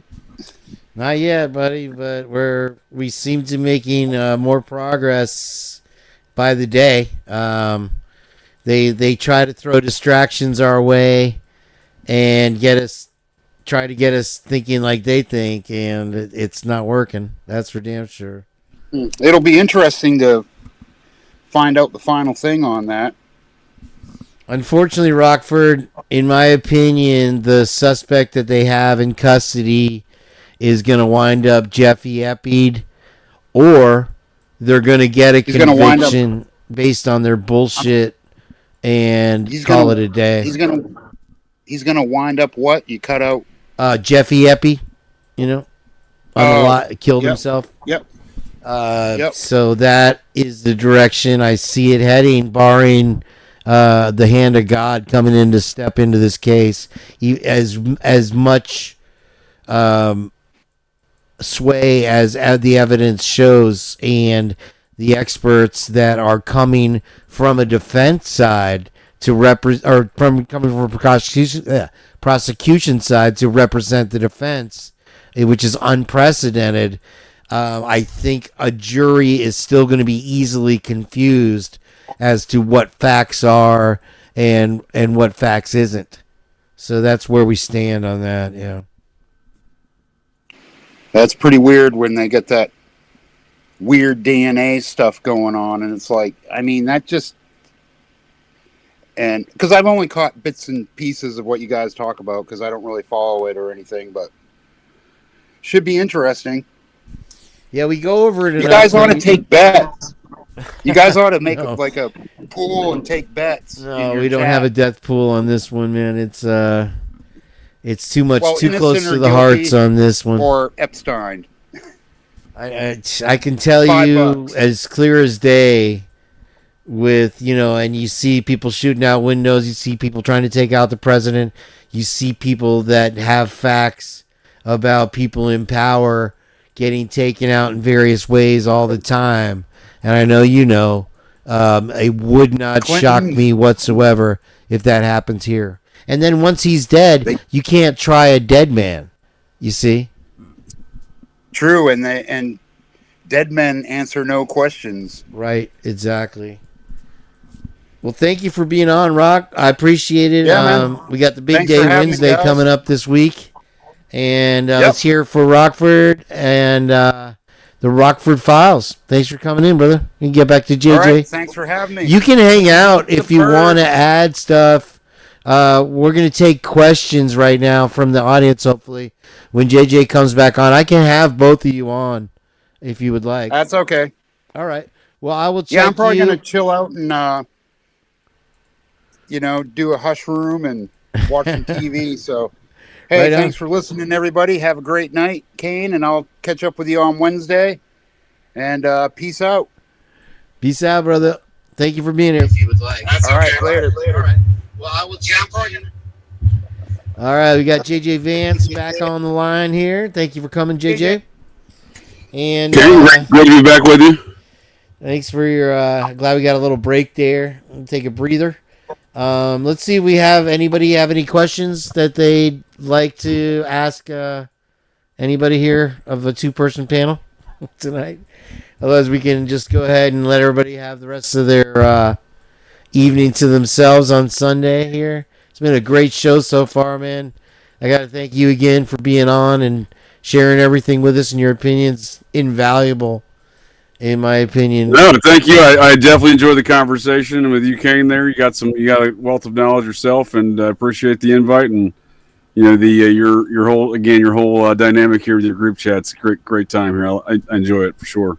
Yeah, and I enjoy sharing these ideas. I don't have a lot of folks that I communicate with that have such an extensive knowledge, such as yourself and the community you build here that understand this case to the details you do. Well, many of us feel the same. I know Jenn goes out of her mind. It's like this. I always compare it to a book my mom used to read me as a kid called The Silent E-Man, and he had duct tape over his mouth through the whole book, and at the end he goes, "He just says let it out." And that's what I feel our forum is. And I'm fortunately blessed to have the best of the best in here on a regular basis. And it's funny, we do long shows, but you'll find that each one of them is here from open to close. So we have a question here from Wadeberg. What are your thoughts about Linda Lane and the dumpster guy footage? Do you see any movements that could connect to the scene? Documents show Payne acknowledges Linda Lane is part of the investigation. That's a good question. So, looking at things chronologically speaking, what came first, the Linda Lane leaked footage or the idea that was somehow important to the case? I think it was the footage first, right? And then Payne's remarks later. I'm not sure the timeline on that. That would be interesting to know. Yeah, because I've seen the footage. I've long thought it's distraction, right? Like first of all, it takes away from any focus of the crime scene, right? It takes away from any focus of the personnel at the crime scene because no one knows that any of the personnel are associated with that footage. A lot of speculation has gone on around it because of these allegations of the cars doing these laps around the area, right?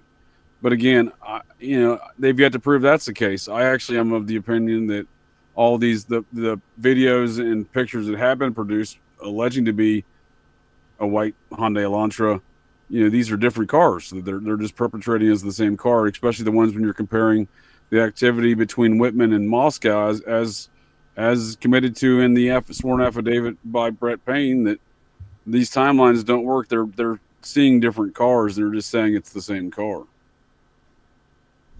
So, in regard to Linda Lane, I know a lot of scrutiny has been put on that footage, and stuff regarding to some, maybe the car driving by there and stuff, or folks running around there. I think it takes away from the focus of anything that went on at the house. And I'm not certain that it really, there's really much to gain from that footage. Somebody brought up an interesting point. I hadn't really considered it. Is early on, we got a look at, and I don't know how it was leaked or presented to the public, but the Venmo messages between the victims themselves, and the little payments here and the little payments there, which are public. If you choose to opt in, they let you show your transactions. Right. What an odd detail to release when you're still at this point trying to show transparency, but hiding parts of the 911 call, hiding parts of the messages between the roommates. What an odd thing to let out early. No, I agree, but I believe, if I'm not mistaken, that was just information was yielded by folks of the interwebs searching for these folks' profiles on Venmo to see if they made any transactions, knowing that some of the stuff is public. I don't think that was a law enforcement release by any means. Yeah, it's weird what facts we've gotten and what facts have been hidden. Does anybody else have any questions? I'm gonna give JJ a relief and get him off the clock. He's put in overtime today. If anybody else wants to ask anything else, go ahead and make yourself known now. And I'll let JJ tie it up in a nice, neat little bow if you'd like to here. Absolutely. So if you want to go ahead and get started with that, I think everybody is just like me, ready to settle in for their night here tonight. But trying to process all the information we've discussed here tonight. I think so. Hopefully take their minds off it and have a drink or something for a minute. But yeah, no, great show, dude. I look forward to doing it again with you, man. The little technical difficulties in the beginning, but I appreciate you sticking it out. Everybody watching. No worries, Ken. I enjoyed every minute of it. I appreciate the invite and the discussion. And if I can offer you a closing statement here, your audience here, going to be doing a little bit deeper dive into some of these topics, the cryptos, some of the other surrounding drug activities, a lot of cartel activity going around these two towns up there. Certainly, a lot of arrests on the federal level, and the guy in charge of the federal criminal task force for Idaho, the FBI agent, just happens to also be involved in this case too. So, these things may not be that far separated, even when you're talking about this cartel activity up there. I just want to emphasize some of those points. I'm going to take a deeper dive in some of those subjects, just to emphasize the environment that's going on around there, and then also the crypto stuff, specifically to Scott Green, and how some of these greater elements may come into play. And then I'm going to take a deeper dive a little bit on my show on Wednesday night, Operation GCD Live, 7 p.m. YouTube, Rumble, and Twixter, into some more of the activities surrounding the surviving roommates and my thoughts there. But no, I appreciate the conversation, Kane, and the thoughts. And I know I just want to leave you with this, close up a topic I brought to the table last conversation with you and Jenn, and it seemed to be a revelatory piece of information, an exchange of puzzle pieces, if you will, that maybe your audience also was new to them as well. So, and it was regarding the gas station on the state route heading eastbound out of Moscow. So that was following the call for Elantra for assistance in locating the Elantra on December 7th. The night station manager at this I believe it's a mobile station, 802 Taylor Road.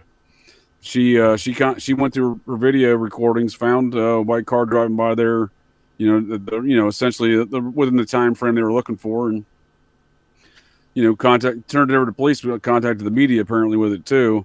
And, this is December 16th. She contacted them on December 15th, I believe, and it's December 16th when it's reported.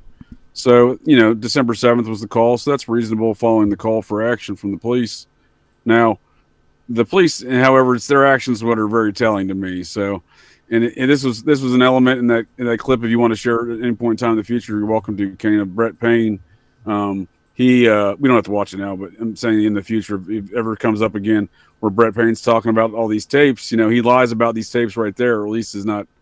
It's proven that he's not objectively investigating it with these videotapes and with this demonstration of this gas station and that testimony from May of 2024, where Ann Taylor's asking him, well, did you go look for any video footage east of Moscow? And she points out, and they discuss how he went to the town east of Moscow, 24 miles away, driving past this gas station, this very gas station, right? So that's during their investigation, allegedly, right? And, early on, around December 2nd, I believe, is what they claim that to be. So December 16th or 15th is when this gas station owner or manager says, oh, hey, we got this video. So that demonstrates that they drove 24 miles past this gas station without ever checking this gas station, the gas station that sits in the entrance and exit of town on that state route. So major thoroughfare. So that demonstrates their complete hole in their situation. And again, speaking to Moscow PD's response to this on December 16th, again, they couldn't demonstrate anything more than being butthurt about this. I have photographs of it that I shared with you, the Kane there. The mobile gas station's got police tape all around it. This is their Moscow PD's response to this manager reporting this. And then I have another close-up photo where they have a note on the door and police tape in front of the door. They shut down the entire the gas station that day, despite the car never stopping at the gas station. Yeah. But for the purpose of, I guess, being butthurt, right? I mean, why put police tape around this entire gas station and shut it down? Because they try to help you out in your investigation. No, it's like you get the feel that MPD is phoning it in and asks the public to do their job for them when they don't even give a shit what the public thinks. And not only they don't give a shit, they shut the entire gas station down, right? Like how Looney Tunes is it? Like, hey, I got this suspect in your murder investigation. Oh, we'll be right over. Shut it all down. You know what I mean? The car on videotape, the car never stopped there. It's not like it hit one of the gas pumps and or peeled out in the parking lot. It's just flying by. Why do you? A lot of business by shutting down the convenience store for the day too, right? Very odd indeed. All right, my man, we'll catch you next time, and I'm going to tune into your show. I'm looking forward to that shit. It's going to be great. And make sure you check out Operation GCD podcast with JJ Vance. He's not the vice president, but he's a terrific guest on the show, and he's dropped it tonight. So, all right, everybody, thank you for being in, JJ. Thank you again, Kane. You're a fine host, and I appreciate the invite, good sir. Always a pleasure, my friend. Always a pleasure. We'll see you in the next one. All right, everybody. Thank you for being here tonight. And if you noticed, I did make quite a few people moderators in this channel, and it's because I want you to feel like this is more interactive of a show. If you want to post a picture, a link to a picture of your dog or your cat or some video that you feel is relevant or even funny, please feel free to do that in the future going forward. That's why that's there. Your people have confidence and faith in, and it's a privilege, but I want to give it to everyone that I know in here. Sorry, Viviana, I'm leaving you out, but I have my own nefarious reasons, I guess, for that. It's not that I don't care for you. But as time goes by, we'll see where that goes. Translucent also. So thank you for being here, everybody. And I should have some catchphrase, something. But thank you for being at the Purge. And I'm gonna let the chat run like I always do. I love each and every one of you. And you have a can't deny Rock On challenge from Twiz. Whenever he asks me to go live, I have to go live. It's a rule. It goes with the demon code. But I wanted also... hold on. Let me close this page here so I don't have to fuck with this. Hold on. Okay, yeah. Now I can be like 50 feet away. There we are. Okay, I wanted to go back live because this is interesting to me. I want to see where this goes. Hang in there, everybody that's still here. For one more minute, we'll do a little standing O for me without the applause. Whether you like it or not, I'm here. I was trying to be cool like JJ and put the glasses on. Of course, it didn't work. But let's take a look at. Okay, here Echo's got the link for me. Let me get. All right, so let's see. Let me put on my high resolution monitor real quick. That Tax Max. Thank you for being here. Thank you everybody that contributed to the show. I saw somebody had joined at Heather Fitzgerald level. We have 3 levels here on the Purge. We have the Heather Fitzgerald. We have Rochelle Potato something, and our French fries and Twizgate. So if you want to join as a member, that is greatly appreciated. Of course, thank you for I forgot all the names. Sorry for the super chats and everything. Those go a long way to help keep things going here. I'll tell you that. It happened. It does seem nothing to happen quite a bit more. Somebody please put a link while we got everybody here for Nothing Half-Assed. She's got funny stuff, and I'll check to see if she got anything new. She said she was putting something out new again, so I'd like to see. Let me read this, what she sent me. Public records. I guess I have to agree to this or something. Here, Daily Mail. Idaho murder victim's roommate Dylan Mortensen is isolating herself, but healing by gaming online with groups of friends, as her father says he is deeply heartbroken by her brutal cyber bullies. Dylan Mortensen, roommate of the Idaho murder victims, is reportedly isolating herself after experiencing brutal cyberbullying. Mortensen's family, father, said that his daughter is in the process of healing. J. Ruben Appelman told Banfield on News Nation. A child friend of suspect Brian Koberger said he was mercilessly and relentlessly bullied and listened to screamo music to block the taunting. A surviving roommate of the Idaho murder victim, Dylan Mortensen, reportedly isolating herself.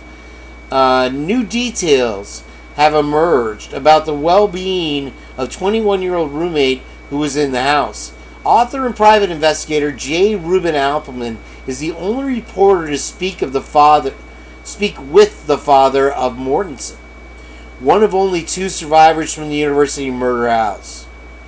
In the beginning weeks after those homicides, she was basically dogpiled on social media. He said in an interview with Ashley Banfield to discuss his new book, While Idaho Slept.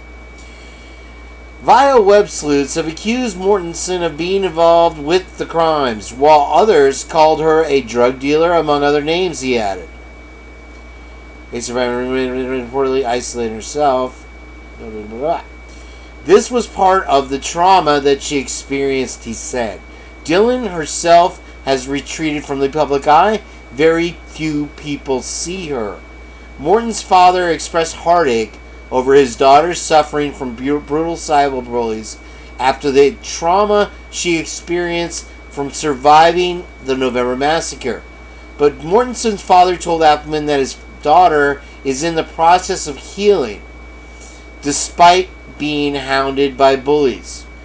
A stigma that I'm sure is going to attach itself to her for the rest of her life, right, guys? Sorry to hear that. She is in trauma therapy of sorts.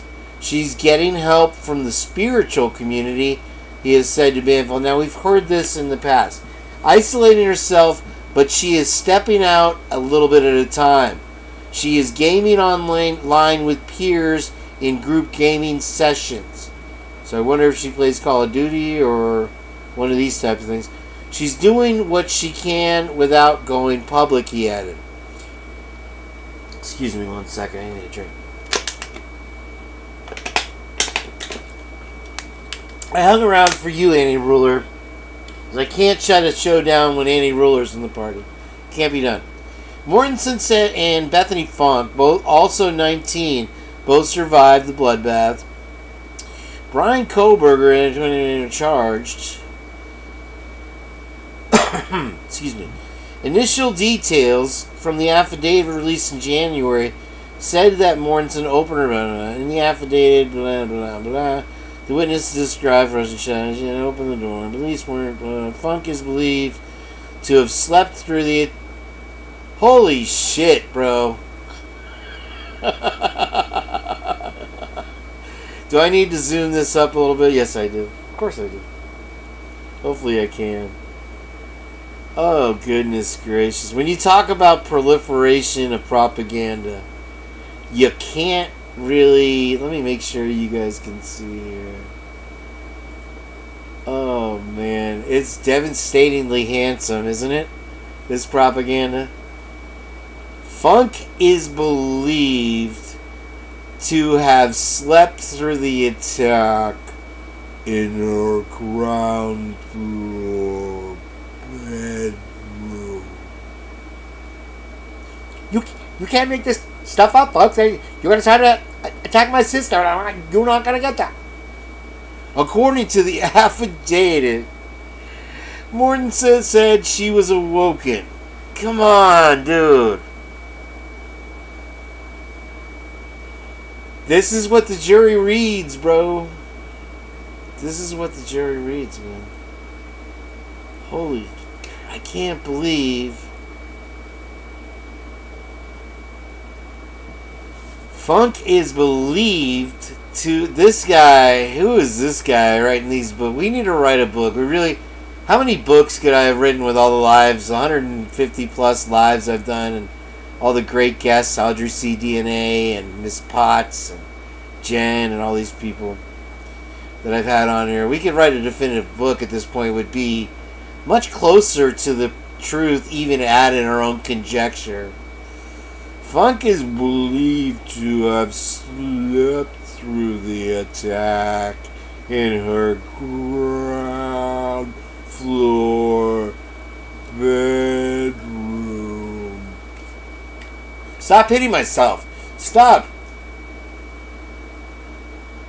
A short time later, she heard Gonzalez say there's someone here. God, I'm gonna lose my mind. Trish, this article's pissing me off. I wish I hadn't gone live again. Now, Annie Ruler, I'm glad I'm here. I'm glad you're here. I'm glad Twiz asked me to go back live again. Suck it, mainstream media. Suck it. I'm gonna help you. It sound like voices. Mortensen stated she opened the door for the third time, clad in black. The family learning. This better get better. In this interview, Appleman also described meeting with a childhood friend of Kohberger, who said the alleged murderer was mercilessly and relentlessly bullied in high school to the point that he had to listen to screamo music through earbuds to block out the taunting. The friend reportedly rode the bus with him to school every day. This young woman had told me that she wished not to be named, but she told, of course, she told me quite a bit about him, he said to Binfield. She said that he was bullied almost constantly as a junior high student, as she was. They were both nerds who didn't fit in. She said they were very close. That's that's another topic that I wish I'd brushed on with JJ's, the ASD. Unfortunately, we didn't get to that. I hope you guys enjoyed our conversation. She said that the administrators of the schools did nothing about the bullying at the time. Kohberger would walk around the halls, listen to screamo music and at times hip-hop rap. Appleman, who is a 25-year-old Idaho resident, was the first reporter Mortensen's father agreed to speak with. He lives just a couple miles from the Mortensen residence, which he said may have given him an in. When I went to speak to her father, I was able to just walk up to his house. Many national news correspondents have tried the same thing. They hadn't gotten very far. He's a rather large, intimidating man. I don't know if that's part of the reason why national correspondents couldn't sort of break that wall and talk to him. On why Appleman was the first reporter Mortensen's father agreed to speak with, he said, I don't know if I caught him on the right day or what, but he hadn't spoken to anyone else. he had turned down the New York Times. I had Idaho plates on my car. Maybe that had something to do with it. I lived here for 25 years almost. I lived just a couple miles away, and actually a couple miles in the other direction of the father. I was able to pull up to his house. He answered the door. I told him, as an Idaho guy researching this book, and I don't know if I caught him on the right day or what, but he hadn't spoken to anyone else. He had a very large dog that was watching me very carefully, and I think Brent Mortensen was watching me very carefully too. He has a lot of reason to distrust reporters. Does this continue on? Is that the end of it? Apparently that's the end of it. What do you think of that, guys? Thank you, Trish, again, with a great share there. Here's a nice comment. She's totally also a victim. She was just 19 years old, living in a college party house. Innocence lost. It's sad. Huh. Alright. What do you think of that? Yeah, that's wild. That's why I can't even get Nick's father on the show, and I've tried to contact him many times. So that is a pretty big catch for them to interject that they were asleep. At this point, there he is. That's Reuben Appleman, I guess he goes by, while Idaho slept. Yeah, that's a pretty big find there, Echoes. Very good. Thank you. Okay. Well, I'm glad I shared that with you guys. Anybody else have anything? I saw Jenn had posted a couple links. If you want to put those back up, I'm sorry to put you on the spot here on the Encore Live here, but I'd be happy to look at a couple more. Yeah, it does look like a Mohawk. Very interesting that is the approachable guy to Mr. Mortensen. I would love to see an interview. That's okay, Jen, no problem. I would love to see an interview with Maddie's dad at this point with the phone call and everything else. Maybe discuss the details of that call. And it would be nice if we got some of the details of the other roommates' phones. But he does look like Andrew a little bit. That's a stretch. He looks more like a Muppet to me. I don't know. Is he sitting on a shower curtain? I'm not sure. I don't know if Rollo got butthurt that I didn't play his newest video. So before we go, let me check into that real quick here.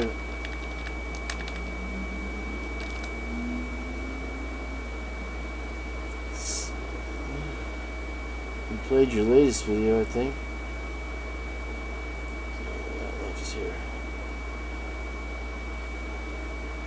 Okay, he stopped us on that one anyway, so yeah, no, Alien Roller, thanks for joining us. Everybody, Echoes, you guys, I'm going to shut it down for real.